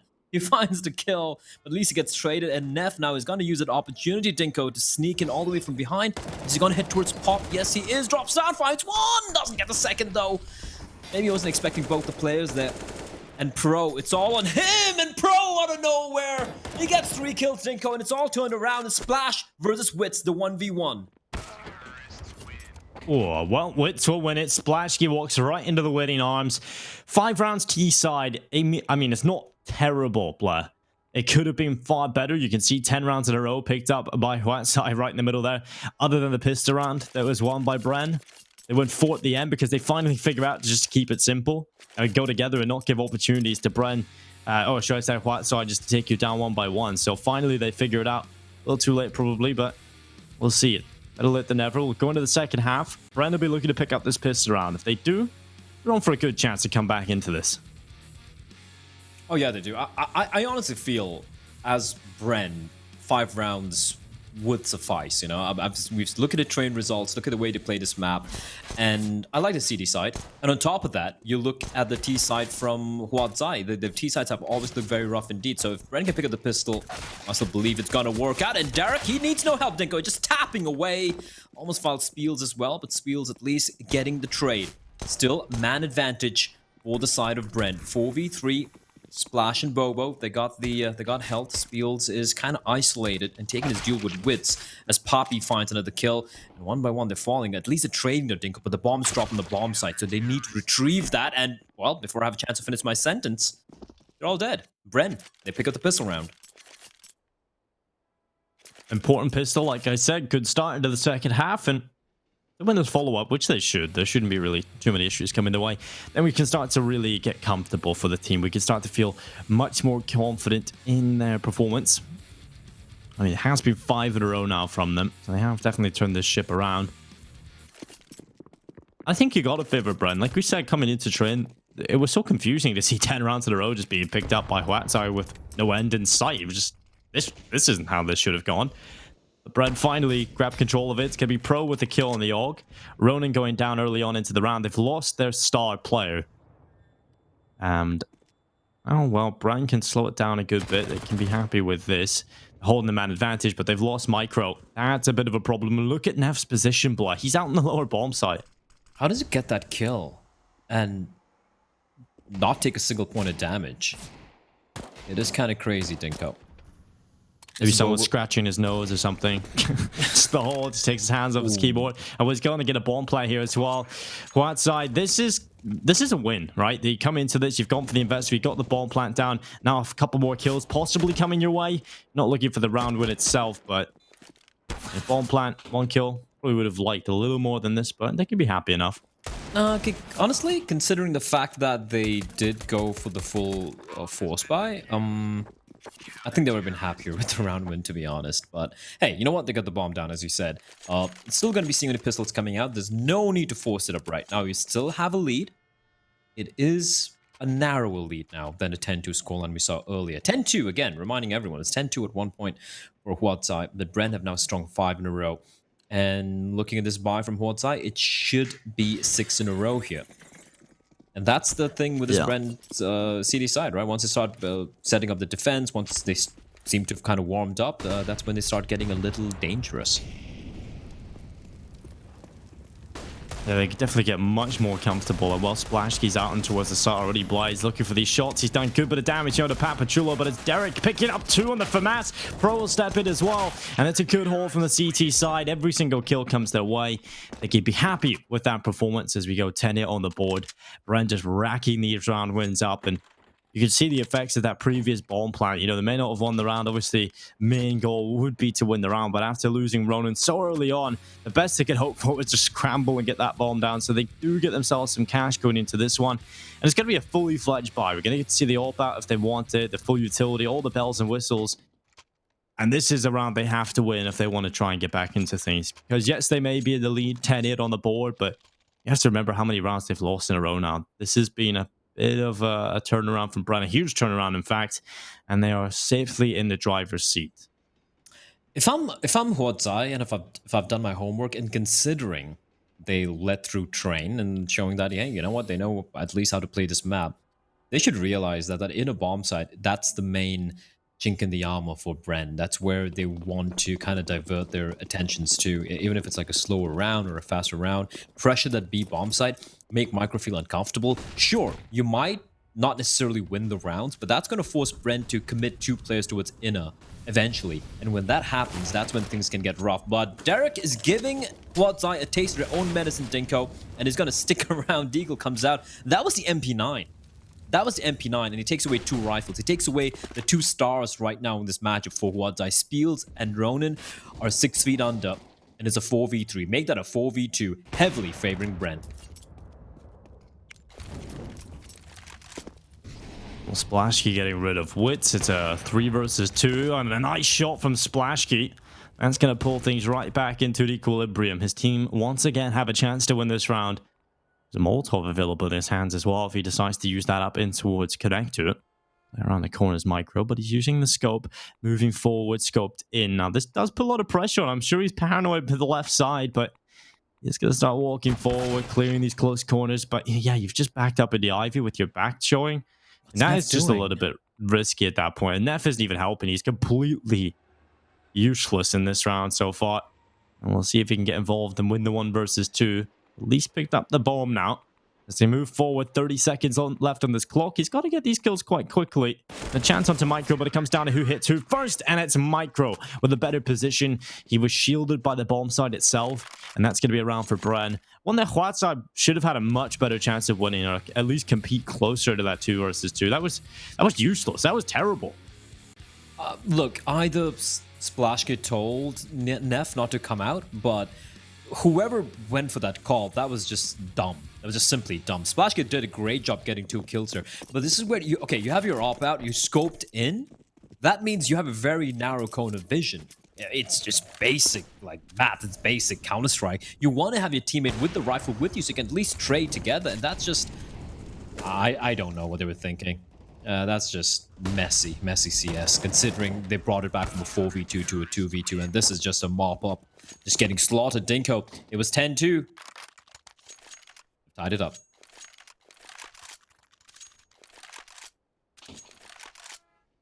They have tied it up, and right now we're looking at a scoreline that, yeah, okay, is even 10-10, but it's definitely more one-sided than that at the moment in terms of momentum. Bren, they won the pistol round, but they went on a 10-loss streak.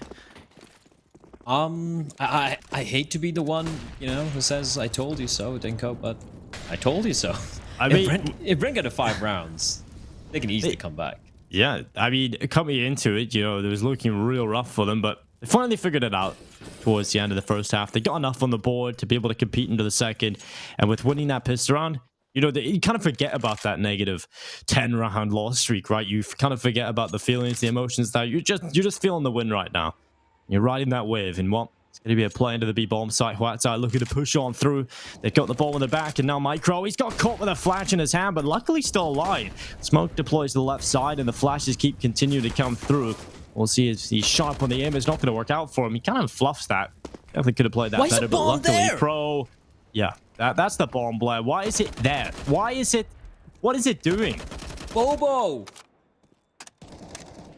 What are you doing? You're not a Pokemon. Like, just Put the bomb down on the site. Plant the bomb, and you have a chance to win the round. But they're giving away their lives. But luckily, Splashki and Nev doing a lot. I feel like this team just don't know when to stop, though. They need to quit with their ahead. Keep the advantages you've got. No need to keep on swinging. And now Pro starting to come around the backside. Net forced into the open. Papachulo, what a god. Last 2 kills picked up. And it's going to be 11-10 as Bren take the lead. I don't know what was going on there. Why does Bulbasaur have the bomb? Why is he pushing ahead with the C4? That could have just gone wrong so very bad. And it did go wrong in the end. Now, there was no guarantee that would have won the round necessarily. But still, listen, you've lost 10 rounds in a row. You know, you can't afford to make these mistakes.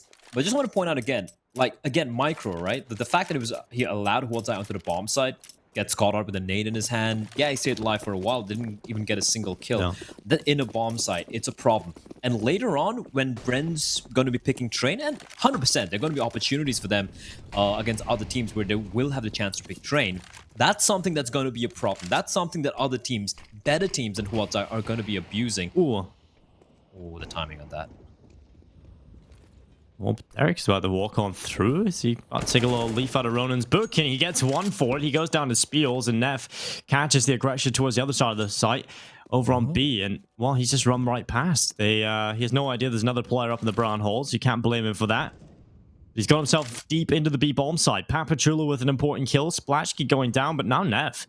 Look where he is right now. Papachulo elsewhere, though, as keeps dishing out the damage. And Spiels, he's been spotted trying to re-enter the brown holes with a bomb. And look straight up the ladder. There's a player coming in to fill that hole. And it's Papachulo taking the kill on Spiels. And Neth might have done a lot of work getting this position in towards the B-bomb site.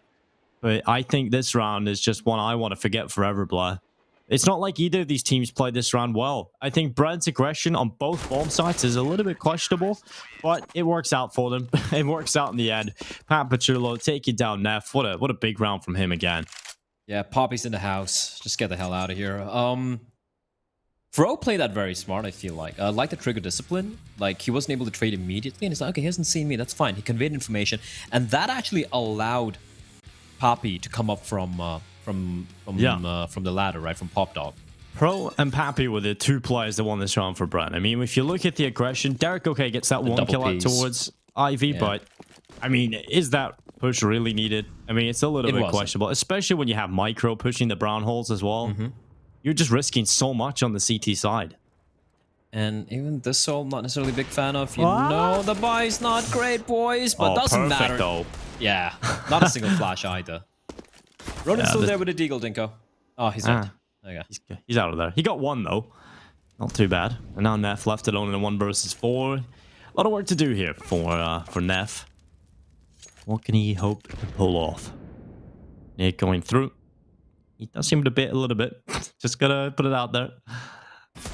All these rounds he has been last alive, but if he can clutch, it doesn't matter. Okay. 2 kills. He turns behind.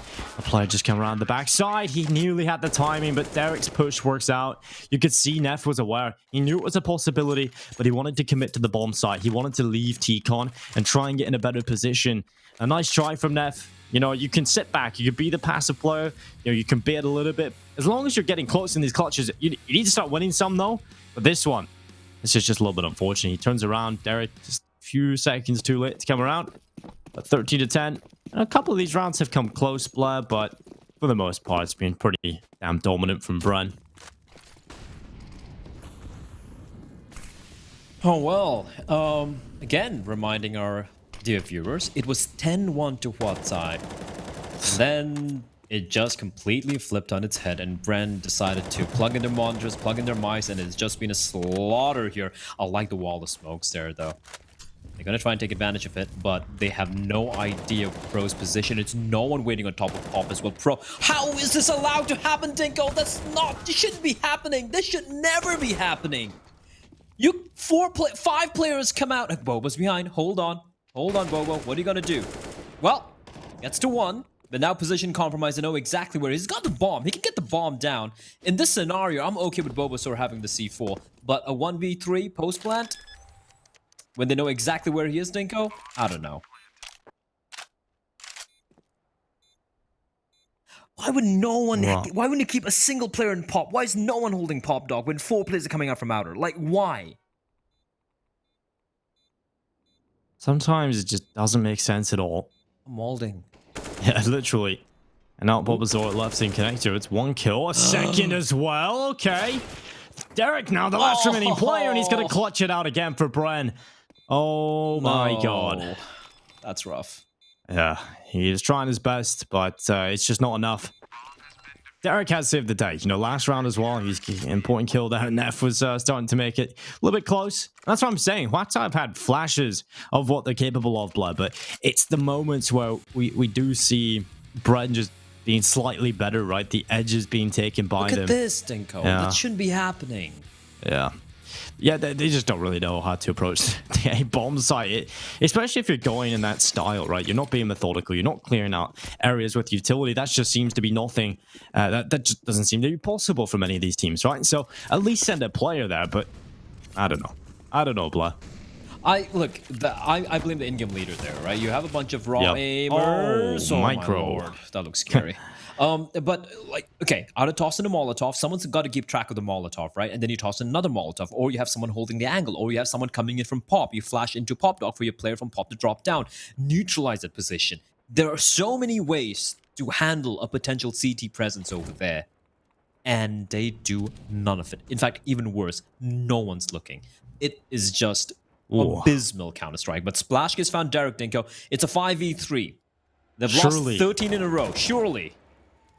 Okay, Pro give it away his position as well. Missed shot from Wits. Everything is going right now for Whiteside. If they lose this round, player, I am done. And it's going to be Wits and Papachula. Okay, we're right back into things again. It's Wits into the 1 versus 2 clutch as he runs through the connector. He'll not hit the shot. Bulbasaur with a headshot. Not too far off. I mean, Bren looked like they were going to do it again. The kills kept coming through, but luckily Whiteside on the A-bomb site make it work. And 14-11, Bren are now 2 away from victory, but Whiteside finally get around on the board. It's 10-1. It was 10-1, and now it's 14-11. And you got to remember one thing, though. If you go back a few rounds, like the couple of rounds prior, it did come down to 1v2s and 1v1s for Bren. Yeah. Meaning, the money, you look at it, they've won 13 in a row, but the money's not that great. Meaning, again, the deduction you can make from this is the fact that Huatai, if they win this round, they can break the economy. They can get around number 13. If they win this round, there is still a chance for them to bounce back into this game. And Bobo finding Wits, that is huge, Dinko. Ivy control's been lost. Ronan's going to find Pappy. And suddenly, things are looking pretty good for the side of Huatai. It's a 2v4. And Pro and Micro, they have everything to do here. Oh, they do. And well, Pro, he's going to go down. Bulbasaur, getting rid of him. And now it's Micro left alone. Saving into the next round. It's finally Whiteside putting it together. It is Bulbasaur. He's had his moments actually in a couple of rounds previous as well, right? He gives us a little bit of a teaser, making us think he's going to win the round, and just unfortunately gets taken down by Derek. There has been signs of life from both teams across the board as individuals. It's been an exciting game to that extent, but it has been a strange one. You know, big streaks from each team. He was trying his best to take down Neff. It's not going to work out, though. Neff takes his head right off his shoulders, and it's 14-12 now. Bren, 2 away from victory. Money's broken. The money is finally gone. And yeah, that looks like it's going to be, or should be, 14-13. You never really know, though. I gotta bike out a play. You know what? I'll make a confident prediction with some conviction. And it's going to be 14-13. I know, risky. Definitely not exactly the most the risky prediction, but it's certainly going to work out here. Surely for Huatai, they'll be one away from tying things up. And who knows? It's anybody's game again, just based on the volatile nature of this game so far. Neither team being able to have that back and forth. It's been a whole lot of back and a whole lot of forth, and it's been big streaks. Has been big streaks. Player dropping out. Hopefully, it should be back soon. Oh, Droney McDroneface. It's been a while. He has returned. He has returned. And Derek. Yeah, I think Derek is definitely the star of this team, I would say, in terms of his skill ceiling and ability, and in general, for the most part, consistency. Yeah. And I think when you take a look at Derek, is definitely the player with the high skill ceiling, with the highest potential in this team, and you can always rely on him. So definitely a big fan of Derek. And when Wits is playing well, suppose I'm a bit of a fan of Wits. he's just a little bit too inconsistent for me. And I said at the time, he didn't really seem to me in Pal Summer to be an AWPer that could take over games. But we've seen signs from him. I think he's taken over a couple of maps, or maybe just the one so far in Pal 4. But he's shown us something different here. I feel like he's playing with more confidence. And that has made Bren a slightly more deadly force.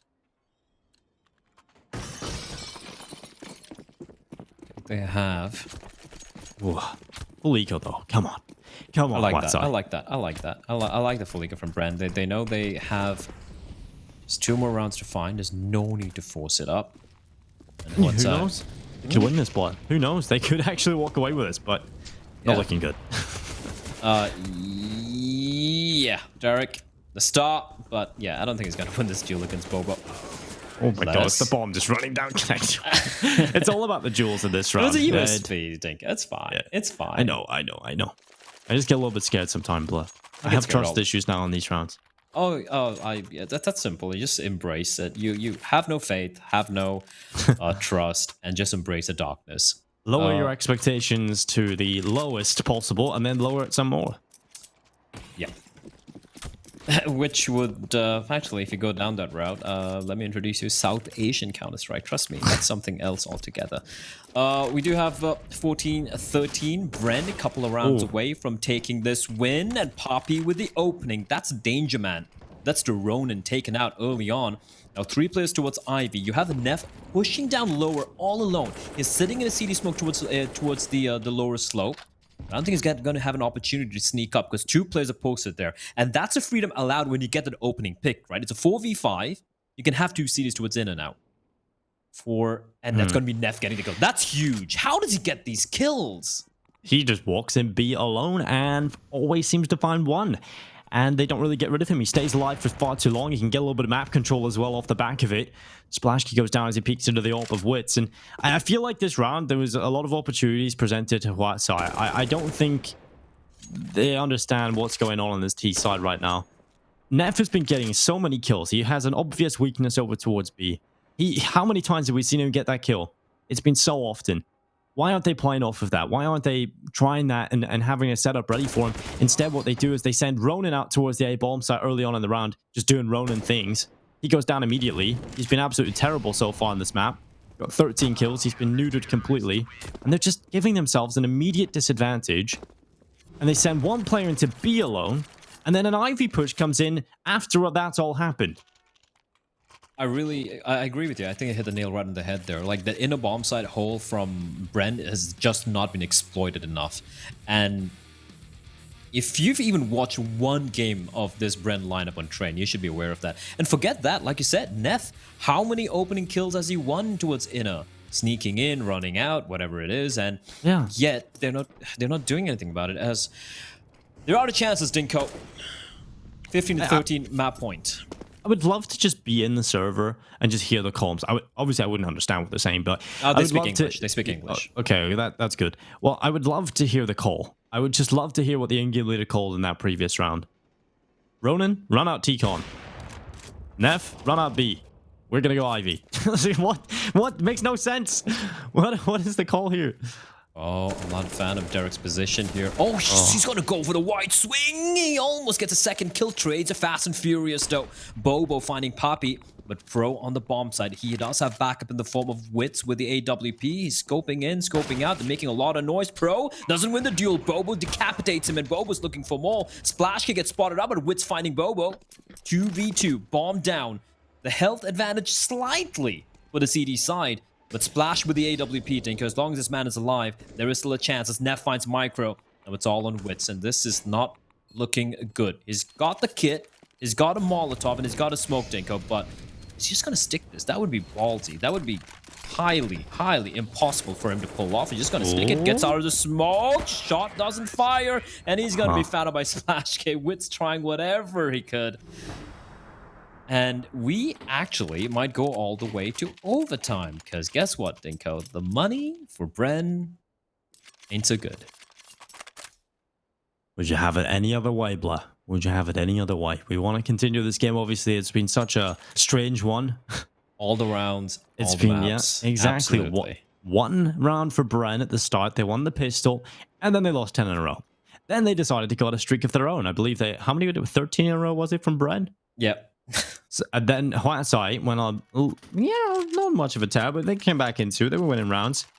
And Bren, well, map point, they're going to have to force buy. Huatsai have the better buy coming into round number 30, the last round of regulation here on Train. And if you are just joining us, as indicated by the top left bracket, you can see it's going to be Bren Esports picking this map. It's a map pick, and they are struggling quite a bit on it. We head on to Dust 2. And to be honest, that's why I want to see, Ronan get a bit more involved. I feel like Train is just a map where he's been completely neutralized. I think Bren have done a pretty good job at that, but Dust 2 could be a very scary affair for Pride, so they need to get this under their belt. Oh, look at this, though. Michael just pushing in. Damage dealt, but the kills will all go the way to Dinko. Pro! Oh, if he got that kill, it could have been something. It's OT, baby. Yeah, first map of the day for us. We got a little bit of overtime coming right up. And Witz, he's going to try his best. He goes into the brown holes. He's got one, but still 4 more to find. He has to ace clutch this, and he's stuck in the brown holes. Now, what can he possibly hope to do here? Nothing. There's no way. Like, literally no way he can win this, yeah. He drops down 3 people in vastly different positions looking right at his face. Well, over time, it's been a big performance from Neff, getting a triple kill in that previous round as well, especially over on that T side. He was delivering. Derek up on top, 26 and 21. He's having a good performance alongside Papachulo, who had a lot of impactful rounds. But for the most part, I think both teams, which is why we're at this point, are making quite a few mistakes. Yeah, for the side of Bren, I feel like the CD side has been kind of solid, except that they did lose a couple of those very, very crucial rounds where their money was in kind of a weird spot, right? And yeah, once again, we keep talking about their individuals. We saw Neff there opening up that brown halls area with 3k spray from him. Again, just comes down to the individuals and clutching out very close rounds. But hey, you know what? They take it to overtime. It is going to be the Valve rule set because, of course, reminding everyone this is an RMR event, meaning it's not going to be $16,000 to start money for the OTs. It will instead be the 10k, which personally I'm not a big fan of. Especially if you're the CD side, you lose the first 2 rounds, you're not able to save your weapons, you're kind of screwed in the 3rd round. You'll have literally almost nothing to work with apart from some pistol and some armor. So, personally not a big fan. But hey, you know how to solve that, Dinko? Easy. Don't lose the rounds. Ha ha ha. We'll see if they can follow that advice, Blair. I mean, so many people have given them advice over the years, and I guess they just haven't really followed it. We now reach 15 to 15. Overtime begins. Wits on the AWP, Pro, carrying out the AWP as well. Let's see what the call is from Whiteside on the T side. Splashky peeking early on in towards... He can't go for the wall bang. He doesn't go around the corner. Instead falls away with the utility usage coming in, scaring him off. And Neff was taking a lot of damage. I want to see if Brian can really neutralize him in overtime. They know he was a problem in the brown halls. Throughout regulation, it's time to try and deal with him. They go early on to try and take the fight. Not really connecting though. He's down to 47. And now Witz needs to get out of dodge. He falls away from the Molotovs. The push coming through, but players diving into the smoke. It's Bubba's sword just running over the top of him. And Splashky elsewhere is able to find a kill. And oh, Derek. Oh, Derek. What is this? Oh, what a terrible, terrible, terrible round it is from Brian. And at this point, 10k overtime, you have to save what you've got now at this point. Pro has to bring this AWP into the next one. Micro as well. This is a rough one, Blair. This is real rough. I want to see all 3 kills again. The replay from the POV of Bren once more is just the way they were bullied. And again, all those peaks right from Huat's side through the Bobo, just like bunny hopping his way through the smoke, just like in your face. And even if he got the kill over there, the trade would have been immediate. And Huat's eye finally, just taking matters into their own hands and just catching Bren off guard with the aggression. Where was this for, I don't know, like 7-8 rounds in a row, Dinko? I don't know. I stopped asking questions like that a long time ago, Blair, because I just realized there's no answer. When you realize that You know, you're seeing a bunch of the rounds being picked up, and suddenly they're looking like a god tier team that's just going to win the game easily. Absolutely no problems being for them. Suddenly, it just completely disappears. Not even, it doesn't fizzle out. It just from one round it decides to change completely. It just shifts the other way. It's definitely difficult to call how this map is going to go, but it's a good start from Wits early on, getting rid of Nev, burning away his Ronin. He also gets shut down through the smoke in the end by Derek. That was a team flash from Bulbasaur stopping Ronin from getting involved, and he still is on 13 kills. Boy, he has been completely useless on this map other than the early kills that he was able to pick up. Yeah, he's a sort of player who just lives and dies with the aggression. Spiel's finding Derek. That's at least a good opening. Ivy opened up right now. Bulbasaur looking desperately to find something, but how does Wits land that one? I don't even know. And it's down to two brothers, Spiels and Splashkid, to make something work. Spiel spots out the Oppa, and that is that is Pro, I believe, and he shouldn't be taking this fight. They know exactly where he is, and Poppy is gonna come to the rescue. Big Daddy is gonna take another round here for Brent. It's tied up again. And that was a round they needed, Dinko. They lost at one, especially if they lost their weapons. Money would have been in the bin. But heading into the final round here of the first half of overtime, both the teams are going to be looking comfortable weaponry-wise. And again, to remind everyone, map number 2 coming up is Dust 2, where, at least based on the stats which I see on HLTV in the past 3 months, Quadsai have a 17% win rate, while Bren have a 62% win rate. And once I picked that, which is so wild. And this is Poppy. He's had enough, Dinko. He has just had enough.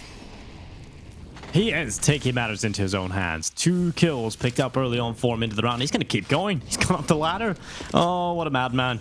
Well, Ronin finally diving out onto the bomb site. He's alive for more than 10 seconds into a round. What a miracle it is. And while he has a chance to do something, and while he's with the bullets. Difficult shots to hit, to be fair to him. In the bomb site was just the head showing from Wits. And now Ronin looking for his chance. He's whiffing quite a bit here. Derek getting rid of him. And Wits will take down Bulbasaur. 17-16. And Bren right back into the lead. And a good round there from Papa Chulo and Wits to close it out. 3 leading figureheads of this team. Pro, I have to say, pretty good performance here. A bit of an overperformance from Pro. Generally, you'll see him towards the middle of the table, towards the bottom nearly. You know, he's having a good performance here. He's definitely had a lot of impactful moments. Yes, indeed. And again, Micro being very, very quiet. I mean, he hasn't been the addition to the team that adds a whole heap of firepower, right? You know what? I feel like, apart from Train, he's much... I think he feels way more comfortable on other maps. And just playing inner bombs on Train, he's just not comfortable on it. And team just kept him there. I don't want to completely put the blame on this young addition. As here we go, T-Sat for Brent. Now, is it going to be... Which Bren are you going to see, Dinko? The Bren from the first 11 rounds? Or the latter Bren? I don't know. Well, Pro started things off pretty well, so we'll see how this goes. Man advantage into the round here for Bren. Haven't really taken a whole lot of map control off of it, though. Oh my god, Ronin. Ronin! Ronin! Why? They're ready for him. They're ready for him. They're just so aware that it's going to happen. I mean, he did it in regulation. As soon as there was nobody pop dog, he just did it. He just went up the ladder, and while Pro continued to walk around as Bulbasaur and Splash keep pulling it back in for them, though. And now it's just Neff left alone. Suddenly a kill from Micro and Wits are able to pick up, and now it's just Neff trying his best to get into this 1 versus 3. 55 seconds left. Neff starts to search the bomb site, searching for an opportunity to get back into this 1 versus 3. It's not presenting itself up until this point. The first is there, but 2 players. Papachulo secures it. Map point here for Bren. It would have liked to have done it in slightly more convincing fashion, and it's not even over just yet. 2 rounds left here for Whiteside to try and pick up to force this to double OT. Got the buy coming in with a double op setup. Money is still good. So it's on Bren to try and close it.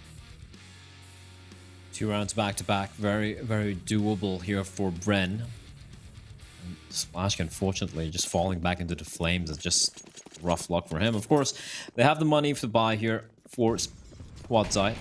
Need to win 2 more rounds here to take it to overtime. Doable. They've done it. They've done it in regulation, Dinko. And look at Vobo just running out. Spray is not good enough for 2. And Spiel's running outside wild, trying to ensure he gets the trade. But it is not to be. He gets caught out. Derek surviving on 11 points of health. But it's all they need. Now Splashke having to go for the play. But Dinko, they seem ready. Poppy, he's ready to lay down a smackdown. Oh, and he's got the headshot. It's a splash key out of there.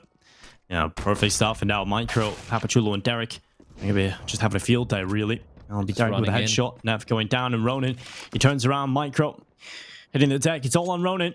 We'll see if he can pull anything off. I did have some harsh words for him. That's his first kill in a very, very long time. What a way it would be to step up, to redeem himself in this 1 versus 4 clutch. Smoke is down. He dies right through it. He goes over the top. He has a chance here to the bomb site itself, but not giving him any more. What a shot from Ronin. What a time to step up. And now he's looking for another, but he walks right into the waiting arms of Papachulo, and it's experience that beats out against the young firepower. It's going to be Brent taking the win on train. Not the most convincing performance by any means, but they'll be happy enough getting it over the line. And now we head on to Dust 2. We've had Mitch and Tom watching on the sidelines. We're going to bring them in. This was a very weird match, I have to say, from start to finish. Yeah, I don't think many people will have expected after that first half us to go the whole distance. I certainly wasn't. I was already panicking. I'll be honest. Had a little bit of food on. I was like, oh damn, I better go get it now. Get ready for this game to end. But wow, Huatsai made us wait. Right? They made sure this wasn't going to be clear cut, and in the end, let it slip. And it is rare that you see this kind of lead just fall to bits. And Bren, fair play to them for sticking themselves in it, because it's hard to keep yourself in a positive mentality when your players just aren't popping off. I mean, nobody in those first 11 or 12 rounds, nobody really looked good. We weren't seeing Derek come through with the massive rounds that we're so accustomed to seeing. But by the end of the game, this guy was right back up there. And all in all, it gives big props to Bren to see like some of these elements like Pro turn up when previously, you know, in this tournament he hasn't really been there. But again, it comes back to a point that we made all throughout PAL last season. Blad Dinko, you guys will remember this. Wits. I mean, we were harping on about him when it came through the previous season. And again, when your Opper isn't turning up on train, when he's not doing the damage, negative on opening duels, not very present when it comes down to actually being there with an op on train. It's a long range map. It's the place we see oppers dominate. That's really where you're going to struggle. And I think we saw it on the CT side where Wits seemed to go down in the early round way too consistently. Yeah, I gotta agree with you on that, and that is going to be a problem. Also, the inner bomb side, Micro still struggling with that particular role, one of the most important roles on this map, you know, holding out the inner bomb side, and we did see Huatsai find a lot of openings there. But Tom, I mean, on the T side for Huatsai, considering the lead they had, you might be forgiven for expecting them to go for a few Hail Mary plays towards the inner bomb side, because Neff was time and time again winning those duels in a bomb site, and yet unfortunately the bomb or his teammates, or no one was nearby. I mean, just abuse that bomb site. But for some reason, whoever the in-game leader is for this team, I believe it's Bulbasaur calling for Huatsai, it just didn't seem to strike them in the head. I guess like that's a criminal sin of an awful lot of teams, though, is that I feel like A side's always going to be favored, and a lot of the time I'm not sure why. Like, you see so many gamble stacks with like 4-1 being the most common of the lot with the rotation through the connector, and you should know in this situation that Micro is not playing particularly well when it comes to that B side. Every single game of Train, it seems that he's struggled except maybe one, and I feel like, I'll be honest, this is the call that me and Mitch have said quite a few times. Like, what is the coach doing? Like, what is the coach within this team actually doing? Because you've got young talent. You got young talent. You got decent AWPer. You've got an in-game leader who seems all right as well. So, like, on Liquipedia, at least, they've got themselves a coach listed. And, what is happening here? Because that's at least in my eyes. Or maybe they need an analyst. Maybe I'm looking at the wrong job.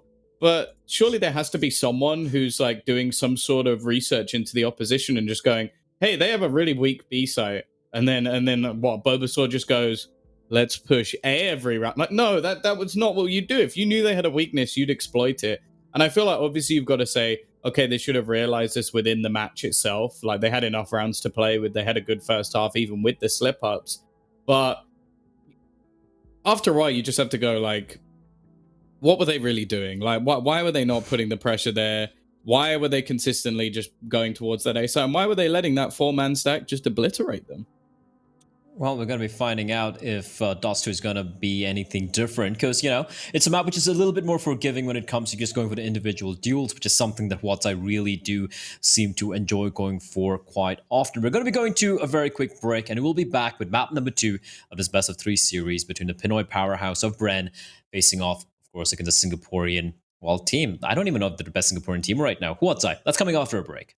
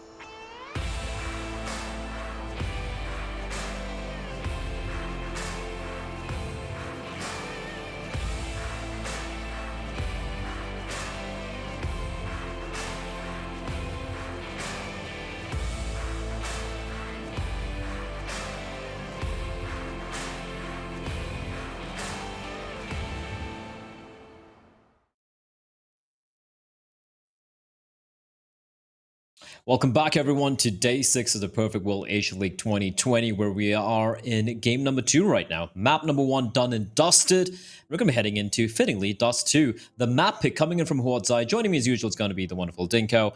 And there you have it, Dinko. That was an interesting map of Counter-Strike on Train. 10-1 for Huatzai on Bren's map pick, and Bren managed to steal the win away in overtime. Yeah, it didn't quite make sense from the get-go, right? And that is just kind of continued down that path until we closed it out.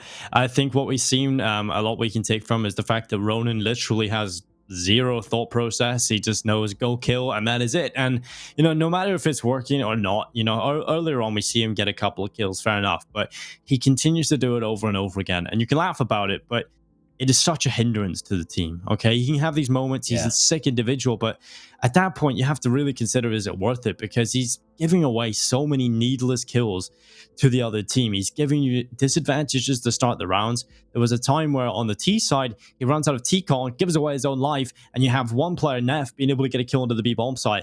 But it doesn't matter because it's already a 4 versus 5 favoring the CT. So Ronan just needs to hone that a little bit. But you know what? The good news is, Blair, we're heading into Dust 2, so none of that's going to happen. Ronan's going to push more, and it's going to be working out. So he's going to think it's a great idea. It reminds me of a very wise man, although a fictional wise man, Voss from Far Cry 3, which we touched upon earlier.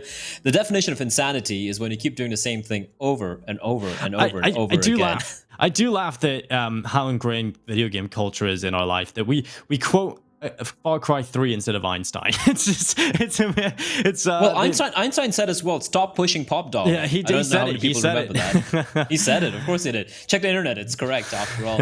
But heading into Dust 2, we do remember like there was a round where it was Huatzai playing on Dust 2, and we had Ronan on an anti-eco with an AWP deep inside lower tunnels. So it's happened before, Dinko. And I feel like your sanity is going to be strained once more here from the young lad. Yeah, it's Dust 2, so I don't really get as annoyed. I think it's not going to get as punished as much as it did on Train. I think at least he'll be able to put up a fight here. You know, he can get his time. He looks a little bit more comfortable on Dust 2 in terms of his aggression, about understanding when to do it and when not to, or understanding that he can do it pretty much every time and get away with it just because he's so good at this map. So that is something I'm quietly confident in here for Huatzai, the fact that they are going to be able to do it to a better extent. I do get a little bit worried for Bren, though, that the first map was so close. They didn't really have their fundamentals. The system wasn't in place properly for quite a bit of that game. So hopefully they adapt and they can work out Dust 2 here. But if Huatzai show up with the same individual level they started Train with, then it's going to get pretty messy for Bren. It could. And one more thing I feel which is going to favor Huatzai a little bit would be you look at a map like Dust 2. Now, look, I can say the same thing for Train as well, but the thing with Dust 2, it allows a little bit more freedom for your oppers to move around and try and go for aggressive picks, which is not necessarily the case in Train, where you want to play a bit more of safer positions with the AWP. And one thing we noticed from Huatzai are the 3 players who are very competent with the AWP. You have Neff, who's been wielding it quite often over Splashke, where Splashke, for the majority of his career, was a primary opper, and we saw him pick it up on Train as well. And we have Ronan, who can basically do anything. On the other hand, if you look at Bren, it's primarily Witz, the dedicated opper, and like we've touched upon time and time again, either Witz shows up or he's kind of mediocre. And if he's going to have a quiet game here, especially with the big green, on a map like Dust 2, I feel that could be a hindrance for the side of Bren. Yeah, definitely. We talk about Witz and his potential to show up and take over maps, and he's done it a couple of times in this tournament so far, but he is pretty inconsistent, right, at times. So, yeah, he can't go missing. That certainly is a win condition for Bren if they want to pick this up convincingly against Huatzai, because I did say it back in Pal Summer. I still think it to an extent here for Bren. They do lack firepower. I don't think they have that same right hook ability that the likes of Huatzai do, because they just have Ronan, right? If he pops off, he's the X Factor. Whereas Bren, I mean, they have Derek, but they don't really have anybody else other than that I'm too confident can be like a huge standout star. Obviously, we know that Papachulo is good enough, but Derek, speaking of him, it'll be 1 kill. Bulbasaur going down a bit.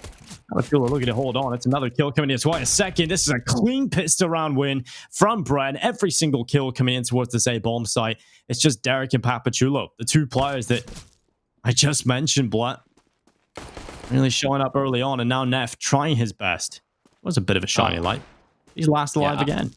I don't know when Tarek was just running out there when his teammate had fallen back from mid, and well, I don't really see Neff pulling off anything too crazy here. He's got the Kevlar, he's got the Glock. Okay, that's a nice gush. Pro drops down, lucky to be alive, but he's got to face a lot of players, and Neff's landing every bullet, Dinko. But Poppy, the daddy's in town, he's gonna smack him down. 3 kills for Poppy Chulo. Yeah, that's a good pistol round overall from Derek and Papachulo. Really solid stuff coming in from that A bomb site hold as well. Papachulo really just wrecking them as they entered the site. So clean. We didn't get to see it from Derek's perspective, but you know, just a straight up short push, no utility being used out, no bit. I mean, yeah, at that point, if you're not shoulder peeking short, that is the most common position, right? Why is no one shoulder peeking that to get at least a little bit of info? Or jump out. You're just running out of a headshot angle with like the USPs. Come on, guys. That's simple.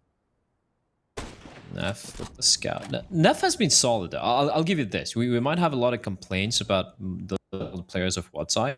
I feel like Spiels and Neff in general, we haven't really had complain about these two. I mean, the only complaint I have about Neff is he's a bit of a baiter. So a lot of the kills come... A lot of the kills that he gets... Not on the T side of train. He was pretty solid there. Yeah, I mean, yeah, he was over on the B-bomb site. But I have a couple of moments where he kind of baits a little bit. And he is last alive quite often. He gets a lot of these kills that don't really mean a whole lot. Like, even in rounds where the economy's built up on the CT side or whatever, I mean, he's just getting 1 or 2. I'd rather see him involved a bit more in the rounds. I feel like he's such a good player that just having him involved in the early round, not so much the early round, but even the final attack or execute, that would be important. He could definitely help out the team there, but I guess he feels confident to sit back and attempt the clutches. Haven't really seen one come through just yet, other than the 1 versus 2 over on train. Well, it's a little bit of a close one. Bulbasaur, he's got 1. He goes down, Ronin with a headshot. Splashkey coming in as well on the deagle, and suddenly, Blair, it's all gone wrong. Bren again. They're in the second round for Spy, and they're about to lose. The same old dance all over again, Dinko. Ronin, 2 HP. There's no need to face anymore there, bud. You won the round. Oh, wait. Is Wits feeling it? He's making a lot of noise, but there's no way he's going to be able to escape that. There you go. Spiels finds the kill.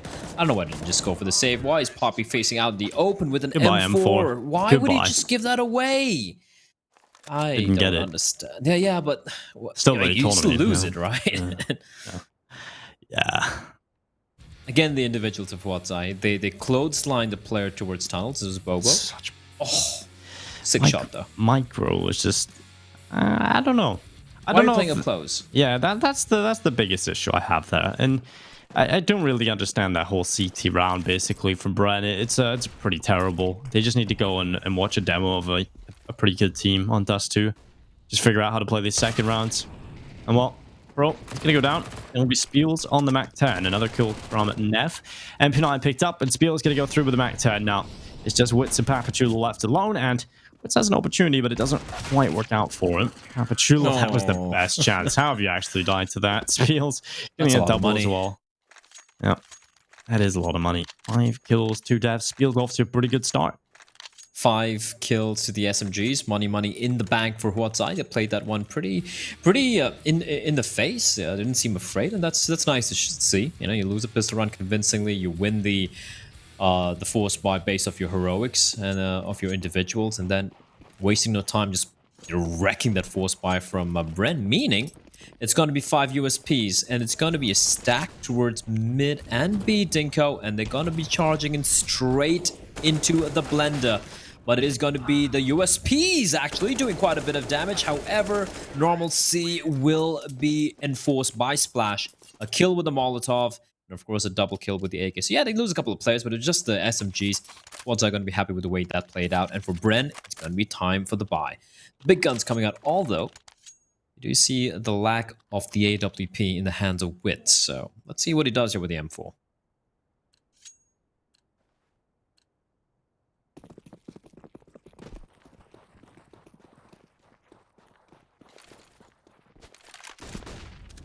Well, Neff going for that early peek towards long. He's going to be forced away.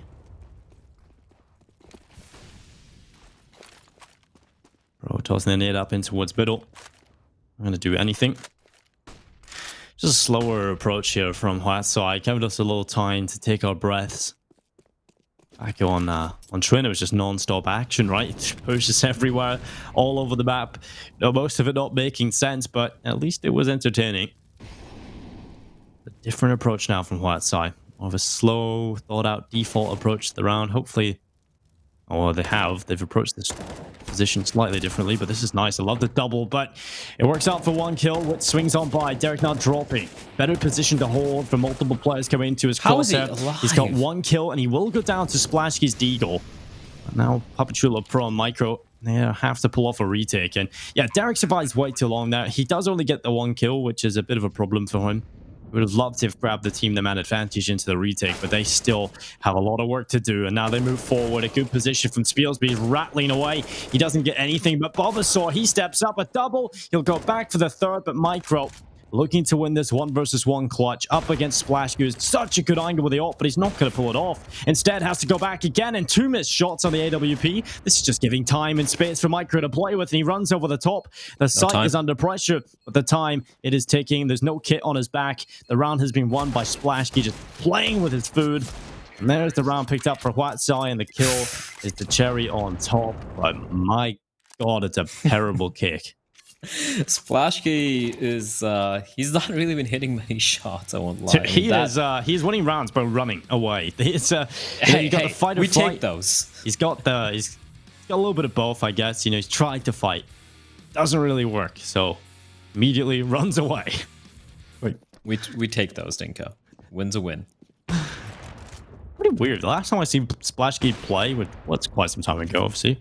He was taking he was taking dumps on Aussie teams on LAN like a few years ago, and this is a guy who's qualified for bigger events. I believe one of the DreamHack Masters, if memory serves me right, or was it Pro League? I forget. They're a team who were also one of the few teams to have beaten Tai Lu in the finals of a big event qualifier. The only other team who's done that would be Vici, I guess. Maybe a couple of other teams here and there, but that's how good they were at one point in time. And the driving force behind the team was Splashky, Nevin Aw.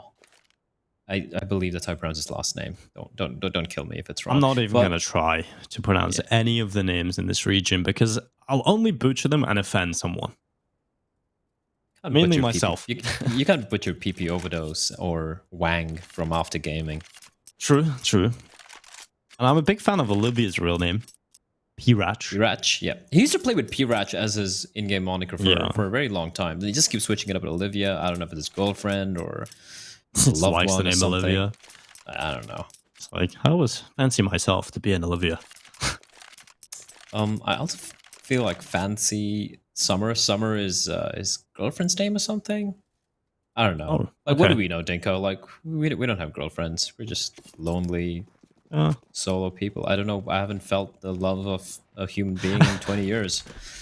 Here we go. Fast play towards long. It's going to be a Pro taking the duel. Oh, he's getting pushed here. He's getting pushed pretty hard. He's going to need back real quickly. A flashbang from his teammates. Nope. Instead, they're just going to hold the line and going to give him a little space to work with.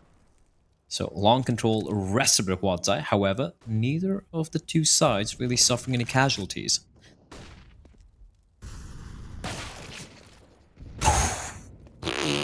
Well, ouch. Neff just tearing Papachulo to shreds at the start of this round. And while Derek now positioning for the rest, they're about to come in towards him. We'll see if he can hold on. Pro scoped in towards short. Derek now repositioning. He loves this spot. It's usually good for one. A long time to kill him, but look, 2 players in the smoke to his left. And he's not even going to check. Oh my god.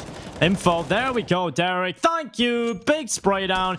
Gets both, but still. Doesn't matter. Doesn't matter at all. Neff's about to be a big problem. Goodbye, Wits. And now Derek gets the save. Having to come in with the AWP. Will he be able to get it done? They do want to get rid of everything. And, well, a nice shot from Derek. I think he should be able to save this. I don't think... Well, Ronan's alive, so who knows? But... he should be able to carry this. That's a caveat to your whatever you're gonna say. Well, they shouldn't be doing this, but Ronan's alive. It's like he probably will try and get over to the other side of the map and take away Derek's life, but who knows? He is charging up short right now. Here we go, Ronan. There we go. Flash around. He's coming for the fight. And oh, he dodges the bullets. He's jumping all over the bomb site. Oh my god. He finally goes down. And Derek, oh, just one more. And he doesn't get around the corner. Splash key. And he takes him down in the end. Goodbye, Derek. Ronan's just a bunny hopping bait for Splash Game.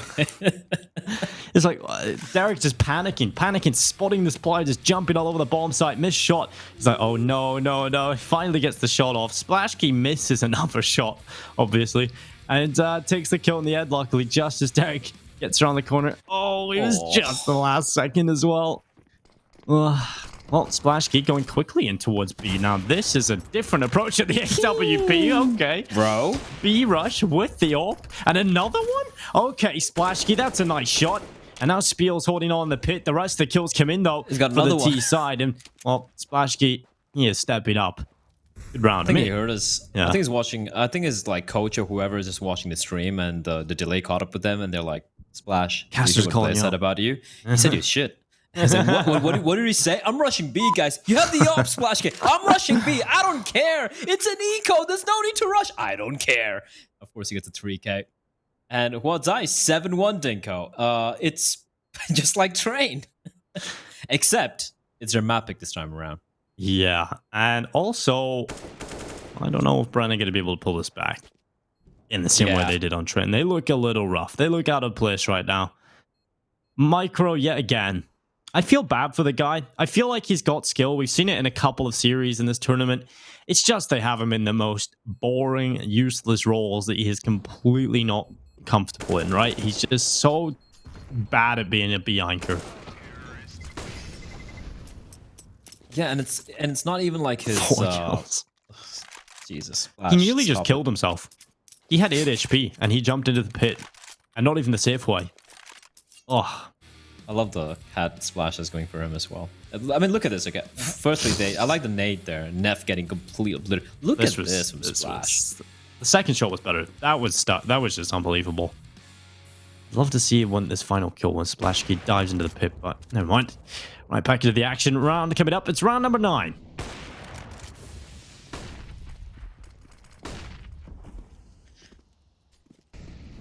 Well, it is what's I probably also kicking themselves, Dinko. I mean, this if they take this map, and let's be real, it's looking kind of likely, right? The way it's playing out right now, and it's Dust 2. It's not Train, where in Train you're like, oh, you just need 3-4 rounds, you can bounce back on a CD side. It's not that. It's Dust 2. It's a very different map altogether.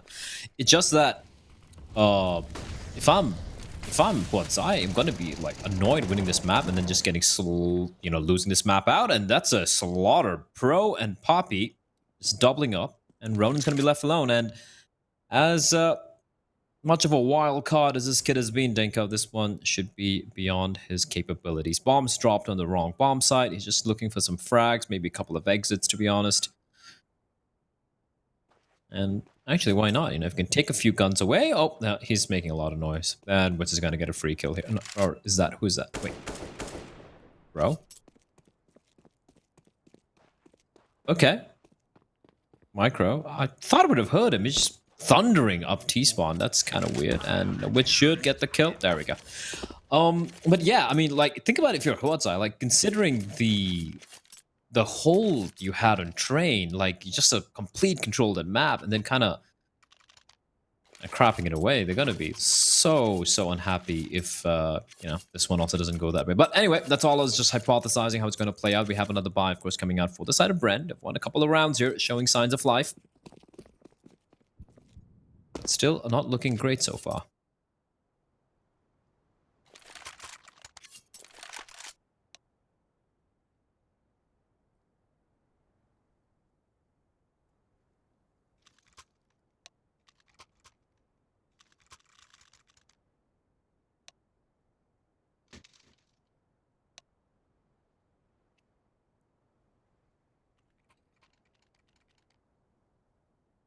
They were heading into map number 3, if it does go to it, which I believe is Inferno. Yeah, it is Inferno.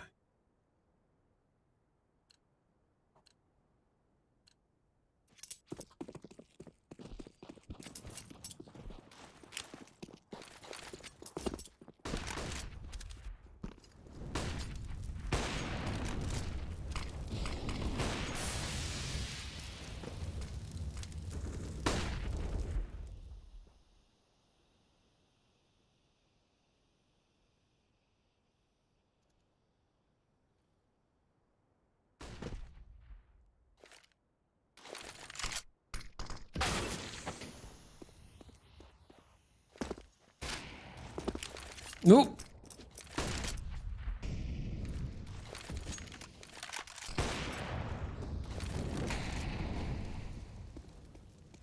Yeah, and you know where both the players are. And I know Wits is isolated towards his mid B area.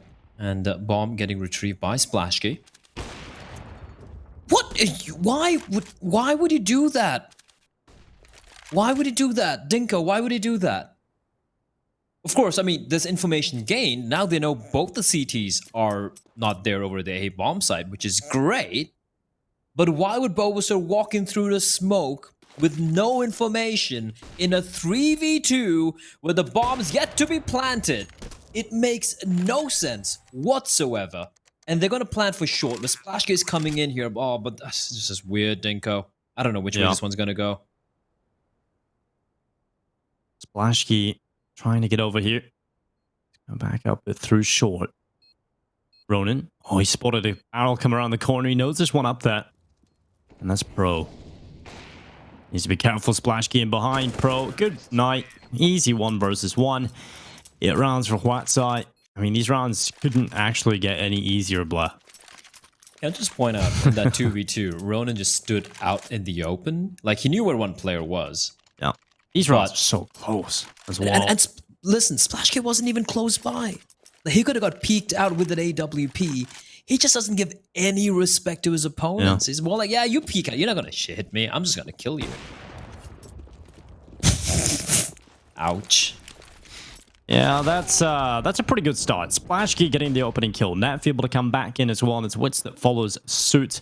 Got a 2-man advantage in play for Whiteside as they move forward. They'll be looking for this in round number 9.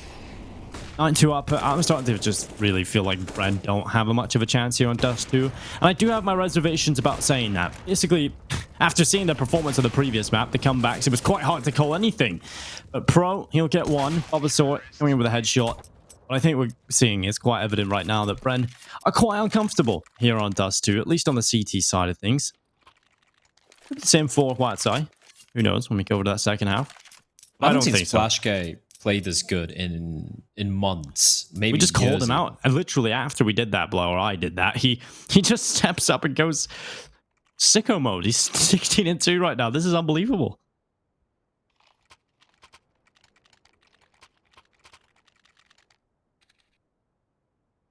That stat right there, yeah, they have 3 times the average aggregate HP left at round end. That is just ludicrous. It's 169 through over 3 times that of Bren. It just goes to show how one-sided it's been. It's not been about, you know, Bren having to save many times or whatnot. It's just one-side just styling on them, Dinko. 16-2 for Splashkey, like you pointed out. It is getting ludicrous. He is feeling pretty much untouchable at this moment, almost like a god even. Yeah, I mean, he was straight up so confident just to run into that B bomb site and just straight up to hit those quick shots of the AWP against pistols. After that, he has felt untouchable. Pro gets the opening kill. It's Ronan again giving away the opening, but Splashkey has been performing like a beast, so he's still alive in the server. So as long as he's still in play, round is not done yet. Micro positioning to the back of the B bomb site. Yet again, another quiet performance from this guy. 2 kills on the board. You don't like to point it out too often, but it's just so obvious you have to really point it out to let you guys know that, you know, he has been underperforming over towards this B bomb site. You can't not talk about this fact. It's such an important part for Bren's defense. He's got to get at least one here. Nearly whiffs the spray, but he will get the kill on the Bulbasaur. Now Wits holding on this mid push coming forward. Misses the second shot. Splashkey's quick on the trigger. Now Micro repositioning up towards window. Splashkey, he goes forward. His teammates just fallen, but Splashkey's got into the bomb site. And he's alone into the 1 versus 3. The bomb is going to get planted. And I like this. They're not going in. They're going to be playing together. And that should get rid of his chances of winning this round, especially because he has an AWP. Yeah, there's no way Splash can win this. Unless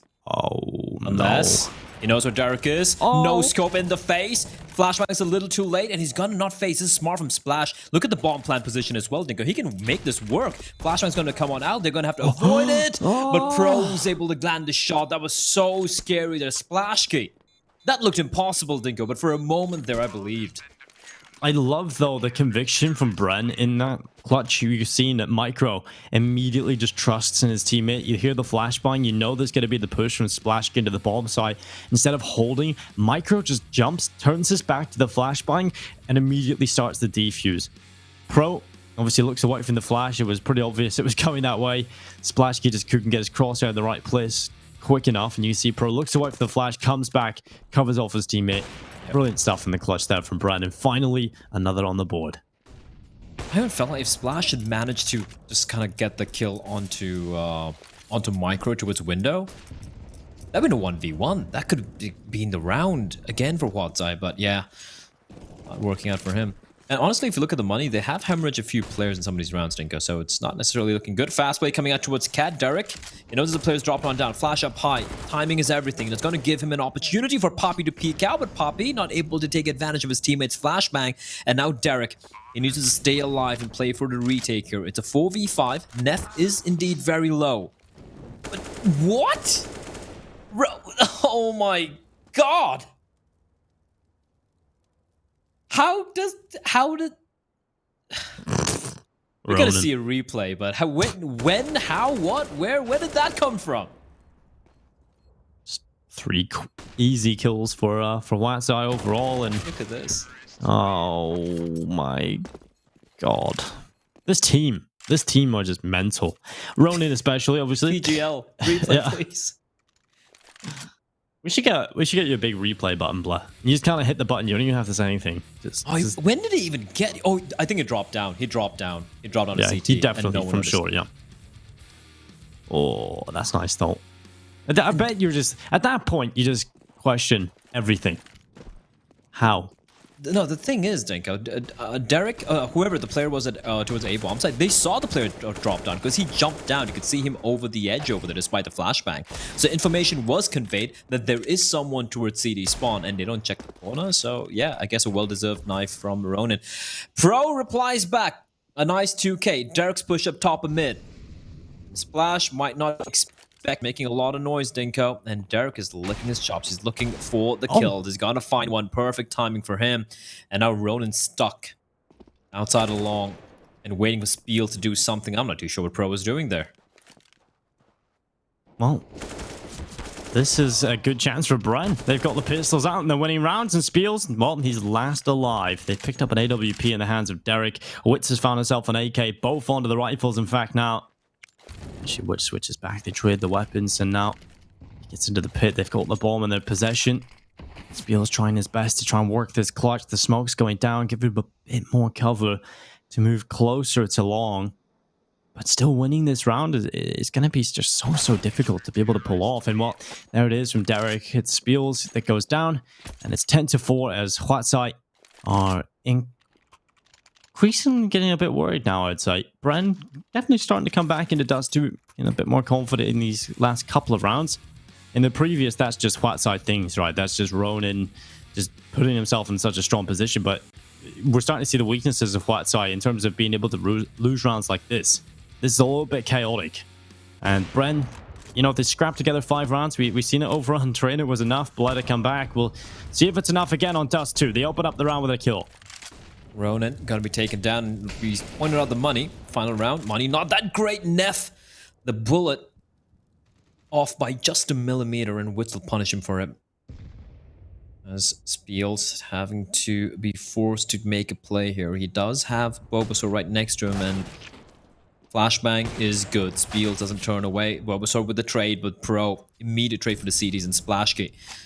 He's got the Krieg, the SG, but 1v4. And it looks like we're going to have an exact scoreline as what we saw on Train, Dinko. It's going to be 10-5 here. Of course, favoring Huatsai. But Bren, we saw it happen in Train.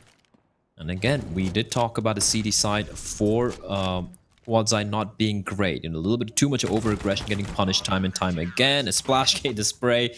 It's no longer what it was once, the SG, Dinko. And that is going to be round number 5 for Bren. A pretty decent comeback considering it was what 9-2 for the Singaporean side.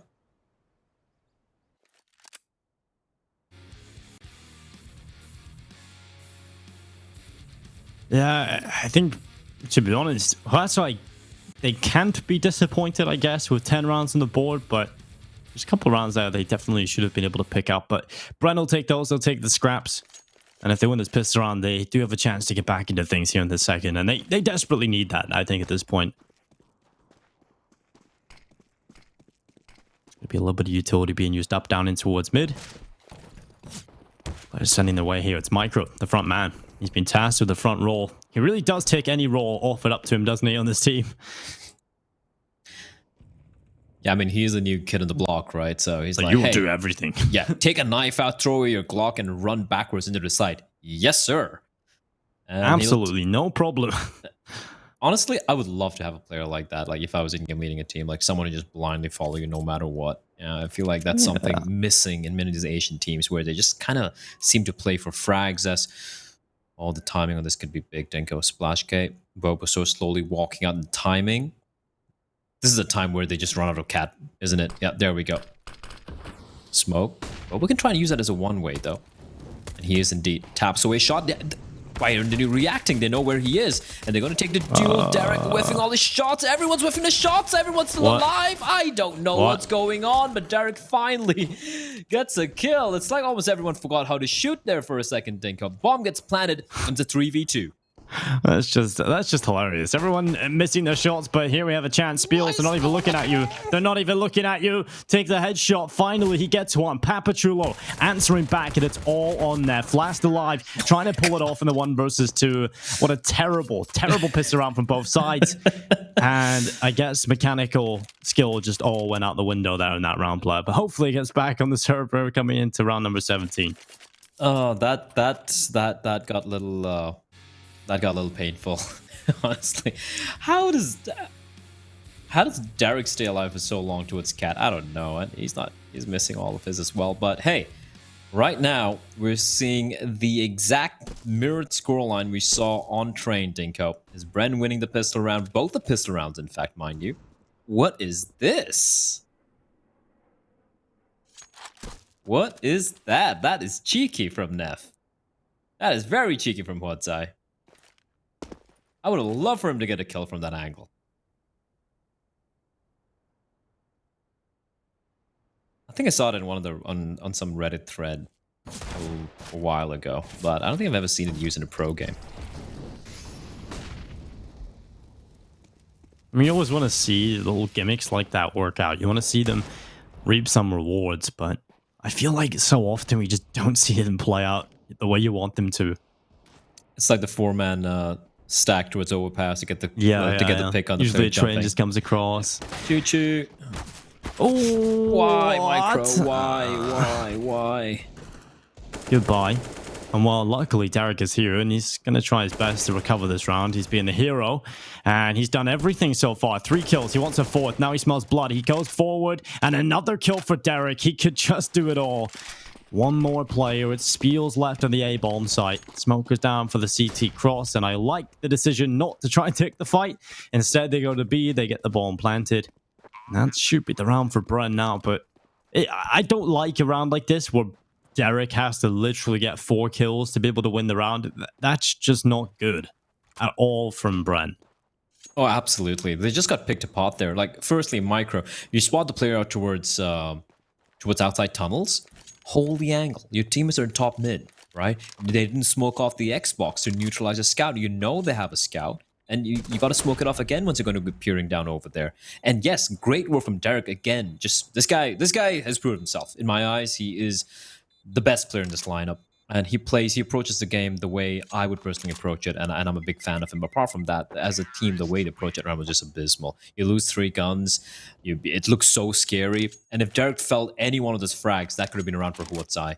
But 10-7, they survived Dinko, and for Huatsai, it's going to be a full eco. All those Spiels with that Galil might just drop his pistol over to maybe towards Bobo or towards Splash Kick. Oh, there we go. They're actually going to go for a little bit of an upgrade. You know what? It's okay. Go for it.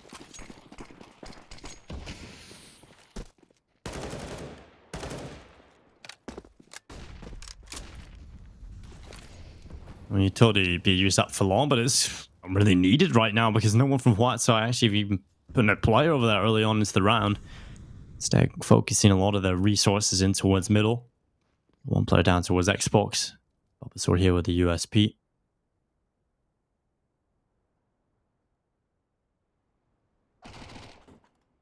Oh, nice kill. Witz gets rid of Bulbasaur. Splashkey trying his best here with a headshot. It's going to work out for Witz as he gets rid of Neff, and now Spiel starting to move forward around the backside. That's going to be an easy kill onto Witz, but luckily Papachulo and Witz get kills off before it all happens.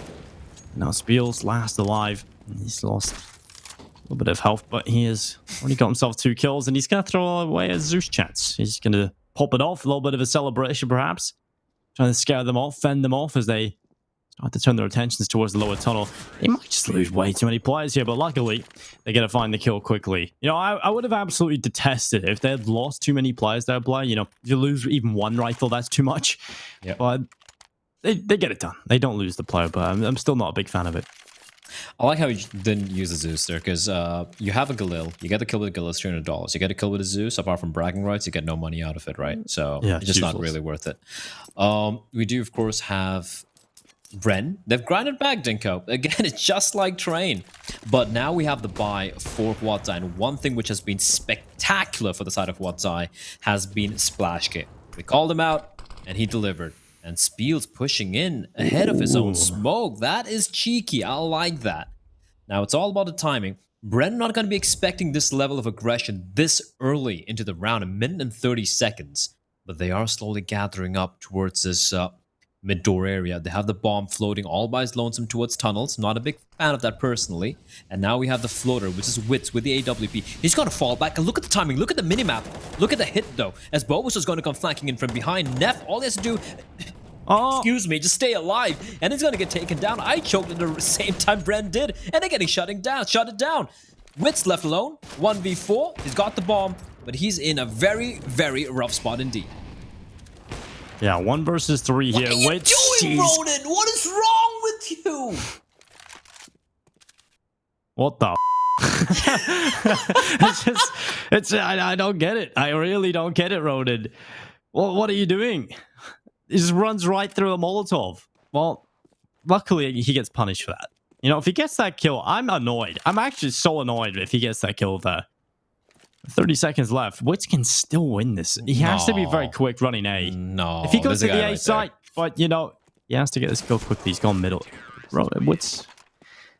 the approach to that was just pretty bad overall, that whole round. I have to say, we're going to bring it back to something we actually want to talk about, and that's going to be Spiel's aggression really working out. I love that. Playing in front of his own smoke, the timing was good. He's one of the players you don't really see making those kind of plays a whole lot, and he makes the right call. There was one mistake there, I feel personally, from Bren, or I think it was Witz who had the AWP, and he was holding the long door angle. And the moment he looked away from the long doors is when they went for the hit towards mid, right? And that was a tell. That was a tell for Spiels to go for the aggression. Now, if Witz had held that angle for a few more seconds after they started going for the play towards mid, he would have caught Spiels. He would have taken him down, and that could have been a round right there. So, just good fortune going the way of Spiels, as Ronan's going to find one. Smoked off. He's going to be checked, but he's still going to win these duels. 3 kills and a shutdown. A little bit of TK coming out as well for the side of Bren. Was that a 4 spy? I think it was a 4 spy. Yeah, it was. Because Micro's kind of broke. Derek's kind of broke as well, and Pro's on $3,100. So, a few pistols coming out. But Huatai, Dinko, they're getting closer and closer to the magic number of 16. Yeah, it is going to be looking like a map number 3 almost getting locked in at this point. Huatai very comfortable on their map pick in comparison to Train, where they were really just relying on a couple of assists from Brian, but I feel like here on Dust 2, they're a bit more comfortable. I'm not going to say they're playing brilliant Counter-Strike, because they're not, but you can definitely see a little bit more of an idea on how they're approaching this defensive side of things. And Spiels moving forward with the MP9. He's loving these lower tier players with just naked arm. What? Okay. I mean, that's what you get. You're going a little bit too aggressive there, Spiels. You go around the corner, you're testing your luck a little bit. Your luck runs dry. Micro with the headshot. They throw the ball on in to try and distract him. It's not going to work too well. He gets 1 kill. Ronan letting them know they're coming on by, and Splashkey pulls out the USP, gets the double kill, and it's 13-8 on the board. Huatai 308 from sending us to Inferno. And that is going to be... That's going to be a bloodbath, I'd say, over in Inferno here. It's going to be interesting to see how both of these teams approach it. I think I'm going to have to favor Brian going on to map number 3, but I know Huatsai will certainly bring the fight. Yeah, but heading into Inferno, like, I don't know, like, we saw Train, we saw how absolutely ridiculous it was, and it's more of a tactical map, and we look at Inferno, perhaps traditionally one of the most tactical maps in the map pool, alongside, you know, the likes of a Nuke, an Overpass, and whatnot. I'm still gonna side with Bren. I still they have what it takes. I still have a better understanding of how to approach the map. But at the same time, I've seen them kind of fall apart at times in that map. So I don't know, Dinka. I think this is one of those really 50-50 matchups. Definitely. And I wouldn't want to have it any other way, really. Both these teams competing very close. I think it's such an important matchup as well for Huatsai. They take on Bren, take the winner under the belt. They'll be in a far better position. Now just a slower approach from Bren. They've got short control, but that's about it. They don't have any prongs in towards the tunnels. No one off towards long. And when you know you're playing up against Huatsai, who have some of the most aggressive players in this tournament, that's a little bit risky. So they're going to walk out mid. And Micro, that's better from him. A good opening, shutting down Neff. Man advantage in play for the T side. A follow-up kill from Pro. And this should be a round locked in for Brent. But Splash Key, the collateral. Derek and Witz both going down. But the bomb getting planted in the B site. Spiel's running to the tunnels. Ooh, he pulls the rifle in time. Papachulo does not commit to the fight. Instead falls back and tries to hold a positional advantage around the corner. And Spiels is going to walk right into him, looking for the headshot, but it's not going to work out. Papachulo takes him down. And Splashkey, he may have got the collateral. He may have given them a slight hope in the round, but it's not going to be enough. His team can't do anything else, and Splashkey's going to fall away, carrying the AWP into the next one. And we're looking at a 13-9 scoreline with Bren attempting to come back late into the second half. I'm still confused why Spiels committed to that fight when the money wasn't looking that great, and Splashkey was towards long. Yeah, like, he decided to save a while ago. Yeah, I feel like some of the decision making is it goes out the window when they have a chance to get a kill. I think the discipline is off for Huatsai right now. That's something they definitely got to work on. Yep. I feel like it, you know, like we always talk about Asia and how limited it is in terms of the in-game leaders. We really only talk about Advent being, you know, the traditional style of in-game leader. Yep. There doesn't seem to be anybody else. And you can definitely see that within these teams. Like, the discipline is so off so many rosters in this tournament.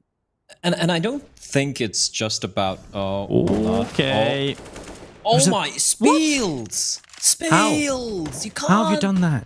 You've got the shadow advantage. You know he's coming around the corner. You have the positional advantage. And you don't get the kill? Pro right through the smoke, shuts down Neff, and well, it is all crumbling from below Huatsai. Splash is still alive. As long as this man's still there, there is a chance, I believe. Bomb still towards T-spawn, Dinko. Witz has the bomb with him, but he's nowhere nearby. And what... Did Boba see him? Did he see him? I think he did. I think he has an idea. I think he has an idea. They're going to be heading straight towards B, though. Clearing out tunnels. Witz is going to be picking up that AWP. A Splash tosses in a flashbang for his teammate, and that is going to be Pro. Found out. That's good from them. But now this B bomb site, it's all on Ronin, baby. And he gets immediately shift-deleted by Derek. And it's going to be Brent getting round number 10. There's nothing that Splash and Bulbasaur can do here. And the money is not good at all, Dinko. It's not good at all for the Singaporean side.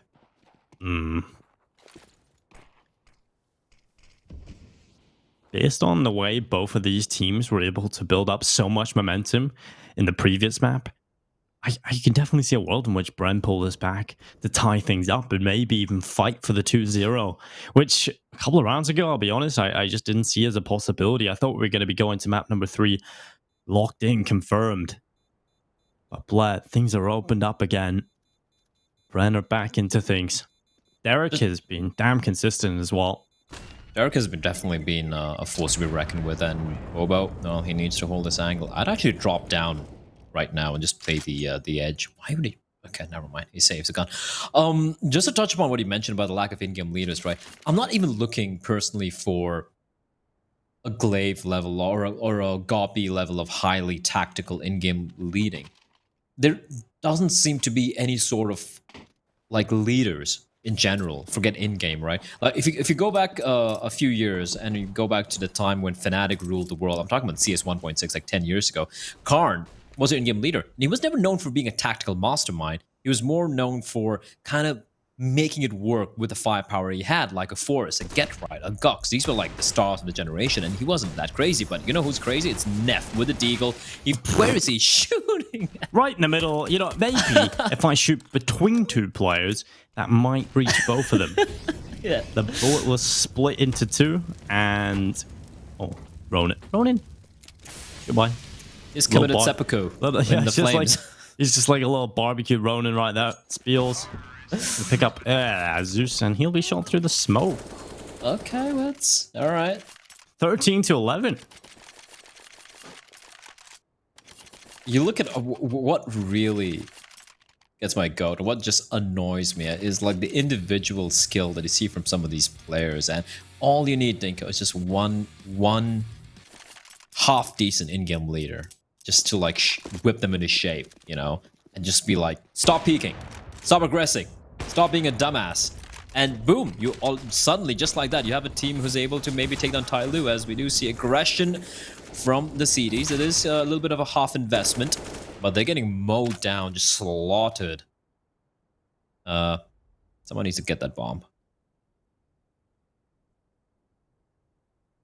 But they'll be fine. It's a 2v5, Splash with the Deagle, far away from Neff, and Neff unfortunately doesn't head towards T-spawn, where he could potentially have spotted the bomb and, you know, maybe been a little bit of thorn on the side. But Dinko, it was 9-2 for Huatzai, and now it's going to be 13-12, 1 round lead for Huatzai, and it's just all gone wrong. Look at the money for the Filipino side. They are rich, Dinko. It's like the Bank of Abu Dhabi. It is ridiculous amount of money they have, and they have not been forced to sweat in quite a number of rounds now.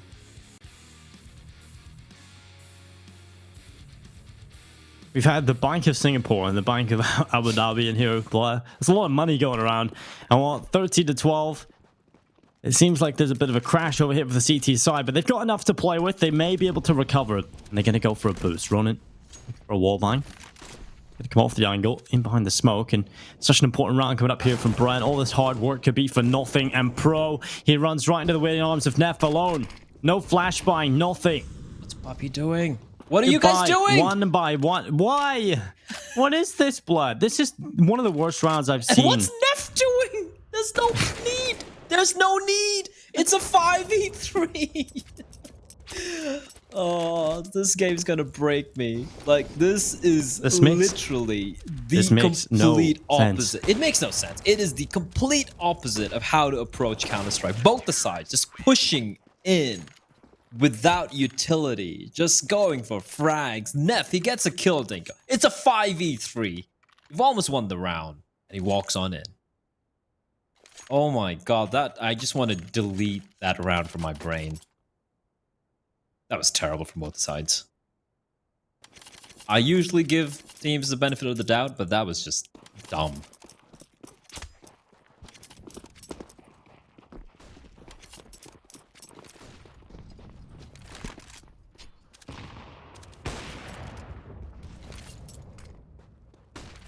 What's spawning out the player? Not quite able to land a shot though. The timing could have worked out.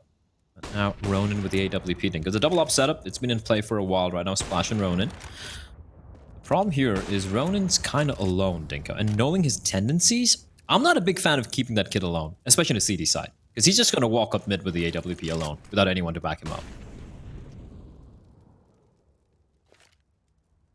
Yeah, I feel like he needs a chaperone.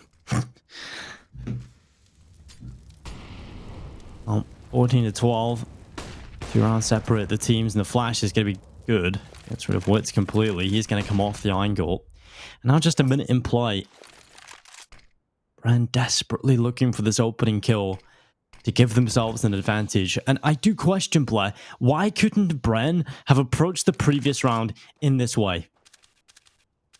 of overconfidence. Maybe they were getting away with some rounds unnecessarily. Also, the way Neff was facing mid right there against Oh a my tier god, 3 here EU we team, go. he's dead. As Spiels just good for one. He stopped spraying Dingo, and Splash keep pushing out ahead, up in hand, and he's gonna go for the flick shot, misses it, and he's still not the second follow-up. Wits with the trade, but it's gonna be Pro finding Bulbasaur. There's still another player there, and it's gonna be Derek shutting it down alongside Pro, and that's gonna be Bren just yanking the round away from Huatai.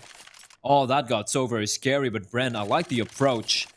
But I felt like Spiel should have got more than one kill in that position. Oh, definitely, man. He had such a good spot. They weren't checking him immediately. You could see they come out. They aren't even aware. His aim just was non-existent. It didn't work. He got the first kill, but he stopped moving his crosshair. He just stopped trying to spray down. I don't know. A little bit weird. Ronan's taking a bit of damage on the cross, actually. Shot being connected by Wits. He is the player with the weakest weapon in play, and okay, 25 Ronan. HP, one nade. I'm loving this. I'm loving this. He's got a terrible gun. He's on 25 HP. He's gonna get his kill. This is gonna work. I can tell already. This is a kill for Ronan. Smoke begins to fade away. Oh, he can't spot Derek. Never mind. I'm so happy he didn't get a kill. I'm so happy. I'm so happy as well. I was trying to do the reverse psychology thing, Blair, but in my own head, you know, tell myself I'm happy, and I will be. And what? Splash Keep, it's a headshot. He'll look for another one. He'll spray away. It's Pro going down, but Derek replies, and now it's Neff. Left alone in the 1 versus 4. Only 1 kill has been picked up in this round from Whiteside. It's 14-14. The money's gone. It's about to be map and series point for Bren, most likely. And what a comeback it's been here on Dust 2. This is where I wanted to say that Brent should hunt, but Neff's like, nah, I'm just going to fight. Because the money, Dinko, this is a decision to be made by Wodzai, and yeah, they need to take attack time out to call it. They're like, what do? Do we go for the force now? Because if we do, and we lose that, we're going to be broke again. We're going to have 2 half buys in the final 2 rounds of regulation. Or do we just go for the eco, maybe a couple of deeks, you know, stick with some P250s, and hope for the best, and then at least we'll have guns to play for overtime. So decisions to be made for the Singaporean side, and I feel like the karma heads will prevail. It is going to be the USBs, the default pistols for the side of Watsai, and that is probably one of the most sane decisions I've seen this team make so far on this map.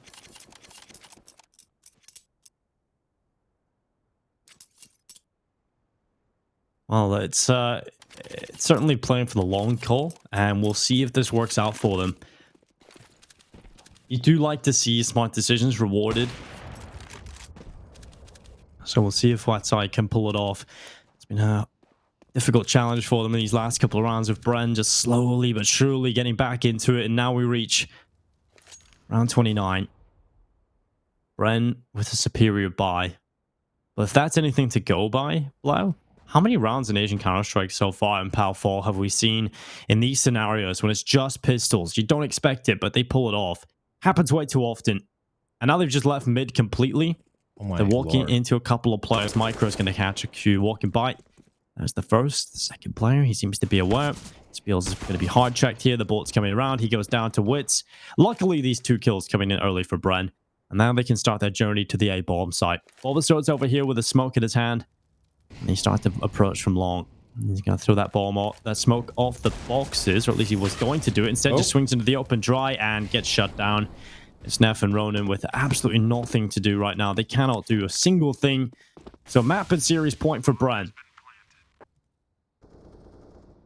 It has to be like, if Watsai wound up losing this, I mean, I know it's still not done yet here, it has to be one of the most heartbreaking losses we've seen so far in Perfect World Asia League 2020. 10-1 the lead on Train earlier on. Oh, the timing on the flashbangs, double flashes. And Neff at least replies by finds Micro, but it's not going to find more than that Poppy. Insta-trade, Dinko. And like I said, map and match point coming up for Bren. What a comeback it's been on both the maps. Bren coming back from behind. It was 10-1 down in Train. They take it 19-16. Or was it 19-17? I forget. And then, of course, Dust 2. It was 9-2 to Watsai. 9-2 Dinko. And it just all went wrong. The CD side just flat as coke left out in the open for 3 days straight. You obviously aren't following Mitch Mann's techniques to crushing your bottle and keeping the air out of the bottle. He is a, like Tom said, he is a fizzy drinks connoisseur. Also can talk to the Chinese-Irish spirits, apparently. Man of many talents. Especially Paddy O'Shea. Well, Professional here we go. bullshit. That's what he is. And well, it's going to be a peek in towards middle. Splash Kid looking for the opening for his side. It would certainly give them a huge advantage to play with into the last round of regulation. And he has been an absolute monster. Oh, what? What is he doing now? Like, what is he doing? What is the thought process behind that? I think the smoke, like, right then would have been a tell is sticking around. Like, he stuck around too long there. Too damn long. Credit to Wits. He got blinded, forced back towards suicide, and then he just held a safe angle, waiting for the aggressive peek. I'm enjoying these defaults from Bren in the last few rounds. It's just been very clinical, very solid, fundamentally sound Counter-Strike T-side from them, nothing too crazy. And what's I? That's a thing, right? When you have your fundamentals down, when you have your default on the T-side down, doesn't matter what sort of YOLO aggro play the CTs go for, you're going to have an answer for them time and time and time again. And that is working out perfectly. Micro's making a lot of noise here, but it's all a ruse, Dinko, because the play is taking place towards long, and Micro just trying to sell this fake, keeping the players at mid and at cat occupied.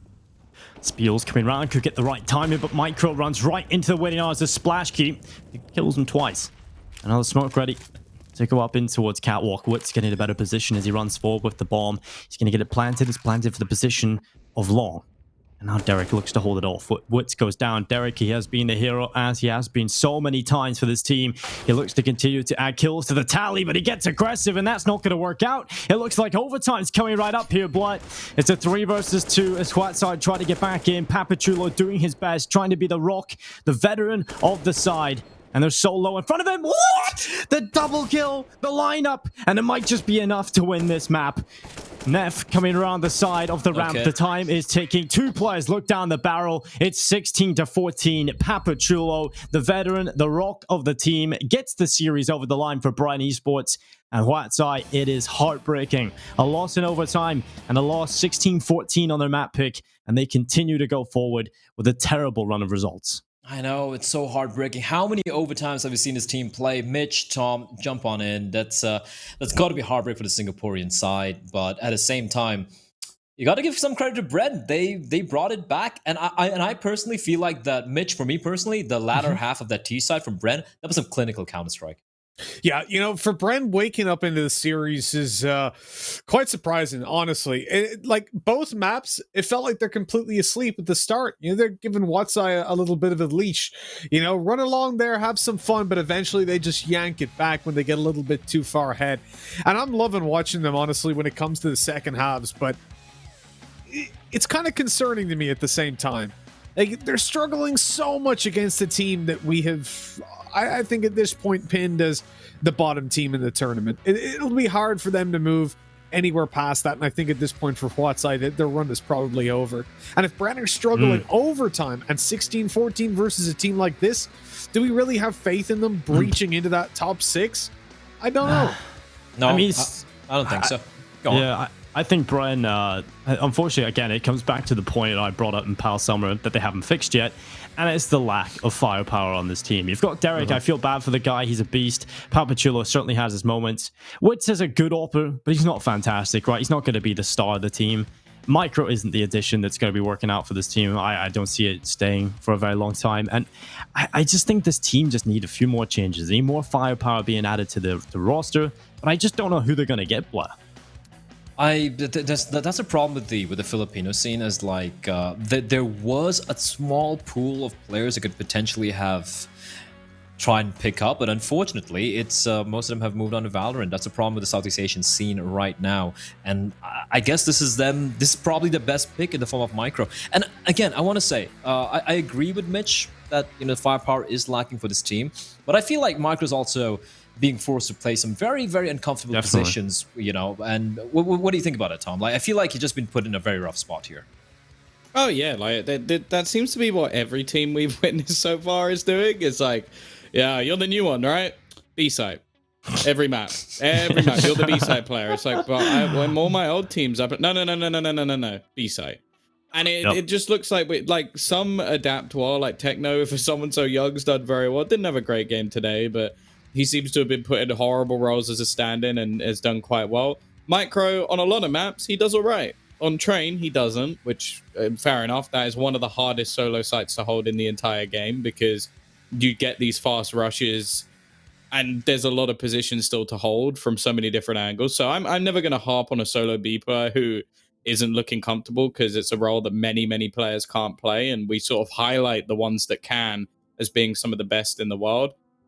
The big problem I have with this series is actually not so much to do with Bren. It's more to do with Watsai. Like, each map, you get a huge advantage. And each map, you let your foot off the gas towards the end. And you can see it, like, they start making overly aggressive plays, or continue to make them, I guess I should say. Like, at the beginning of these maps, we saw them make plays that are ridiculous, but at the same time work. It happened on both maps. They would get very aggressive. And then there was no change. It was just, okay, that's worked 4 times. Let's do it 8 times. It's like, no. Try something else. Like, switch up your game a bit, because otherwise you get these moments where Bren goes, wait, he's pushed like A main like 6 rounds in a row. I'm just going to wait here for him. And it's irritating because the way that they start games is surprising to teams. But because it's so one-dimensional, every team we watch them play adapts. And that's happened in multiple series now where they've maybe gone a map up and we're like, oh, damn, that's pretty cool. Like, they're doing really well. And then they lose the next one because the other team's like, well, they're just going to play aggressive again, aren't they? If they can get maybe a better in-game leader or someone who can, like, tame some of these youngsters or individuals, they could be one of the better teams in this tournament. They could be pushing to try and get, like, 5th or 6th. But because they just play that same style for the whole game and almost seem brain dead by the end of the map, it just gets to the point where we're looking at this and going, you have done the same thing again and again. You're never going to win because everyone can figure it out. And then it doesn't matter about firepower. If I'm just waiting for you to do the same thing, eventually I'll hit the shot. I agree fully with Tom as well. There's some, when you see these moments where they just do the same thing over and over again, it is painful. It is so painful to watch because you know the potential of these players if they were just put in the right spots, and that's annoying.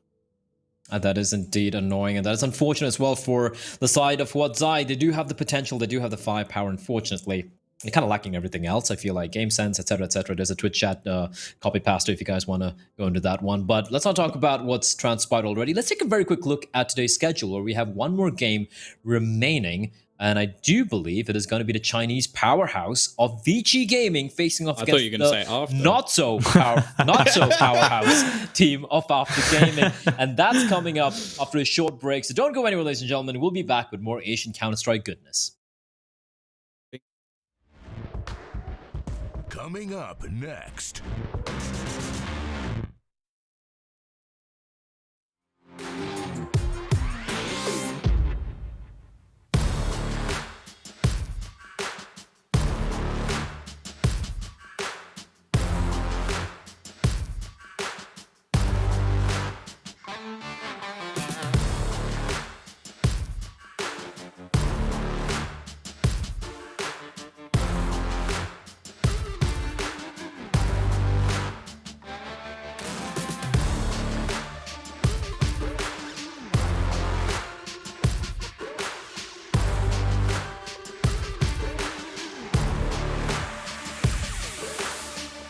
We play to win, making sure I don't say this all again. Outside, you can never box me in. We play to win, never follow. I came here to set the trend, break them all if the rules won't bend. We play to win, and if you need the proof, then check stats. I got the answers if you're trying to test that.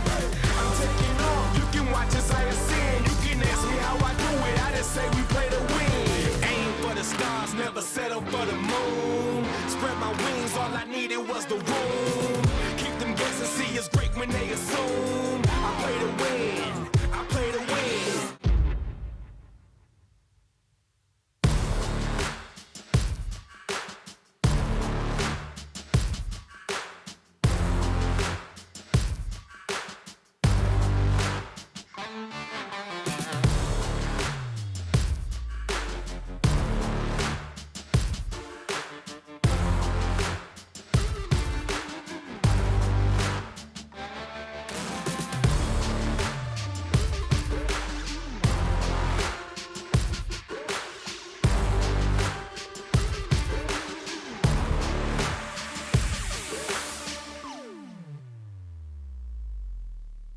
We play to win, making making sure I don't say this all again. Outside, you can never box me in. We play to win.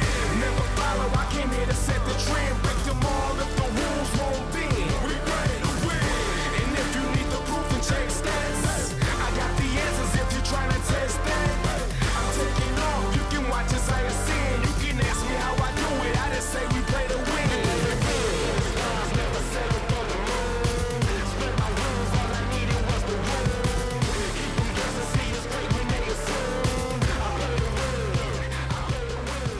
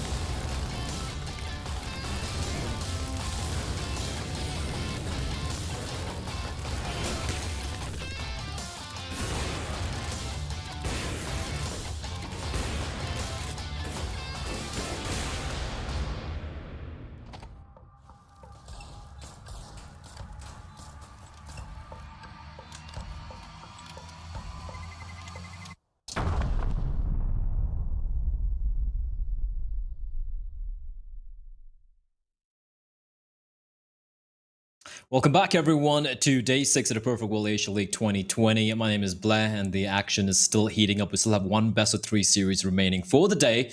And joining me, as usual, are going to be Tom Biz. We got Mitch Man, of course, we have Dinko as well. And we have a hell of a game here. It's going to be an all-Chinese affair. We have Tom's favorite team, After Gaming, facing off against the Chinese powerhouse of Vici Gaming. And Kaze's not Chinese.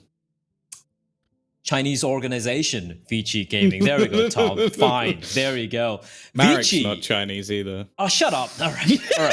Shut up. The thing with Vici, okay, here's the thing. They lost to Tai Lu a few days ago. It was a very close affair, 16-14s, 14-16s. They could have easily got the win over there. But apart from that, Tom, they have looked phenomenal so far. They've been winning clean maps, clean victories over almost, well, everyone else.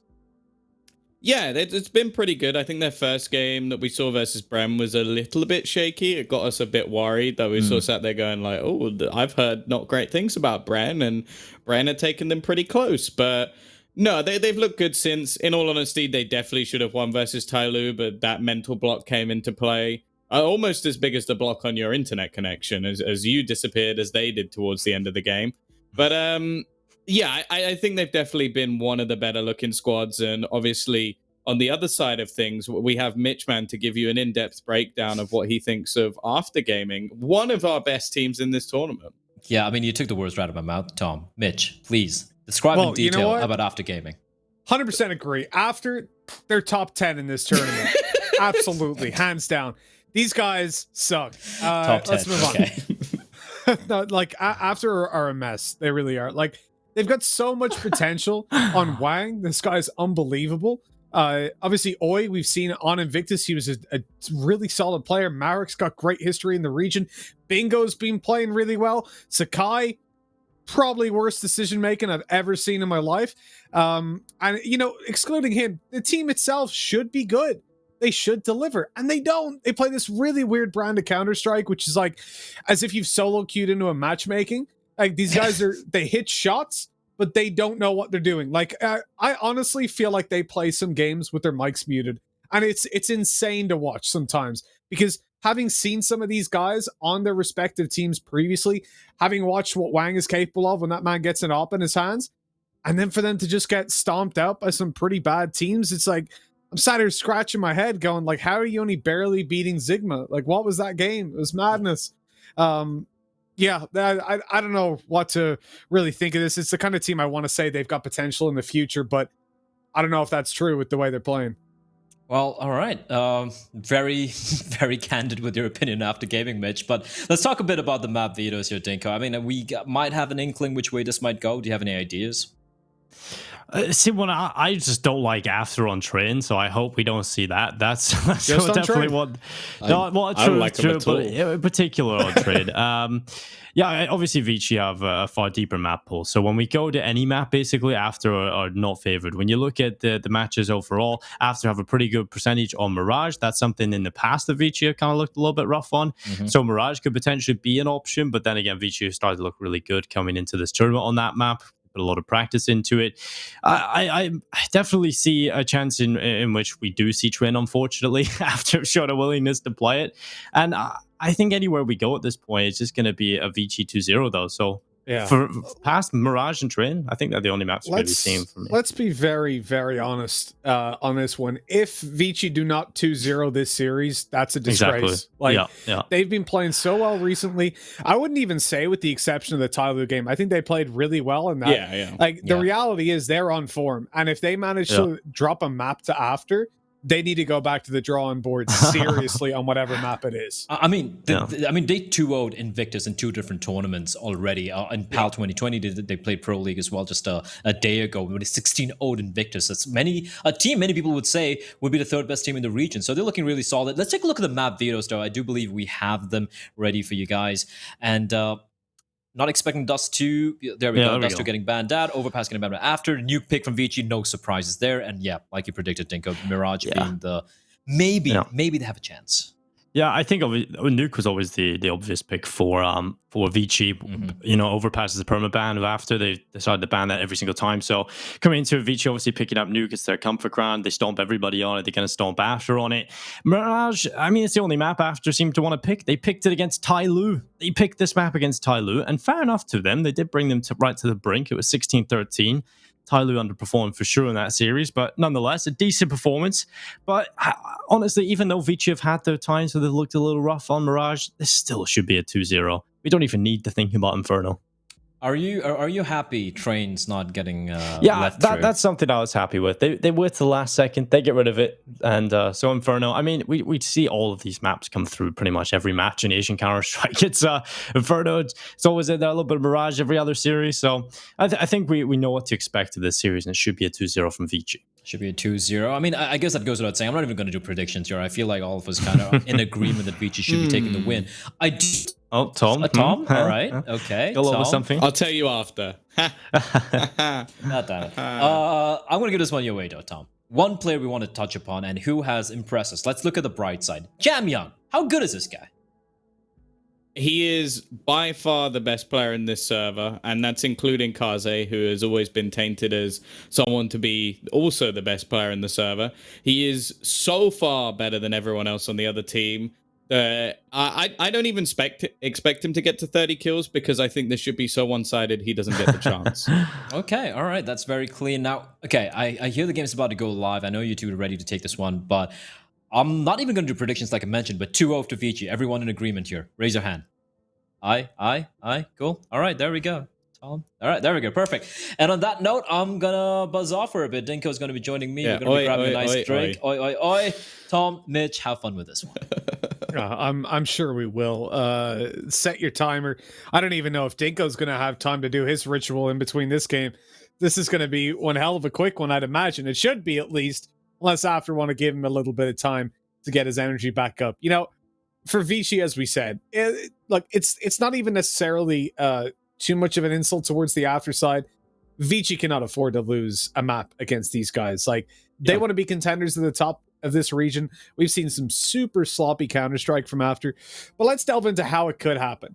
And we've seen After play against Tyloo and have a close game, but I want to make it very clear, Tyloo were playing brain dead. Like, they genuinely, Tom, you'll remember these rounds. Smoke, we're playing Mirage, middle. There's a player, I think it was somebody, of course it would be, inside a smoke and window, and he just jumped out, knowing full well that they were in bottom mid. He just jumped right out. The Vertigo one annoyed me more, was where they would solo peek the like little side alley with the bomb and just leave it there and still win the round. They would still just kill everyone with it because they were just messing about. That's the thing. It's like, I feel like using Tyloo as a benchmark is the worst thing in the world you can do, because they don't play properly against teams they don't respect, even against teams they do respect. Even when it's against Vici, they will play in a way that you just don't think is reasonable. Whereas from what we've seen so far from Vici, they are more cutthroat. They are here to get the job done. It doesn't matter who it's against. Obviously, we still see them have those issues versus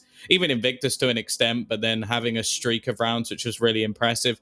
They've been the team that's probably impressed me the most, and Jam Young's probably been the player that's impressed me the most. So, as I said, it would more be a huge disappointment. Obviously, there are some experienced players within the opposing roster, and maybe if things get a little bit too cocky, a little bit too confident, the likes of Zoking or Orman maybe might be a little bit cheeky in some of these rounds. But realistically, like, man for man, pound for pound, they win out by a country mile. I think other than maybe Advent, even just on an individual level, they'll win every single duel, and I think he's still better than Sakai.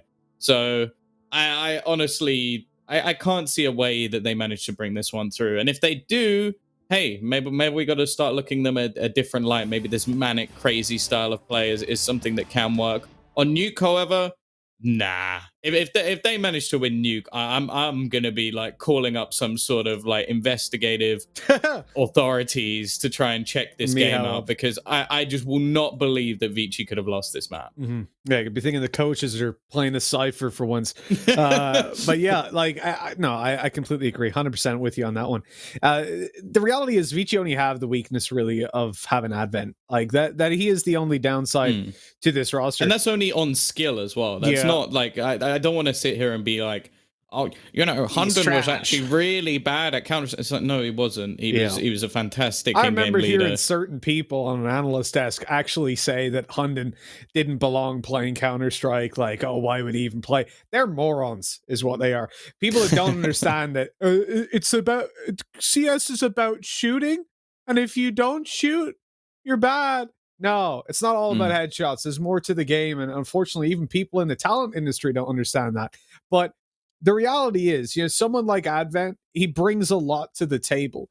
What I would love, and what I've always seen is kind of I suppose there's an argument to each side, but I think that having coaches being able to speak only in freeze time has taken away from what we have in the game, because it's forced us into this area where you look at players like Gabi, like Advent, like Hunden, minus the things recently. It is good to have those players in a role where they can sit back in IGL without having to play, because basically what you're doing is you're handicapping a player. You're putting them in a position where they can't fully focus on their gameplay.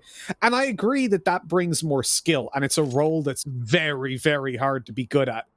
And that's impressive. But to me, I would prefer, let's say Vici, right? Take Advent out of that role, put in someone like Ronan, baby, and then let these guys just go ham with Advent IGLing sitting back. Because that would elevate the tactics in a game because now he doesn't have to focus on his position, his rotations, yada, yada. He can sit back and focus on the game and on what the team are doing. And you get one player that's highly skilled extra added into the game who can just dominate those aim duels. To me, that's a much more fun kind of Counter-Strike, you know? I can certainly see the argument for the other side as well, though. The only thing I would say is, like, if anything, now would be that perfect time to try and train the next like brand of IGLs because he can. If he was to move into a coach role, which I'm not saying he necessarily should, it might work for them, but it seems like he's already done it here as he hasn't actually joined the server yet. But you could legitimately add in that young player, say pick someone else, like maybe it's actually Orman who's not here. But you could get maybe Orman to do it, where you train him or you teach him what you're doing, stay as the coach to make new and adaptive strategies. And then you get that with also the ability right now, while they're in a teething period, for him to still talk. Because obviously in online play, there's no way that you're limiting coaches to freeze time because it's not possible. You'd have to be inside their room to be able to limit them from talking to people. And some people be like, why don't you just sit in the TeamSpeak? Well, there are other brands of software available for talking to people. So, and also you could give an unfair advantage to teams in a team house who could just take off one earphone and listen for a bit. So it right now it gives a possibility for you to train a new in-game leader. While he might not be the best individually. Now, as said, I'm not saying that that's necessary right now. They're playing very well, and sure, he's not going to be the star fragger, but he's still doing a decent job. So I don't think that's necessary right now. But it would be the perfect time if they were going to try and do it. Like, look, Advent's got a 0.9 HLTV rating. It's not like this guy's getting 3 kills per game. So we're just using him as an example. We're not saying like, oh, Advent needs to go. He's going to get off this roster. Yeah, exactly. No, absolutely not. Advent's a great player. But all I'm saying is that when you've got these people that could, because it's so hard to juggle what you're doing. Like me, Tom, I played Counter-Strike a long time. I've played competitive FPS games for a long, long time, all the way back to Halo 2 and Halo 1. Now, I still find it hard. I don't know if you get this or if it's just unique to me. I still find it hard to communicate while I'm in a gunfight. Like, calling while I'm fighting, I get so focused on the fight itself that I get choked up. I think my biggest weakness, which obviously I can't repeat exactly what I say, my biggest weakness is swearing before I give information. Yeah. If I die. Because I'll be like, oh, I need Dinko's beat button. And then I go, he's long, which obviously that second could make a big difference to teammates. But that's just I'm British, so it's in our blood to be toxic. Well, of course. I try my best to hold it in, but unfortunately, every once in a while it slips out. I can admit that. But yeah, that's probably my thing. I think I'm not bad at communicating while I'm playing, but at the same time, I'm also someone where if people don't listen, I just shut up. I'm just like, just focus on my own game. They're not wasting my time. So I can definitely see, like, within a team strategy game, obviously that's one of the biggest skills that we sort of have within Counter-Strike that sort of, well, beats out a lot of solo games or individual games that we talk about where communication isn't always going to be key. You just have to look at what you're doing. This game, that's not possible. And I think that's why, well, these sort of 5v5 FPS games are my favorite, is because you're not just going to be rewarded for being the best individual player. Like, it's obviously a big part of things, but take, for example, Simple. Simple has been one of the best individual talents for a long time, like maybe 5+ years. Like, he was playing in Flipside. There was no doubt individually he was one of the most skilled players in the world. Was he the best player in the world? At the time, no. Because he would make stupid decisions. Like, he would go like running in with a deagle. He would buy, for example, when he shouldn't. He would ignore Blade. Over the last few years, he has developed his communication, his individual skill, along with the fact that he communicates better and doesn't make as many silly mistakes. That's why he's now the best player in the world. So I like the fact that you can see these young talents, like, for example, Ronan, who right now is making those same stupid mistakes that we see the likes of Simple do in the past. I think Zai was the one sort of exception, or maybe someone like Brolin as well, where you kind of look at them and go, you're so young and you're not really making those mistakes. But I think that's also because of who they played under. Like Zaiwu, when he came into at least a top professional team, he was playing under Alex, who I think is a truly fantastic in-game leader. I can't wait to see that Cloud9 roster.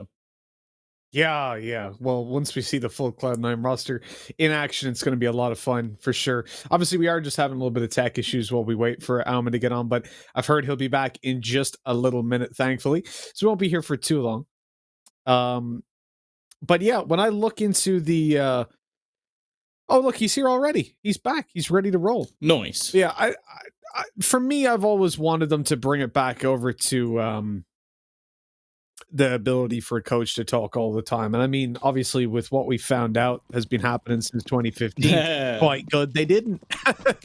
Forza, not Forza. Hardly would have been the best team in the world. It's like, and they beat Astralis in the major final. Their coach was talking the entire game. Either way, let's get into the pistol round. Zoking, Jamyoung running riot, exactly what we expected. A fast play towards the ramp. They have already dominated in this pistol round, and they've gone for a CZ raid boss. Yeah. That is interesting. I don't like it. On Sakai as well. Interesting. Probably not the player I would point out. Probably the one player I would point out as not being the individually skilled guy on the team, but well, he's been shot in the side of the head, so he's gone. So it's all down to Marek. Well spent. Absolutely. Good investment. So like yeah. me opening cases. That's gotten not the same success rate. That's gotten worse return than the oh, well, I was watching a thing recently, like movie breakdown analysis, and there was a movie, it was like $130 million and it made like 10 million or something like that. Not profit. How? Like that's all the intake they got from sales. How? Oh, I can't remember what it was. Damn it. It was like one of the biggest flops ever.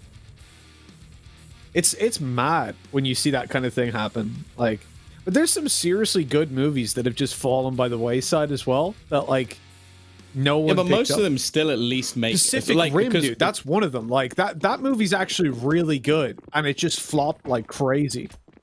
I remember I even wanted to go see it. My friends didn't. It has got a crappy name. This is it. Even the marketing was kind of bad for it as well. Like they did everything the wrong way. It should have called it like Big Robot. Big Robot Fight. Like it's got John Boyega. It's a sick movie. It's a Guillermo del Toro movie. Like they're always banging. I'm a big fan of John Boyega. Yeah, he's sick. Either way, we are seeing a force buy come in. Lots of rifles for Vici. So you talk about the amount of SMGs we saw coming in for Invictus. That's what I would call the cocky buy. This is a relatively safe one. Now, Orman, he has been dinked up. I would like there to be a world where Jamyoung ends up potentially with the rifle, but it depends how they're going to play this. If Jamyoung plans to get aggressive and try and clean up some of these weapons, fair enough, keep the MAC-10. If not, maybe juggle that around. Jamyoung is somewhat hunting here and just about gets away with that one. And, ooh, Orman goes down. But that's actually fine. As long as they retrieve this rifle, it's not a problem. And Wang is already saving. So they're doing a very good job of keeping these rounds clean. All the weaponry restored as well. For the CT side, yeah, not really going to be too much here. Oh.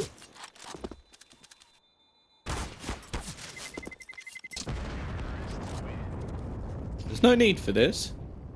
They really want to kill him. He's only got a scout. Dude, so actually, Pacific Rim made profit.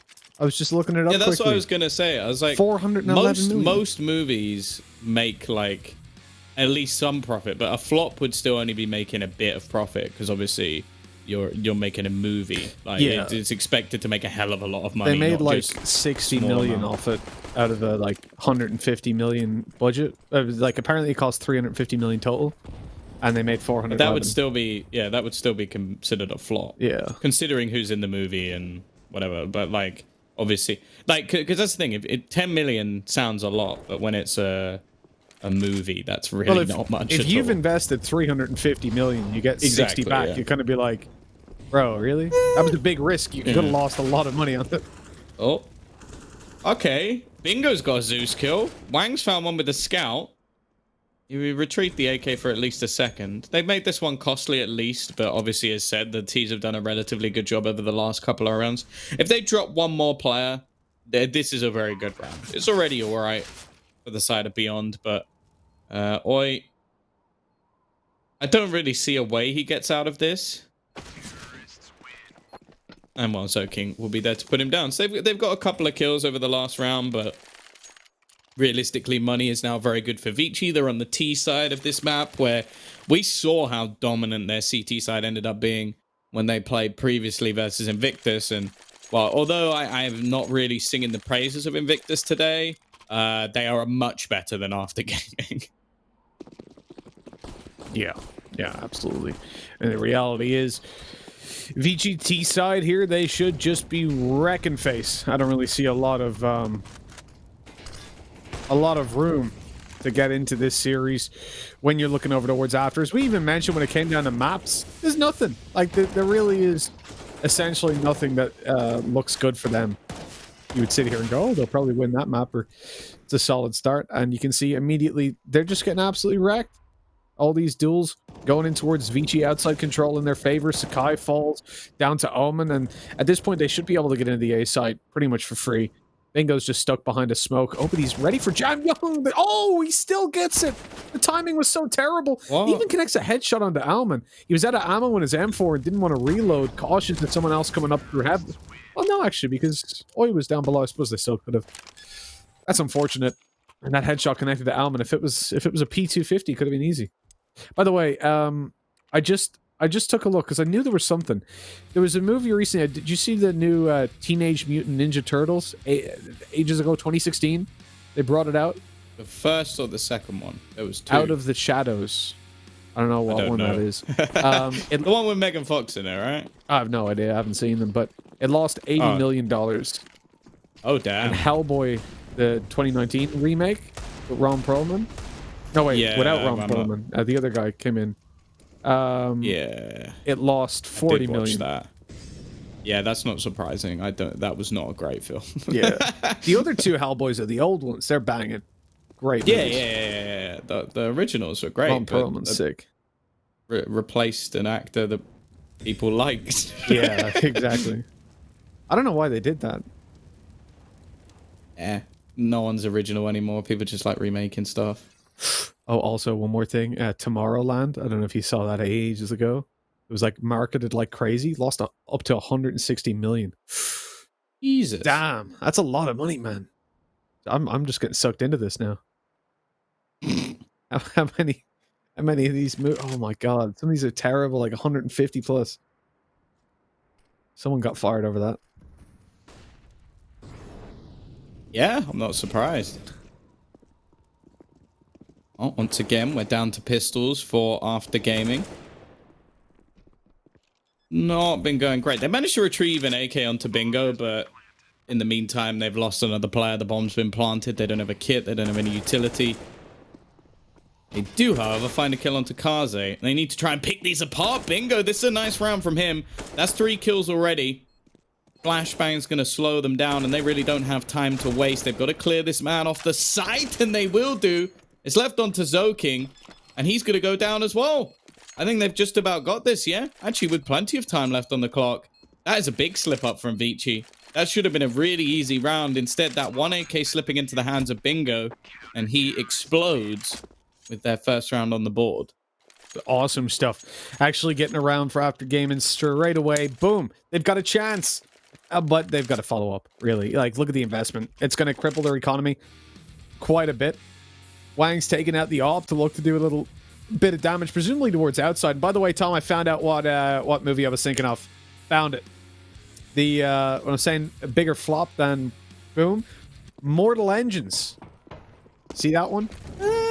It's no, but I was thinking about it. It's by a very famous author, the book. I think it was Tolkien wrote it. No. So I'm not sure. I'm sure someone can correct me on that. Philip Reeve, I think. Really famous book, anyways, and it's the biggest flop of all time. Lost 178 million. So when did that come out? It was like 2019, I thought. 2018. Yeah, massive flop. So that's what I was thinking of. It's like a lot of more recent movies are up there, like The Lone Ranger. That was sick. Lost nearly 200 million potentially. Ends in inflation. Oh, bingo. Oh dear. Unfortunate. That's gone very badly wrong for Bingo. But Marek has traded things back, and with the amount of damage they've done to the players of Vici, this is looking possible. Kaze finally has his AWP in play. One with 2 quick kills coming back. It's left onto Kaze. Bomb down. Don't really need to fight this one. They've got the 2 versus 1 already. If he can retrieve the bomb, he could go back to the A site if he wanted to be a little bit cheeky, and it seems like he might. As there's nobody currently on that site, he'll be able to get an after-plant position. We all know what this man can do with the AWP. Sort of mentioned that as of recent, we've been looking more at Jam Young than Kaze, which is not necessarily a bad thing. I can't tell if he's just overplayed this, though. I think he has. Oh, maybe not. Oh, if they just gone rotating, he might have... Oh, you jammy. Well, Kaze, not Jam Young. He's going to get the bomb down, and they're rotating towards the A site. And the thing is, for a little while, they still won't hear that this is on B. So this is going to waste an awful lot of time. Now, the remaining 2 players don't have a kit. I imagine there is one down somewhere, but he's managed to waste about 15 seconds with them not even coming in his direction. They're finally going to make the rotation around to the door. First shot landed. That's all he needed. 20 seconds left, and he can hear Wang rotating around. Bomb's going to be tapped. He finds the kick. Kaze, that was played to perfection. I thought he'd overthought it a little bit there with the rotation back towards the B site, but turns out he is the big brain man. That was absolutely gorgeous. Yeah, I gotta say, Kaze blowing me away with that, and 5-1. It's a really depressing scenario for After. As I said, that was a round they really, really needed to take, and with that one falling by the wayside, you're really in this position where I don't quite know where they're going to be at, you know, mentality-wise. I see they've actually gone in for an investment still, able to afford that op-up on Wang, but it's gone straight away. He gets 1 kill to Zoking at least before falling. Well, that op is irretrievable. It's out in garage, and these guys cannot physically cross to it at this point. They've lost control over outside, and that is a massive... Like, you'll think, oh, well, at least he got a kill, right? But no, it's a massive, massive loss to take straight away. Because that... It's not only just that, obviously, it's a 4v4, and that it's now harder to defend the whole map. It's the loss of information. So you have to have a player in secret. You have to. And Vici know that. With that, your player hasn't got the element of surprise. If they go down secret, they 100% know he's there. Plus, they have the ability to quickly rotate in through ramp or heaven. Like, the map is completely open for them now. Really, if I'm After, I need to take some aggressive plays. And you can see that's actually what Oi is doing. He's got a teammate coming with him to pinch into team main. Why is Marek pushing? You know they're not in team main. They're going to be coming here.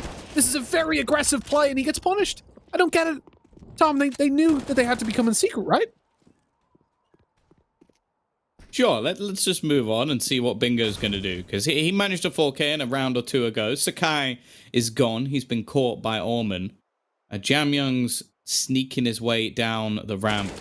Is Oi going to be ready for this? Nope. And I feel like that's now 3 duels in a row where a player is not ready for someone to be there. You spoke about rounds where communication just isn't happening at all. This looks like one of them. Bomb. Oh, this is a bit awkward, but luckily there was a second player there. Jam Young will pad his stats, and I'm sure Advent probably not too happy about that one. But nonetheless, it is 6-1. They're on the T side. And yeah, After Gaming are kind of living up to the reputation they've built so far. So here's the thing. You push into team main, one player through HUD itself, another through ramp. You see these guys are not there. The immediate reaction should be to drop down vents and play with Marek towards secret. So you've got a crossfire when they do decide to push forward. The secret guy, the guy in vents, takes contact, and oh, they're not even watching. Bingo comes out with a deagle and almost gets a double. Luckily, they shut him down and his teammate on the side after.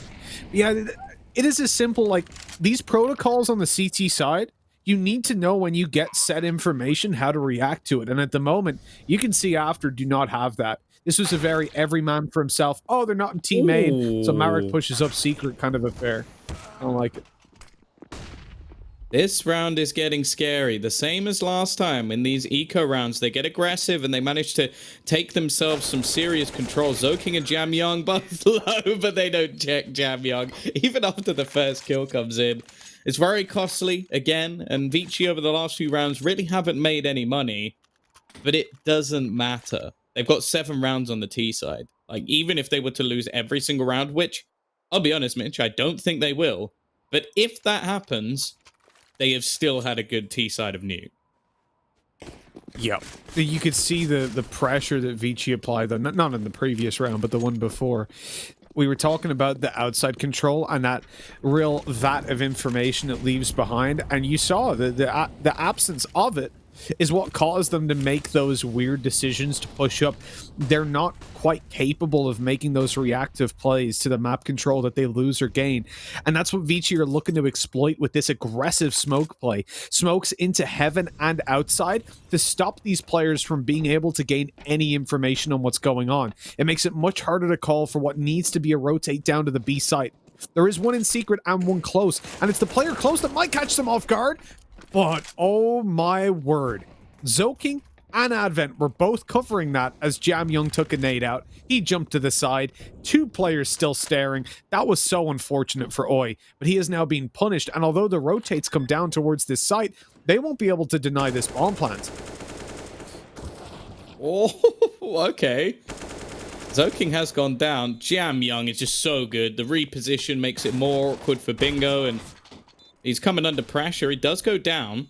His teammates a little bit further behind, as we are seeing the rotation from Ormond. Kaze's already managed to make it into position. Again, the time is ticking, and that's been one of the biggest threats to this Beyond roster, is the fact that they've run out of time. Good positioning from Kaze, looking for the final man, and he's just not been missing. 9-4, alongside Jam Young, 12-4, and it's not like they have a poor performer on their side either.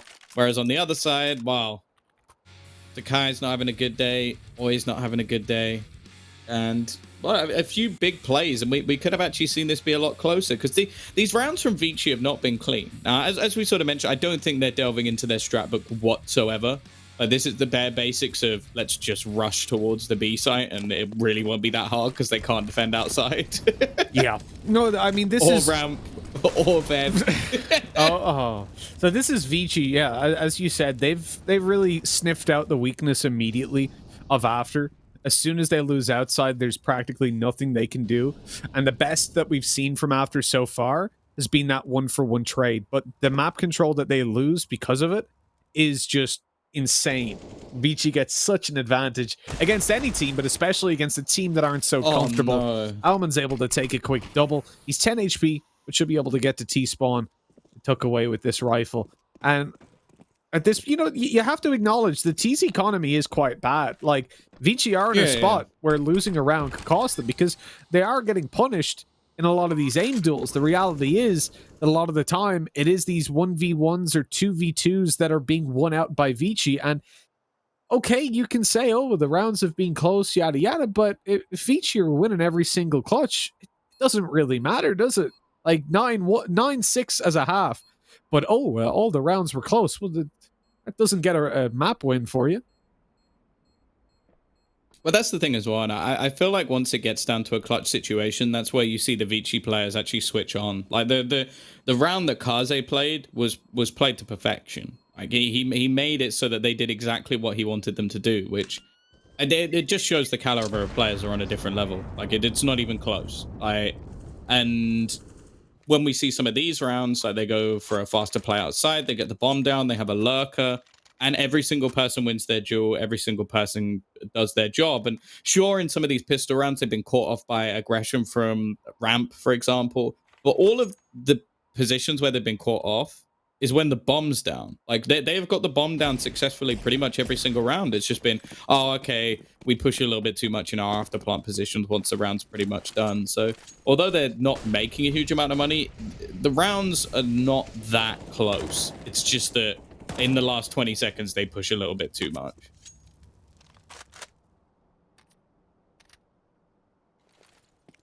Exactly. Yeah, it's not like it is getting incredibly tight. It's not like Vici are under threat.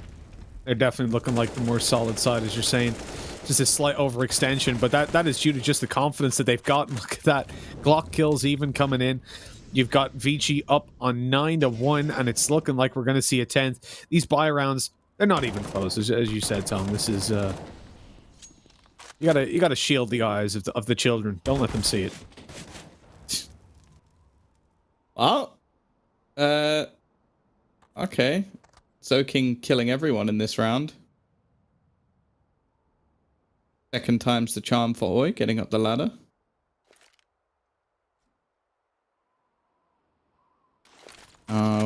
We haven't seen any of these go their way so far. The bomb's actually going down on B, by the way. So, he's just going to save? Yep. I'm not even going to give this one a go. I feel like at this point, I wouldn't even have minded if he did. Like, you're 10-1 down. Your opponent's on the T side, so realistically, the chance of you coming back in this game are probably close to 0. I don't know if you want to get your little stat sheet up, but I imagine it's very close to 0 at this point. Yeah, you also have to take context into consideration of who these teams are. And I guarantee whatever the statistics are for a team coming back at this point, it is far more one-sided when you look at the fact that it's Vici versus After. Like, if this was Vici 10-1 down, they'd have an okay chance of coming back into it when they swap to the CT side. But because they're T side, they have this much of an advantage. Yeah, it's not going to happen, is it? I'd be very, very shocked.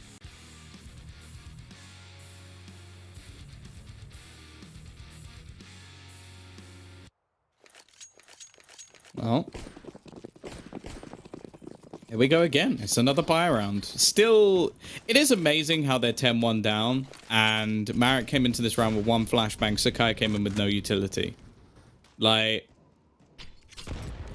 it's just money mismanagement at this point, if they're not able to get proper buys on the board. Also, it's something we mentioned earlier in the day when watching Nuke, that realistically, you'd be better off going not for a rifle and picking up extra utility than just investing into the rifles just to have a rifle. Like, it doesn't really work for you. You're not going to slop it or stop any fast pushes. Oi, on the other hand, has invested a fair bit into utility, but realistically, it's only going to slow them down so much. Wang has been tagged to just 16 HP, so he can't fight the ramp anymore. And this means that basically, Oi has to get a multi-frag. That's the only way they win this round, and he switches off his gun the second they start pushing. So, yeah, now it's going to be an afterplant once again, and as we've said, pretty much, they haven't lost any of these. Zoking's already going to find another kill onto Marek as well. And, okay, there should be someone defending the bomb, but luckily, it doesn't actually cause any problems.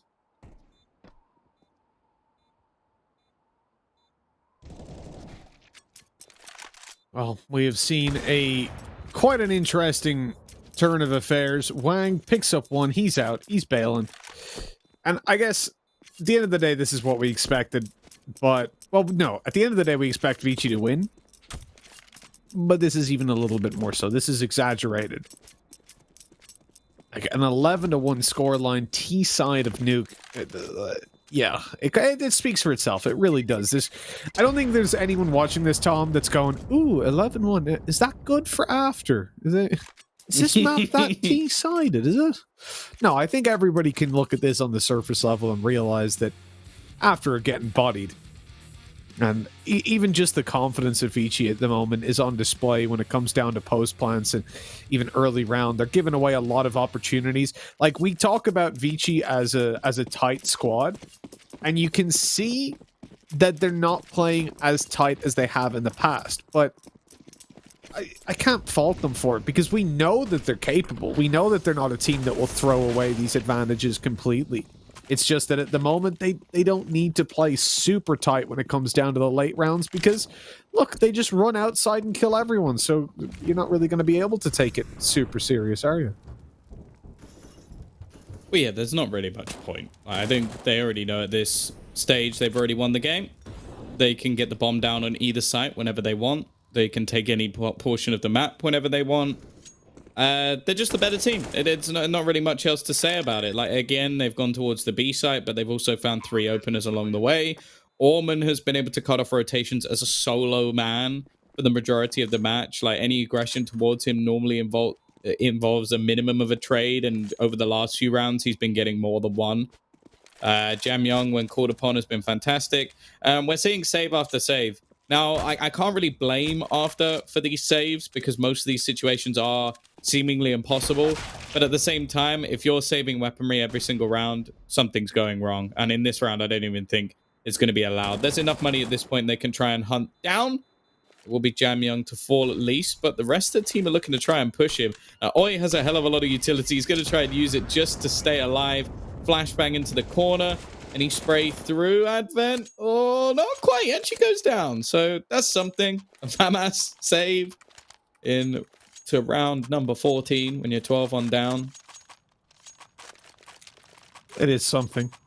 It's one of the better rounds for After so far, you could say. But that's still not good. Still pretty bad. Again, like, we there's not a lot you can really say when you look over towards the After side. This game is just an absolute stomp, and I feel like we probably bring more value talking about movie flops because there's at least some content there. Vici are just, they're a better team. We know that. Everybody knows that. What's your favorite movie, Twitch chat? Tom, would you say you've got, do you know an underrated movie? Is there any movie you've ever watched and thought, damn, this was actually quite good? You're very I pessimistic. really like the person. movie. I like the movie Click with Adam Sandler. That's a good movie. I don't know if it's underrated, is it? Not in particular. Oh, that was a nice shot from Wang. I wouldn't say it's underrated, but it's one of my favorite films. So I just thought I'd mention that one. The message is good. It makes me laugh because it's really stupid, but at the end it's quite sad, which is unusual for an Adam Sandler film. I feel like he tries to add messages into a lot of them, but most of the time they don't really hit home. Whereas that one did. I rate that film. 50 First Dates was pretty sad as well, right? I can't remember the ending, but I just remember it being sad. Memorable, was it? Well, I was a kid when I watched it, so I don't know.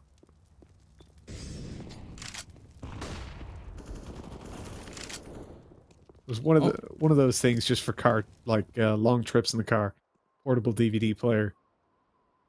Whack on an Adam Sandler movie, but yeah, this honestly, yeah, there's just nothing to say. There really isn't. Like we've said it all.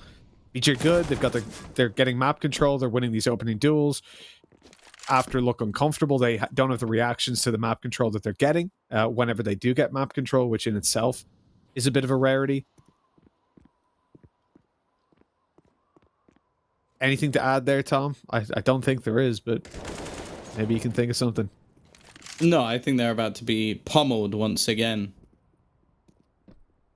I hope Dinko's ready. I hope he's had the time to prepare for this next segment.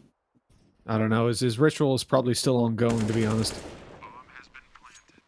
Hope Blair has had time to comb his hair and all that good stuff. And yeah, 14-1. Absolutely dominant. They didn't break a sweat throughout that. Like, I think the hardest rounds they have were versus pistols and aggressive pushes. You've seen Jam Young just destroy Kaze, Zoking having a field day.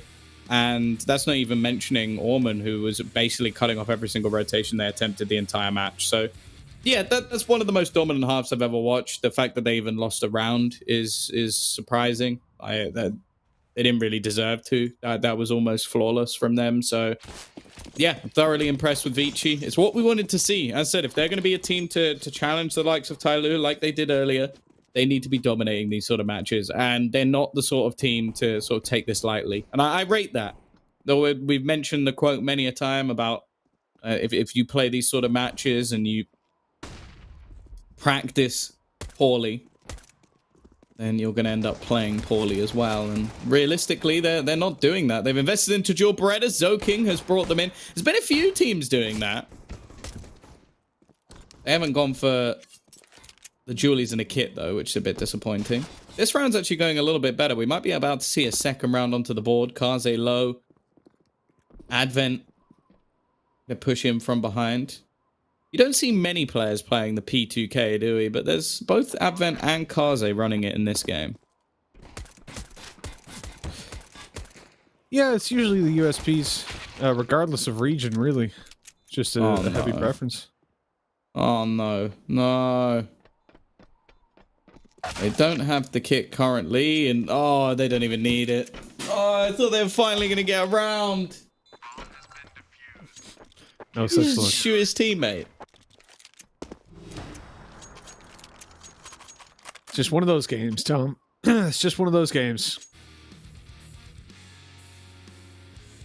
I'm glad we made the point so clearly, because sometimes you can be tempted to be a little too generous to teams, and I'm glad we didn't kind of undersell Vici in this one. Romanticize it. Well, no, for the simple reason that I think you can't come in here with the expectation that, like, when after get 15-1 down, you're like, oh, noobs, they've thrown this away. Like, no, this is what should have happened.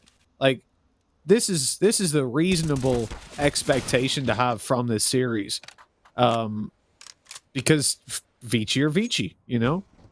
All right, come on, Jam Young. Come on, Jam Young. We want some XM magic. That is what I am here for. You need at least a kill, preferably 2. If you get all 3, I'm impressed. That's what I'm looking at. They're even going to push into you, so you got no excuses. You don't have a skin, which means that you're not a true XM connoisseur like myself. But you are looking for the frags. It's 1. I'm disappointed. It's 1 kill.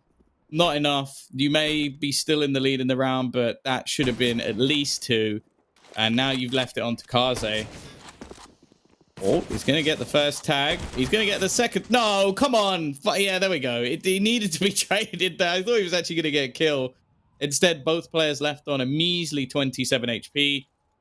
Flashbang through. Okay, it's going to make things a bit awkward for Advent, but not awkward enough. 16-1. I'm really looking forward to Dinko and Blair having to break this one down, because honestly, that was... Well, no, that is the most one-sided game we've seen in this entire tournament. Yep, 100%, 100%. This was unbelievable. You know, great performance coming through from Vici. We said this is a team that come into these games and they do not take it lightly. Let's bring in Blair and Dinko. I want to hear their in-depth analysis of what went wrong for After Gaming in that series. Let's start with you, Dinko. Without using the word everything. Well, yeah, you should have some ideas from this. Hopefully, did you get your ritual in? Did you have enough time? It was a few minutes long at least. Looks pained. Yeah, maybe. Anyway, so coming into this, it's the Chinese powerhouse of After, right? Getting that one round on the board. Now, they definitely struggled. I think that's fair to say. It was deathmatch for Vici. Every single player is just far more comfortable in their role. It was just terrible from After. The CT side, they didn't know how to rotate. They lost track of Vici constantly. They were able to just toy with them, playing with their food. After just not comfortable on Nuke. It's not a map they're very good at, as you can see. And yeah, Vici just very, very comfortable on this map. There's nothing much more to say other than Vici just played proper Counter-Strike until the point where they realized they could push everywhere. And even then, they didn't really make too many mistakes. So they just kind of take it seriously. They respect After enough to just play proper Counter-Strike overall, while also stretching their legs slightly with the individual skill that they've got, right? And so I like that Vici approach Counter-Strike with this system, because if this is Tyloo, we've seen it the other day, right? The fact that Tyloo, okay, they know they're going to destroy this team, but then they end up not destroying them because they give them too little respect, right? They give away too many rounds. Whereas Vici approached this with the same system. They played to their level instead of the level of their opponents. Can I just point out, Advin's got more kills than 4 players of After Gaming. That is something which you never see, honestly. You rarely see 3 players over 100 ADR. Kaze, I don't even know how he didn't get enough kills. It looked like he was hitting every shot. And Mitch, I mean, T-side, opping. He wasn't just holding angle. He was just running in there. And we have Wang on the side of After Gaming, but Kaze was waving something much bigger than that. Yeah, he definitely was. He was showing something off, because this was big and it's green. This was I hope it's not green. That was unbelievable, because he has a different skin, obviously. So yeah, it was unbelievable seeing these guys. So like Kaze, you notice a couple times on outside, he just swings in to Wang, but he has like Zoking go first, so Zoking can basically die for the cause. And it gets them a load of openings that you saw that there's just nothing that Wang could do about it. You get one shot off, and then all of a sudden you're gone. And realistically, when I think about Vici in this series, as I said in the pre-show, losing a map would be a disgrace. And I think that's even more so now. This has kind of underlined it for us, because they've set some expectations for what we can expect to see coming into the next map. Well, you know, coming to the next map, it is, of course, going to be the map pick of After Gaming. And as Mahatma Gandhi, or was it Julius Caesar who said once upon a time, Veni, Vidi, Vici. They came, they saw, they conquered. It could be the case here. It could be a very clean 2-0 for the side of Vici Gaming. But if that's going to be the case, we're going to be finding out, because Mirage is a map where Vici have shown a few problems on, especially on the CD side. Can After Gaming bounce back and take us map number 3? Stay tuned. We're going to be going to a very quick break, and we'll be back with more action here in PAL 2020 Fall.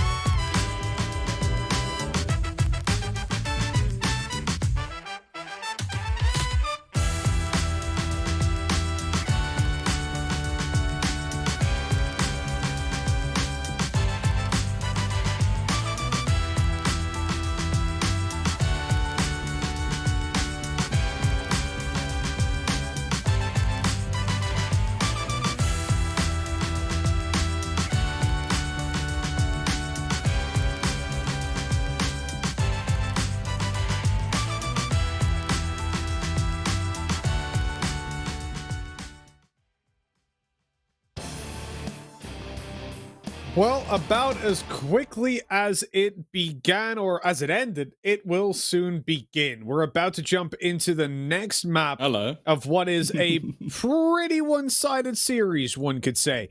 The pistol round's already going live, Tom, so there's no time for our beautiful faces to come up on the screen. As Vici taking on After goes to map 2, a 16-1.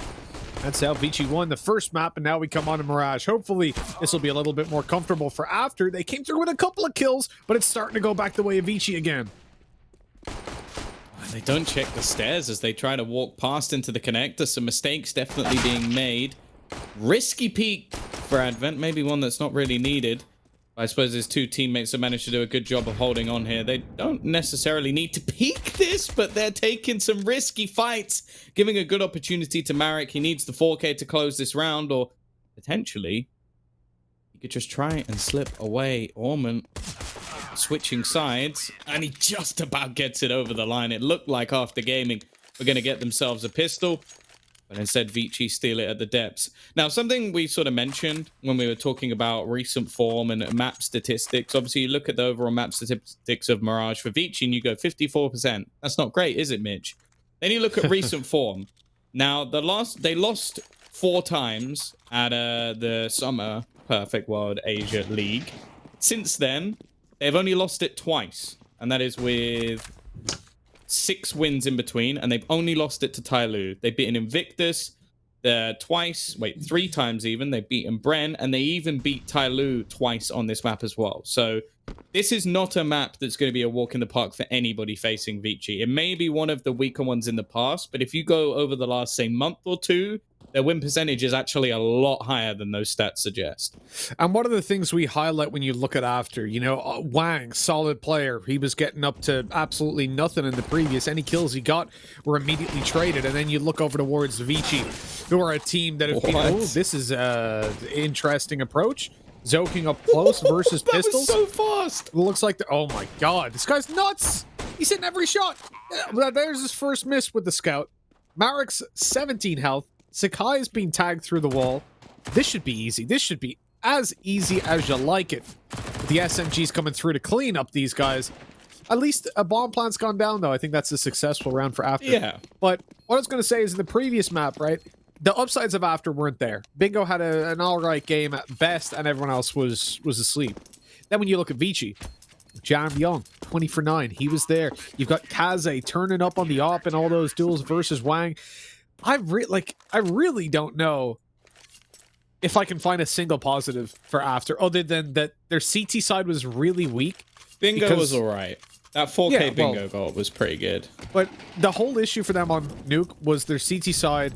They had no idea how to approach it once they lost a little bit of map control. Now that they're on Mirage, they'll be a little bit more comfortable. But that's about where I end on my positives. Yeah, I think it's a slightly more comfortable map, but at the same time, again, I think you have to put it in context. They came close versus Tyloo, who are messing about. They beat D13, who didn't make it to the event.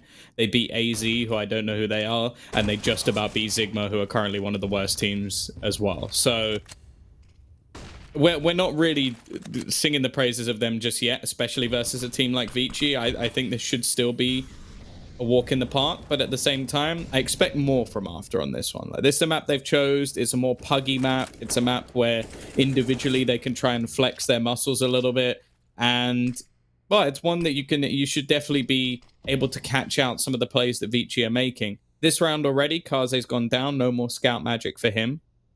But with a minute already gone on the clock, it does look like they plan to set up into this A site a potential wraparound through the connector with 3 players already here.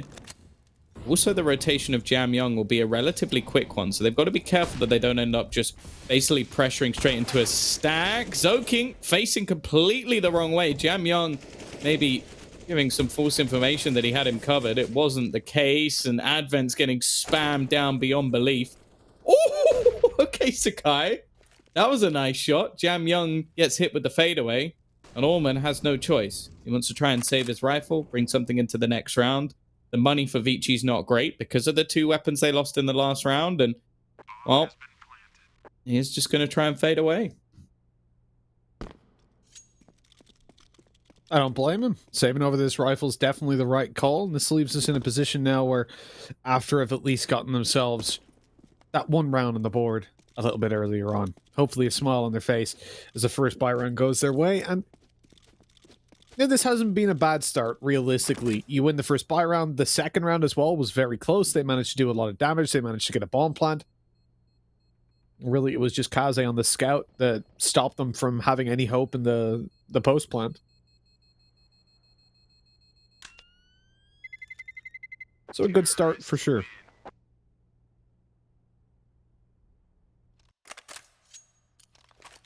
But I'll be honest, Tom. I don't have a lot of faith. It's like... No, I think it's fair after the last map. Yeah, it's basically like, to me, looking at a forest fire and just hoping that it rains. Like, it might, and it might be enough to put out the fire, but probably you're gonna need to do something drastic to get rid of it. Yeah, but at the same time, I just feel like there's players like Sakai who would be stood there with a watering can ready to help, and in fact, it's filled with petrol. Like, it's one of those things where, like, last map, we didn't really talk about the individual mistakes of After Gaming because they didn't get anything done, so you can't compare it to anything. Yeah. Whereas if this map, I can see that they're going to probably play better, but at the same time, that probably is going to mean that they're going to make something that annoys me. Because I'll be like, oh, okay, they've done well in this round, and then something silly will happen. So, I feel like it's a gift and a curse. If they manage to win this map, then huge props to them. Like, I'd love to try. Like, it's not like I want them to fail. It's just I'm not going to sit here and lie and say that I don't think they will. Yeah, exactly. This round, at least, they're in a pretty good position. An MP9, a 5-7, a scout on the other side. A bit of a more passive round, though, from Vici, which I quite like. The last round, they gave away picks. And this is a lot of the time what benefits those, I would say, weaker sides, is if you give them picks away. Now, they are going to go surrounding this B site. Now, Jam Young is here with a rifle, and he's going to shut down 2, in fact. That's a really nice hold, but unfortunately, Advent doesn't have the range to do anything else. Orman trying to rotate in. This is risky. Ooh. It makes you uncomfortable. I thought he was going to go straight through. Kaze as well is trying to hunt. And Orman does already manage to pick off one more. Upgrades to an AK. Unfortunately, his teammates are far away, but Kaze manages to hit the shot onto Wang. And now it's left onto Oi.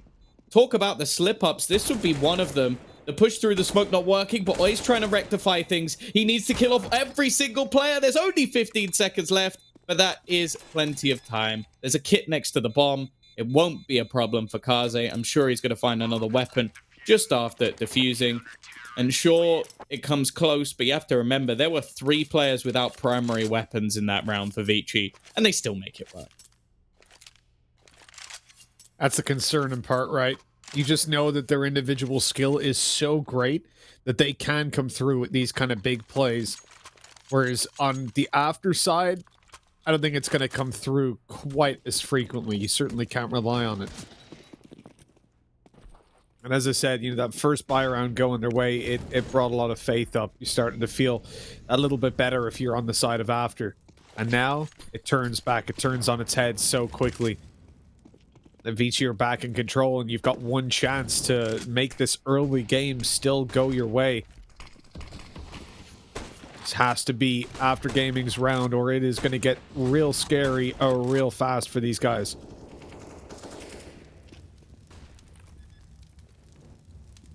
But at least managed to get out to the A site. They've got to plant down smokes to keep these CTs back out of the retake for just a little bit and allow them to set up in the pose plants. But there is still going to be a lot of work to do once Vici do start to mount this push. You can see that Oi is trying to skirmish a little bit, and he had a very bad previous map. And it looks like it's going to continue with the flank by Alman working out perfectly. And now these players are kind of trapped in. They're getting boxed in. Marek is the one that has to make a big play. He gets himself one. Bingo and Wang in with others. And now it's evened up. Time is so low. They've got to get on that. They've got to stick it. And it looks like they might just have gotten it. The time is so close, but just about going in Vici's favor. Oh. That is ridiculous. Oh, I feel bad for After. They didn't necessarily play that round wrong. They got into good after plant positions. I guess the players falling towards the end, trying to deny that defusal, but that was ridiculously close. And I think when he initially started defusing that, he didn't have a kit. He had to tap it, go find a kit, come back, and then defuse it. So ridiculously close. Decent retake in the end from Vici, but it took such a long time. And that wraparound was a really nice attempt. I think it must have been in that moment where Advent found a kit. And that is, yeah, that's the closest I think we've seen.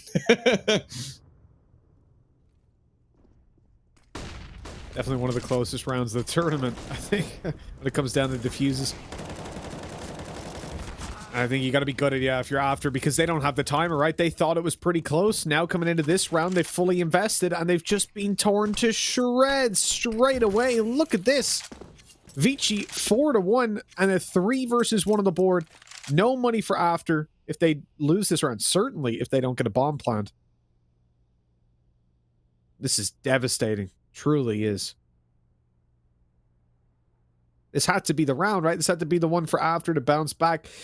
I think they probably could have just taken a nice light buy, but they decided to go in for the aggressive investment. I don't mind it. Sometimes you got to make those plays and try to get in while you know the CT's economy is so low. You at least need a couple of kills here. Wang, he attempts it, but he's given away his position, and this is where things do get quite dangerous. Our door definitely slammed shut in his face. And yeah, as you mentioned, although the loss bonus isn't awful for this round, at least it will have to be a bit of a break from the bombardment of Vici. And that's always going to be the sort of caveat, that we know those rounds are coming. Like, if there's a close one back and forth, eventually Vici will win one clean. So it puts their money back into at least an okay position. They've still lost a couple of players along the way. But if they can win this one flawlessly, financially they're going to be in a good spot. And then things really do become an uphill struggle. Kaze's still able to afford his AWP. Everybody else now with rifles. There's no missing pieces anymore. And by the looks of it, this is at least an attempt to try and get the bomb down from after gaming. They've got a fair few smokes, a Molotov as well, which will probably be used for under the balcony. Just going to try and section things off. Flashbangs thrown out as a counter. They are going to put a lot of pressure on, and Zoking's actually cleared out fairly easy. Nice spray transfer from Advent, though. Even almost kills off the third. He's doing a hell of a lot of damage. And he alone may have just held onto this site. Sure, he'll eventually fall. With Marek so low and Oi only on a deke, it's making it a bit costly. Again, still only 2 players surviving, but I suppose for Vici at this point, they've already got 6 rounds. Yeah, exactly. I mean, they definitely have the comfortable position to play from. Again, it is that spot, though, where the damage is what makes this, what keeps the door slightly open for after. They can get back into this. It is possible. It's just very, very difficult. And if they are to allow any clean rounds to go the way of Vici, the difficulty becomes almost an impossibility. For now, at least, they've left that door ajar slightly. Whether they're able to actually fit back through it and squeeze it all the way open, well, that's what we're here to find out. It's certainly going to be a difficult task for them. Does Orman not have a gun? No, he appears to have a deagle on 4K. I don't know what that's about. Maybe a misbuy? What's he done? What an absolute melon. Yeah, I would search for meaning in that, but I feel like he's just messed up. He got into the B site and went, I'm clicking 1, where's my weapon? That's an awkward state of affairs, but it might not matter with the opening kill going the way of Vici still. They've managed to find themselves a good spot to play from. Bridge the gap of the weaker weapon that they've got in play. Oh, and for God's sake. Just goes up close and absolutely shreds. Of course he does. Why are we even surprised? This is a weird player to boost up. It boosts up Wang. He's going to get the kill anyway. Has to break the vent, but he's not going to go in that direction. He's just trying to bait a peek out, which he has done. Orman is going to go facing back in. They've pulled a rotation away, and that leaves Jam Young. Now, if it was anybody else, I'd be a bit worried. It's Jam Young. Oh, the player actually pushed through short. Didn't see him just yet. How? How's this happened? Jam Young, he gets away with it and gets 2 kills as well. Oh dear. Wait. Oh, Bingo got the other kill. I thought he hit that for a second. Never mind. Kaze is going to close things out. 7-1. Money still slowly building. And, well, of course, Ormond's has just gone through the roof because he didn't buy a weapon and then got an AK. That's one way to secure your economy, I guess. Just don't buy. I mean, Don't try this at home. That's what an eco is, right? He's just ecoed. It's all right. Don't worry about it. Definitely not a normal position to play from, though. You don't you don't see that every day. Screw it. I'll just take a deagle versus a full buy. What could go wrong? Maybe they thought it was like an eco. I don't know. I wouldn't insult Advent by presuming he didn't have a handle on the economy. I'll be honest. I reckon he's only died once, so it's very much possible that he dropped a gun over to someone else and just assumed they dropped him one back, and then they didn't. I think it'd just be something really basic like that. Advent is now just straight up AFK, or it seemed like it. It's moving now, so that's something. He's got a FAMAS. Don't know why he's got a FAMAS when he could have been dropped a rifle by Ormond, but I guess he's just trying to get to 16k, and also I guess it really doesn't matter. Apparently not. Just kill him with a nade instead. I know we said that this should be a one-sided series, like a very one-sided series, but I'm really impressed by Vici. Like, these guys are giving zero space, literally zero, to their opponents. Like, individually, they're wrecking, but they're also not getting so overconfident that they're giving away any opportunities. They're literally just sat here going, you can have your one round, and that is all. Yeah, I think the only player who I would say maybe gave away a couple of things is Zoking. Like, that round, he just wide-peaked ramp and got wrecked. Other than that, yeah, I get what you mean as an overall statement. It is the truth. Kaze is going to get the opener and just fall back. Doesn't really need to face this one. Wang's just trying to push individually in. It does seem like in the earlier rounds when they were playing with the pistols, they were trying to play as a unit. They invested into extra utility. They had themselves some smokes. They were like, guys, let's go for an A-site setup. We'll push this one together. And now they've gone, screw it. Just run in with Deagles. Like, it seems like this is just purely demoralizing at this point for After Gaming. And I think a lot of the strategy they initially had has gone out the window. And honestly, after losing a map 16-1 and now being 9-1 down, I completely understand. Your morale is going to be in the dirt. Yeah, it's not the easiest to smile in a situation like this. I mean, most of you at home have probably experienced it, right? You queue up a matchmaking game, you go up 4-0, and as soon as you lose a round, there's someone sat there saying, noob team, not understanding that you're winning. And when you get 16-1, it's like that, but a million times worse. Because you kind of can't defend the noob team. Statistically, it's accurate. Well, Jam Young tried to be a bit spicy in this round, but it doesn't matter because Zoking's now got a triple kill. I really hope they don't get back-to-back 16-1. Like, if I can wish for one thing, it's one more round from After Gaming. Like, just something. Like, even when we spoke to Angel, obviously it's in Valorant, but you guys will know him from the Hellraisers days. He was saying that, like, getting 4 rounds on the board can really help you. Obviously, when we spoke to him, it was in context of for the next map, but obviously that's not the case here. But it will at least make you feel a little bit better that you managed to get something done. You didn't just get completely stomped. Well, we can see they're starting to get a little bit loosey-goosey. How does he get away with that? Oh dear, oh dear. Kaze, opener. He's going back for more. He's going back for more, Mitch. He wants it. And someone has maybe called Nizzy. He's like, oh no, come back. Go on. Calm down. Okay, they've given up connector control. This is looking a bit better for the T side. They've still got to deal with Kaze and Jam Young at the back of this A site. Oh, he's unscoped. Potentially a chance here. There is the wraparound coming in from behind of Orman as well. These have been the sort of danger 3 so far in this match.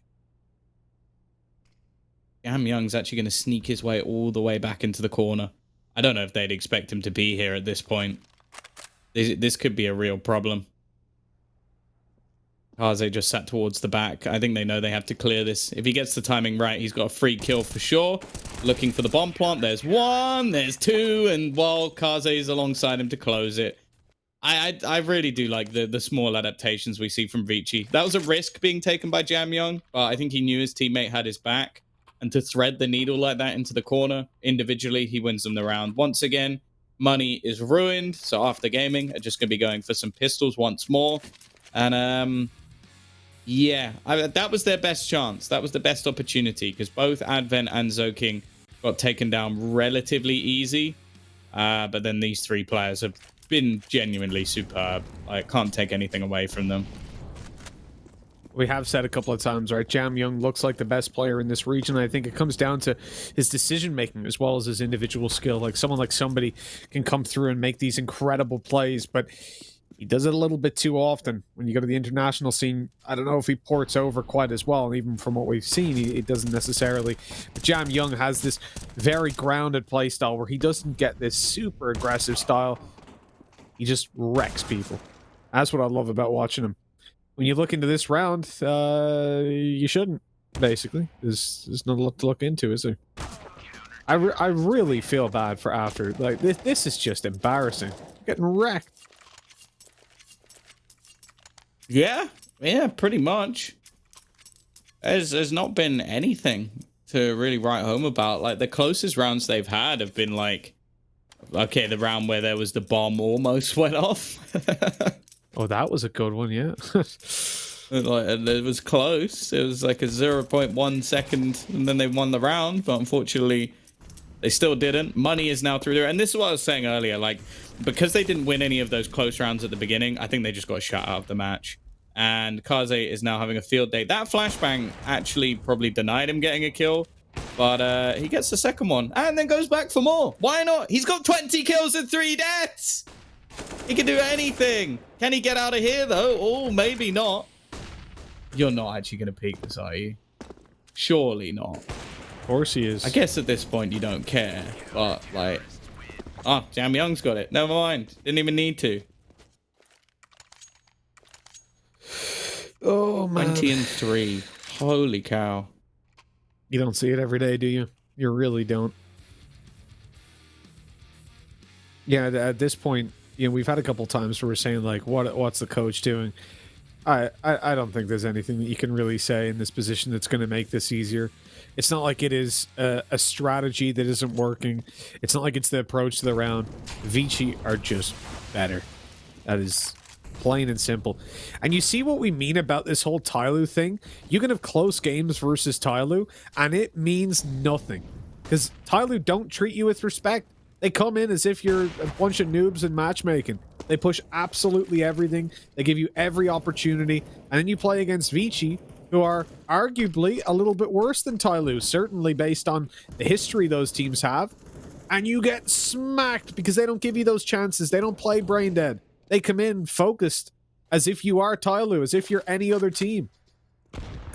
That's the thing, though. I think it depends on the wording you use. Because I think Vici are a better team. Yes. It's just that as a unit, it just seems that Tyloo managed to play better together. But I genuinely think we could see them take them down. Like, they are getting to the point where they just look so unstoppable. If they could just break Tyloo once or twice, I think that could build up. Oh, Kaze's going to get his 4th death, but he did a lot of damage in between. Maybe a second round on the cards, potentially. Advent, he's going to go down. It's left to Ormond to clutch, but oh, he's going to peek him. It's risky. Hey! 13-2. They did something patronizing at all.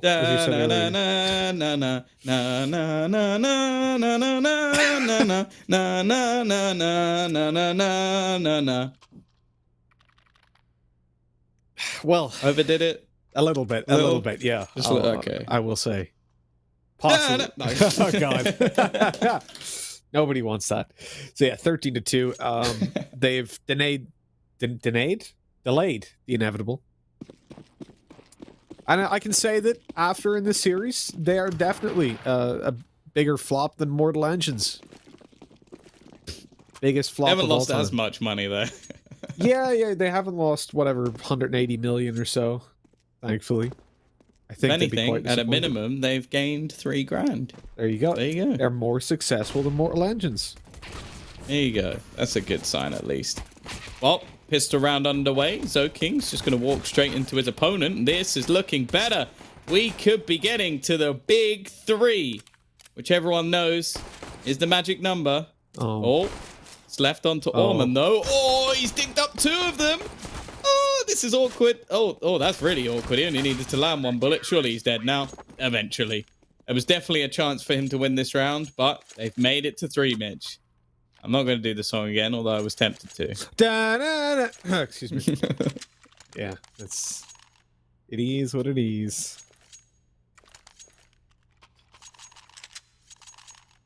I've got nothing, Tom. I've genuinely got nothing. I feel like anything I say here is just going to be incredibly insulting to a team. You know what it's like? You know that Simpsons they stop. He's already dead. There's just no point. Like if I have to get the 13-10, I'll start believing. I don't think anyone sat here going, "Oh, they might come back." You know, maybe. It's been so abysmal from them so far. And so good from from Vici. Cardinal sin. Well, they're Oh. winning by so much, it might as well be Tyler. 4 rounds. It is better than nothing. That is for damn sure.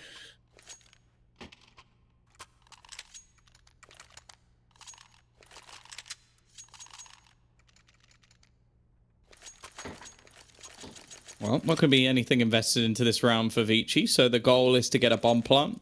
Potentially give some extra money over to get Kaze his AWP, which has been truly unstoppable.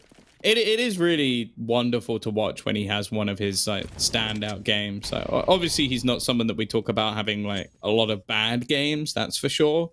But like to have those truly showstopper matches, he is an unreal talent. There has been no one on the other side to be able to match up to him so far. Quick push in, looking for the bomb plant. Nade's gonna go through. Okay, Orman. Oh dear. No, okay. 2 nade kills sort of brought things back. Sakai actually playing with a deagle himself. Nice shot. And now it's left all onto Orman. He's trying to catch the rotation out, but unfortunately this time it isn't to be. 2 kills, a bomb plant, not all that bad, especially considering what weaponry is currently in play for after gaming. Vici are going to come in with a much better buy.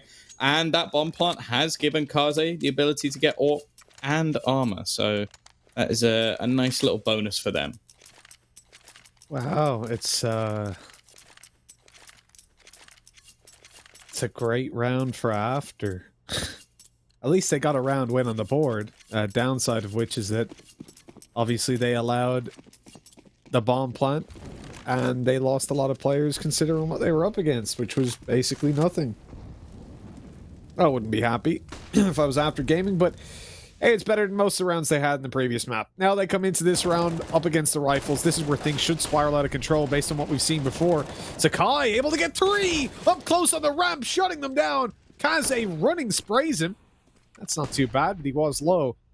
Puts it into a 2v3, but Celeste across with the bomb in hand. Nade's coming over to try and stop them and slow them down. The smoke into Palace. Walked off one angle at least so they can feel comfortable peeking stairs. Good nade onto Jam Young. That was for default or back corner. And Kaze is in a 1v3. Pretty difficult position to win from. And I gotta say, big props over to After. Well handled in this round. Nobody's been over peeking. And that ramp hold by Sakai was huge. Well, turns out all they needed to do was get to 2, and that was enough to springboard them back into this.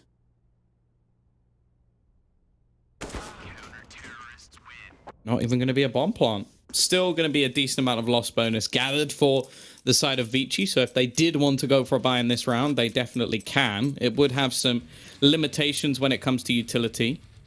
But other than that, it wouldn't be too bad a spot. We're also yet to see that AWP come back out. But yeah, really nice round from Sakai.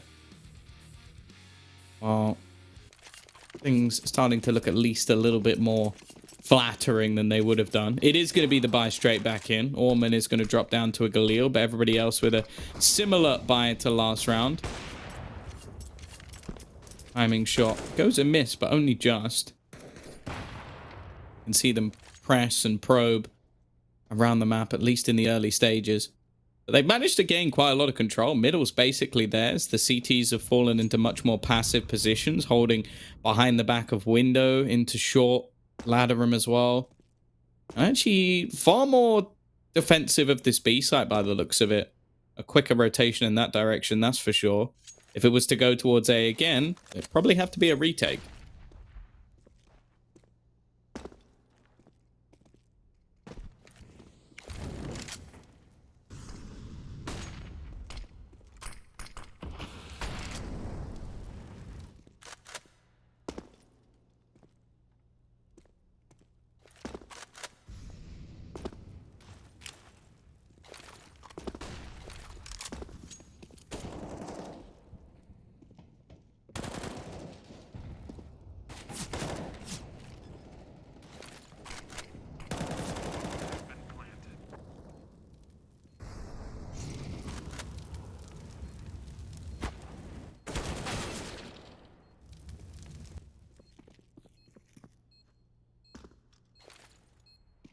Well, I was muted that whole time, Tom.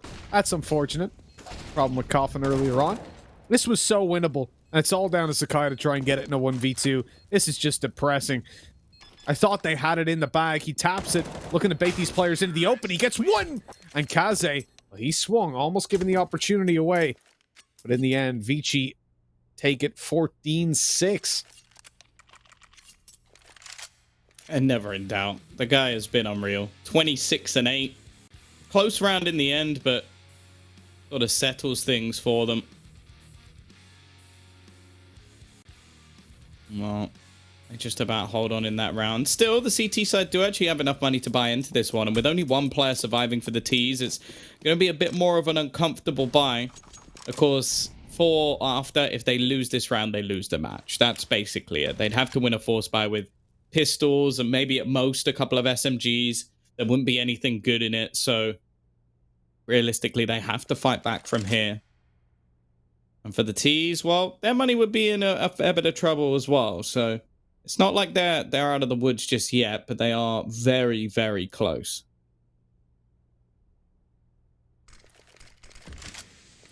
I mean, I can guarantee nobody on the Vici team is breaking a sweat right now. They're still in recliner mode, laying back, chilling. But Wang's managed to open it up. It's getting dangerous, and their nap's being interrupted. Marek, full blind for about 15 seconds. Doesn't see a goddamn thing.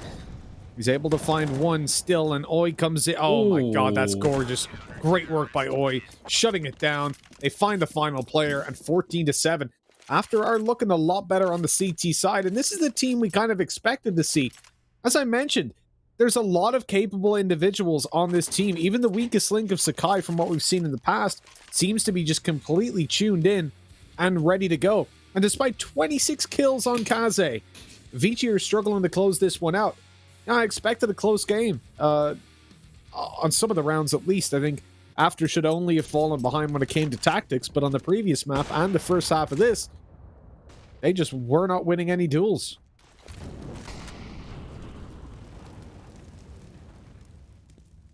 Well, they got to be careful here. We've talked about weak B site holds in a lot of matches so far, and this execution is making things tough. So blind. Marek, at least, is still standing, but it seems like the push is a little bit delayed. Half the team going, half the team not. Orman has at least retrieved a rifle, but not for long. And Advent's going to be shut down as well. I felt like that was more down to Vici than it was to After. Like, they hold it quite well, but the fact that there was 2 players out and 2 players still within the apartments is definitely a bit of a mistake for them. Of course, it was only an eco round, but nonetheless. After are now climbing back into this one, jokingly sort of talking about them getting to 2 rounds. Well, since then, they have got to 8. Still a long, long road ahead of them. But realistically, getting more and more doable as the rounds go by.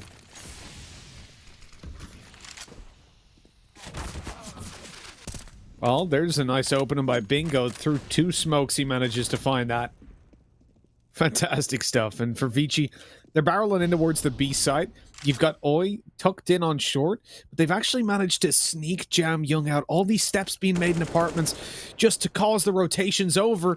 And Jam Young, he hears the op. He heard the scope. He doesn't want to peek into that, but he had no idea Sakai was up close on ramp. Having been let out with so much access, he never thought it was going to be that clean. And so a 4 versus 3 as After still maintain that advantage, but they don't seem to be watching Aumann as he comes right up close. He's gonna drop on their head.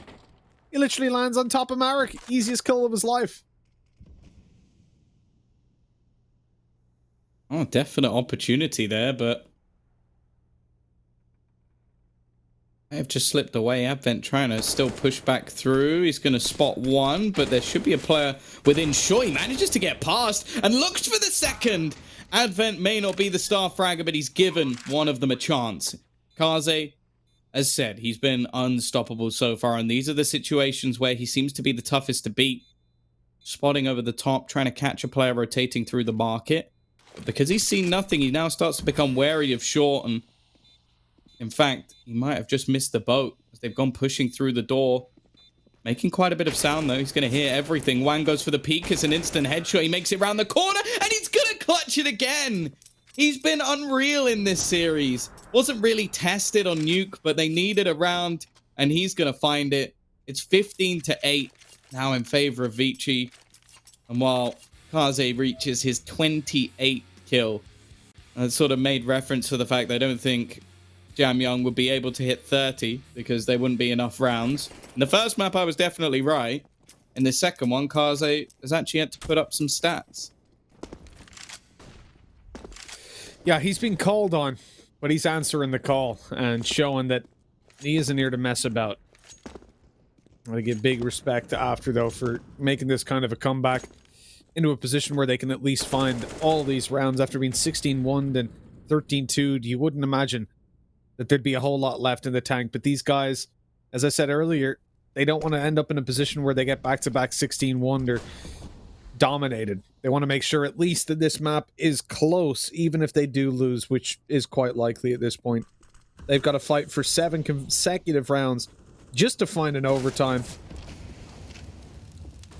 And that ain't too likely. I like Bingo's angle, though. He's inside the smoke. He's ready to push, and he's going to catch them off guard. A great start to the round in a 4v2. Well, I'm not going to count out these two.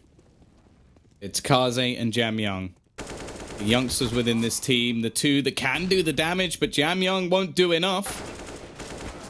And while it isn't going to be enough for Kaze either. It is 2 surviving for After Gaming. Dinko needs to learn to mute his microphone. And we are going to have a 15-9 scoreline. What do you mean? Kids, huh?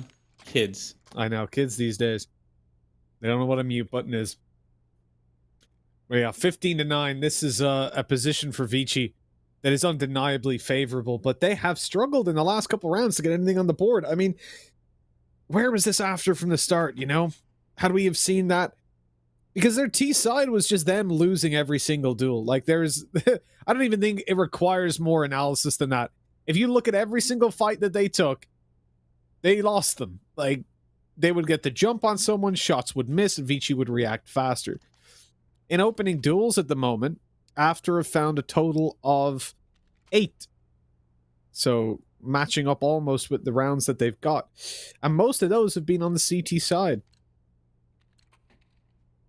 I would almost guarantee that any openings they found on the T side were traded back pretty much immediately.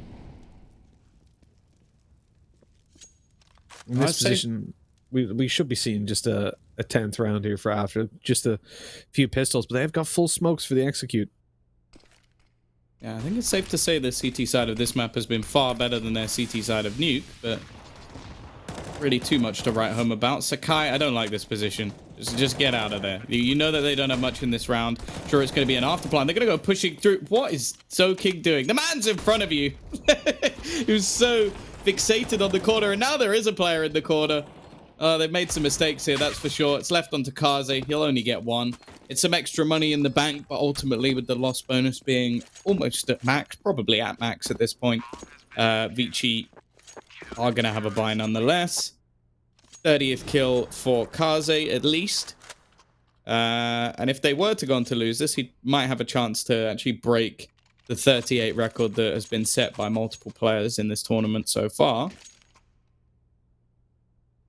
I'd be very surprised. If they let this slip after being 13-2 up or even 13-1 up, that would be the biggest slip up probably ever. Then again, I think I've definitely seen a 14-1 go 16-14 the other way, courtesy of the legendary Gambit roster. I had the same with Endpoint versus Pac 2 years ago on Overpass. 14-1 T-side. I think turned into overtime. This might be going the way of Vici. It's taken them some time, but this round they just won every single duel. The aggression into middle hasn't worked out. And now with only 2 players left, they just started whiffing. It all disappeared in one round. And while it seems like they just wanted Kaze to get to 30, Mitch, that's all they needed. Orman will be there to close it. 16-10. The scoreline definitely more flattering than what it was on the last map. But even still, it is Vici Gaming getting the job done.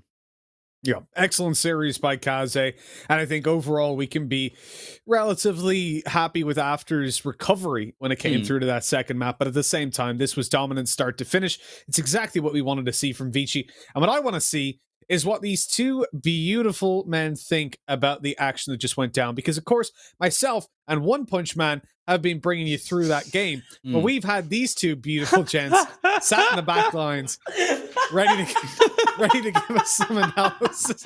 I think I've broken blood. All it took was an anime joke. That's all it needed. You've pleased the weeb in him.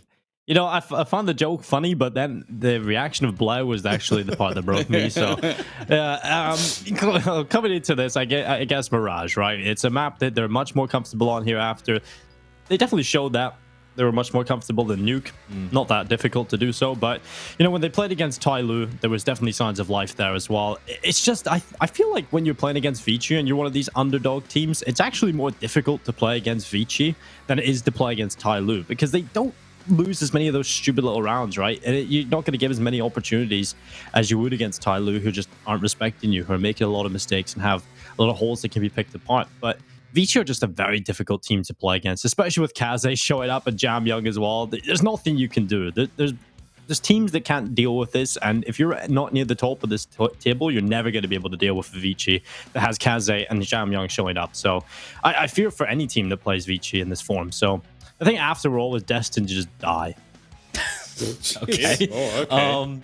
Speaking of the players, like, and speaking of anime, Kaze just went Super Saiyan 3. I felt like he had, 21 kills, full deaths in the first half.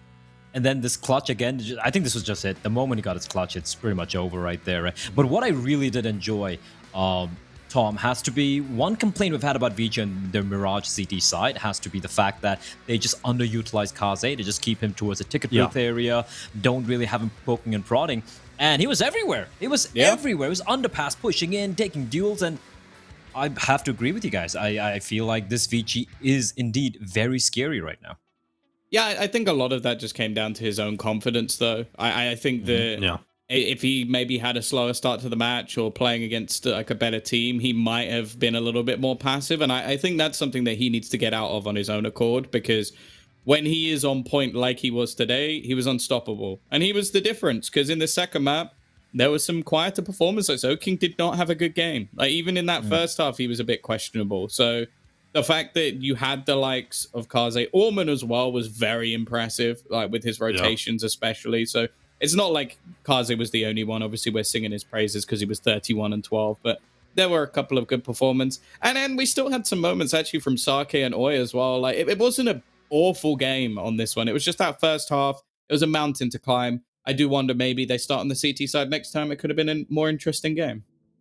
Yeah, it could indeed be quite interesting. But for the side of After, I think it's kind of telling, right? We had our doubts about his lineup. We saw them play the first couple of games, lots of mistakes being made. They're able to scrape a pretty scrappy win against Sigma, if I'm not mistaken. But then Veach just laying it out bare how kind of unprepared they are for this particular event. I do believe we have the results of the day for you guys. I hope we have that particular graphic ready for you to show what the day has, how the day has transpired. It has been kind of a quick day, if you think about it. Invictus versus Checkmate. Invictus losing the first map, Checkmate showing up, and then after that, it was just Invictus kind of all the way, except for Dust 2, which is very close there.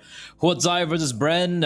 Heartbreak for Huodzai. Close series, but again, it was a 2-0, and this has to be, I agree, this is probably the most lopsided beating we've seen so far. Although we saw After Gaming coming back into this into that second map, it felt like it was a little too late there, Mitch. But let's talk about Vici a little bit more. So far, against the Tai Lu game we saw earlier, they, what was it, like 16-14, 16-14 when they lost on Sunday? It was a very close series. Apart from that, they haven't dropped a map. And this is kind of similar to the Tai Lu we saw in PAL Summer, where they didn't drop a single map against anyone. Yeah, absolutely. When you look at Tai Lu, though, over in the summer, I felt like even then we saw them play a little bit tighter when it came to Counter-Strike. They weren't quite as ludicrous as what we've seen them here. And I can't really give any justification for why that is. Maybe because the major isn't actually as close as we thought. They're just going to come through now and say, hey, let's just mess about. But I would imagine with less teams actually making it through, the fact that we're only going to see 6, you'd want them to play that little bit tighter so that when it comes to playoffs, they get easier matches. They really want to be topping off the groups.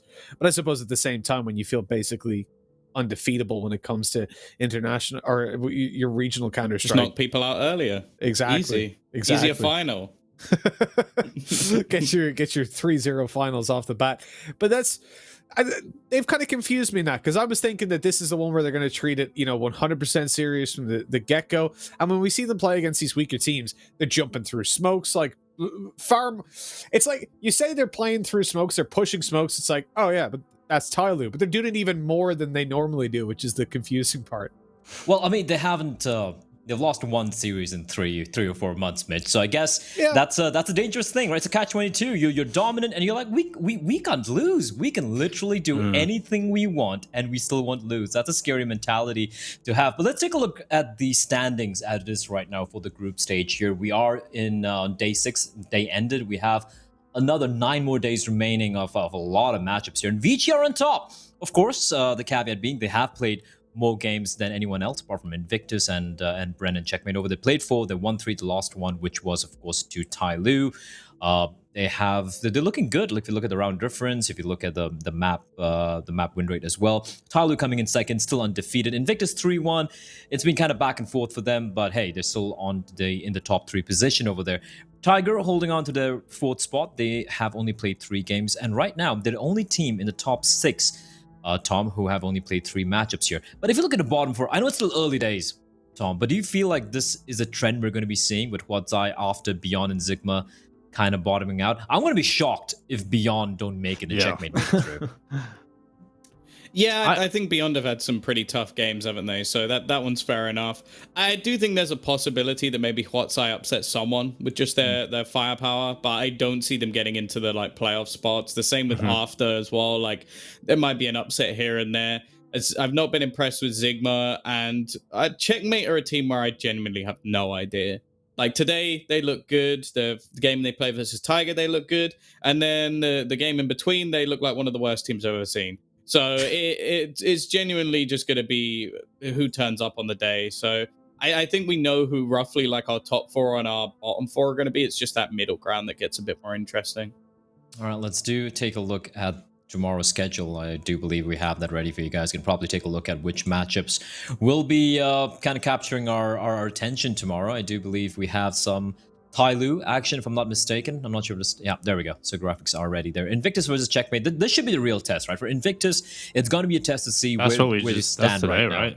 Sorry? That's today's match. Actually, no, yeah, that's actually today's match. So, yeah, I'm losing my mind. It's nice to see you paying attention, Blair. So what we're gonna do is it was such a nice quick day today. We're gonna do it all again tomorrow. Repeat it again. Run it back again. I don't mind. I want to see more After Gaming versus Vici. That was fun to see.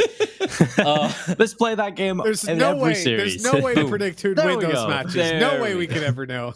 There we go. Because the dates confuse me. Listen, Dink. I'm old, all right? It's like my memory is failing me. Everything's failing To me. be But fair, play, we have seen all of these teams play against each other so often over the last couple of months. So I kind of forgive you on that one, but yeah. And I've wiped most of it from my memory, so. yeah, which is usually the case. As soon as but- it's done, you just remove the memory. Like take out your brain, flush it down. Let's take a look at the matchup. So we got Tyloo versus Bren. It's gonna be a real test for Bren. Of course, Tyloo, they make the mistakes, they push the smokes, but they still win. That's the bottom line for this team. We have Beyond versus Checkmate. That's gonna be a pretty interesting test for Checkmate to see where they stand right now. Beyond definitely be looking to get a few wins because they are languishing in the bottom 4 at the moment. However, they have, like Tom mentioned, faced a much more stronger opposition earlier on in the run here. And the final matchup, we haven't seen Tiger in a while, Mitch, and which Tiger are we going to be seeing here today? Zigma, obviously one of the bigger underdogs. I don't think they've really shown anything to really impress us yet so far. The map pool looks like all over the place. And then we have Tiger. They either show up and they're able to claw their way back into a win, or they just, show up like a 30-year-old toothless tiger just waiting to die in a desolate zoo in a post-apocalyptic landscape. Jeez, I don't even know. Is a 30-year-old tiger old? I don't know what age typically. I don't know. Tigers live to, but toothless is bad. I'll give you that. Although they might still have claws. This is it's a hard question to answer. Tiger have been really inconsistent when we see them playing against some of these bottom teams and not deliver. I think that when I look at where they're at the moment, they need to deliver some good performances, or they genuinely might not make it to playoffs if they continue to play the way they have. I mean, like the game versus Checkmate, I believe it was disastrous, plain and simple. And I don't know, just don't give Cabal a second op, and I think we're good to go. Let him have. I think he rifle. just decides. I think he takes the decision on his own. He's like, I'm buying an op. No, I'm buying an op. I don't care. Yeah, I mean, it was Tom legitimately lost his mind when this he would like have an M4, get 4 kills, then get an op, 3 rounds in a row, no kills. You're just like, yep, take the M4, like, please. Well, we're going to be finding out how that game's going to play out. But, today was surprisingly a pretty quick and easy day. All games kind of ending the way we predicted. Although one series, the first one, did go the way all the 3 maps. But that's about it from our end over here. This is day 1 done and dusted of week 2. Overall, day 6 of the entire group stage. We have a lot of counter action still remaining, but that's it from all of us over here. Once again, thanks to Mitch, Dinko, and Tom for joining me on this wonderful journey. And again, shout out to PGL for always being fantastic in the production quality they do maintain, even despite the entire COVID situation, everything being online. And again, thank you for tuning in. We'll see you guys tomorrow.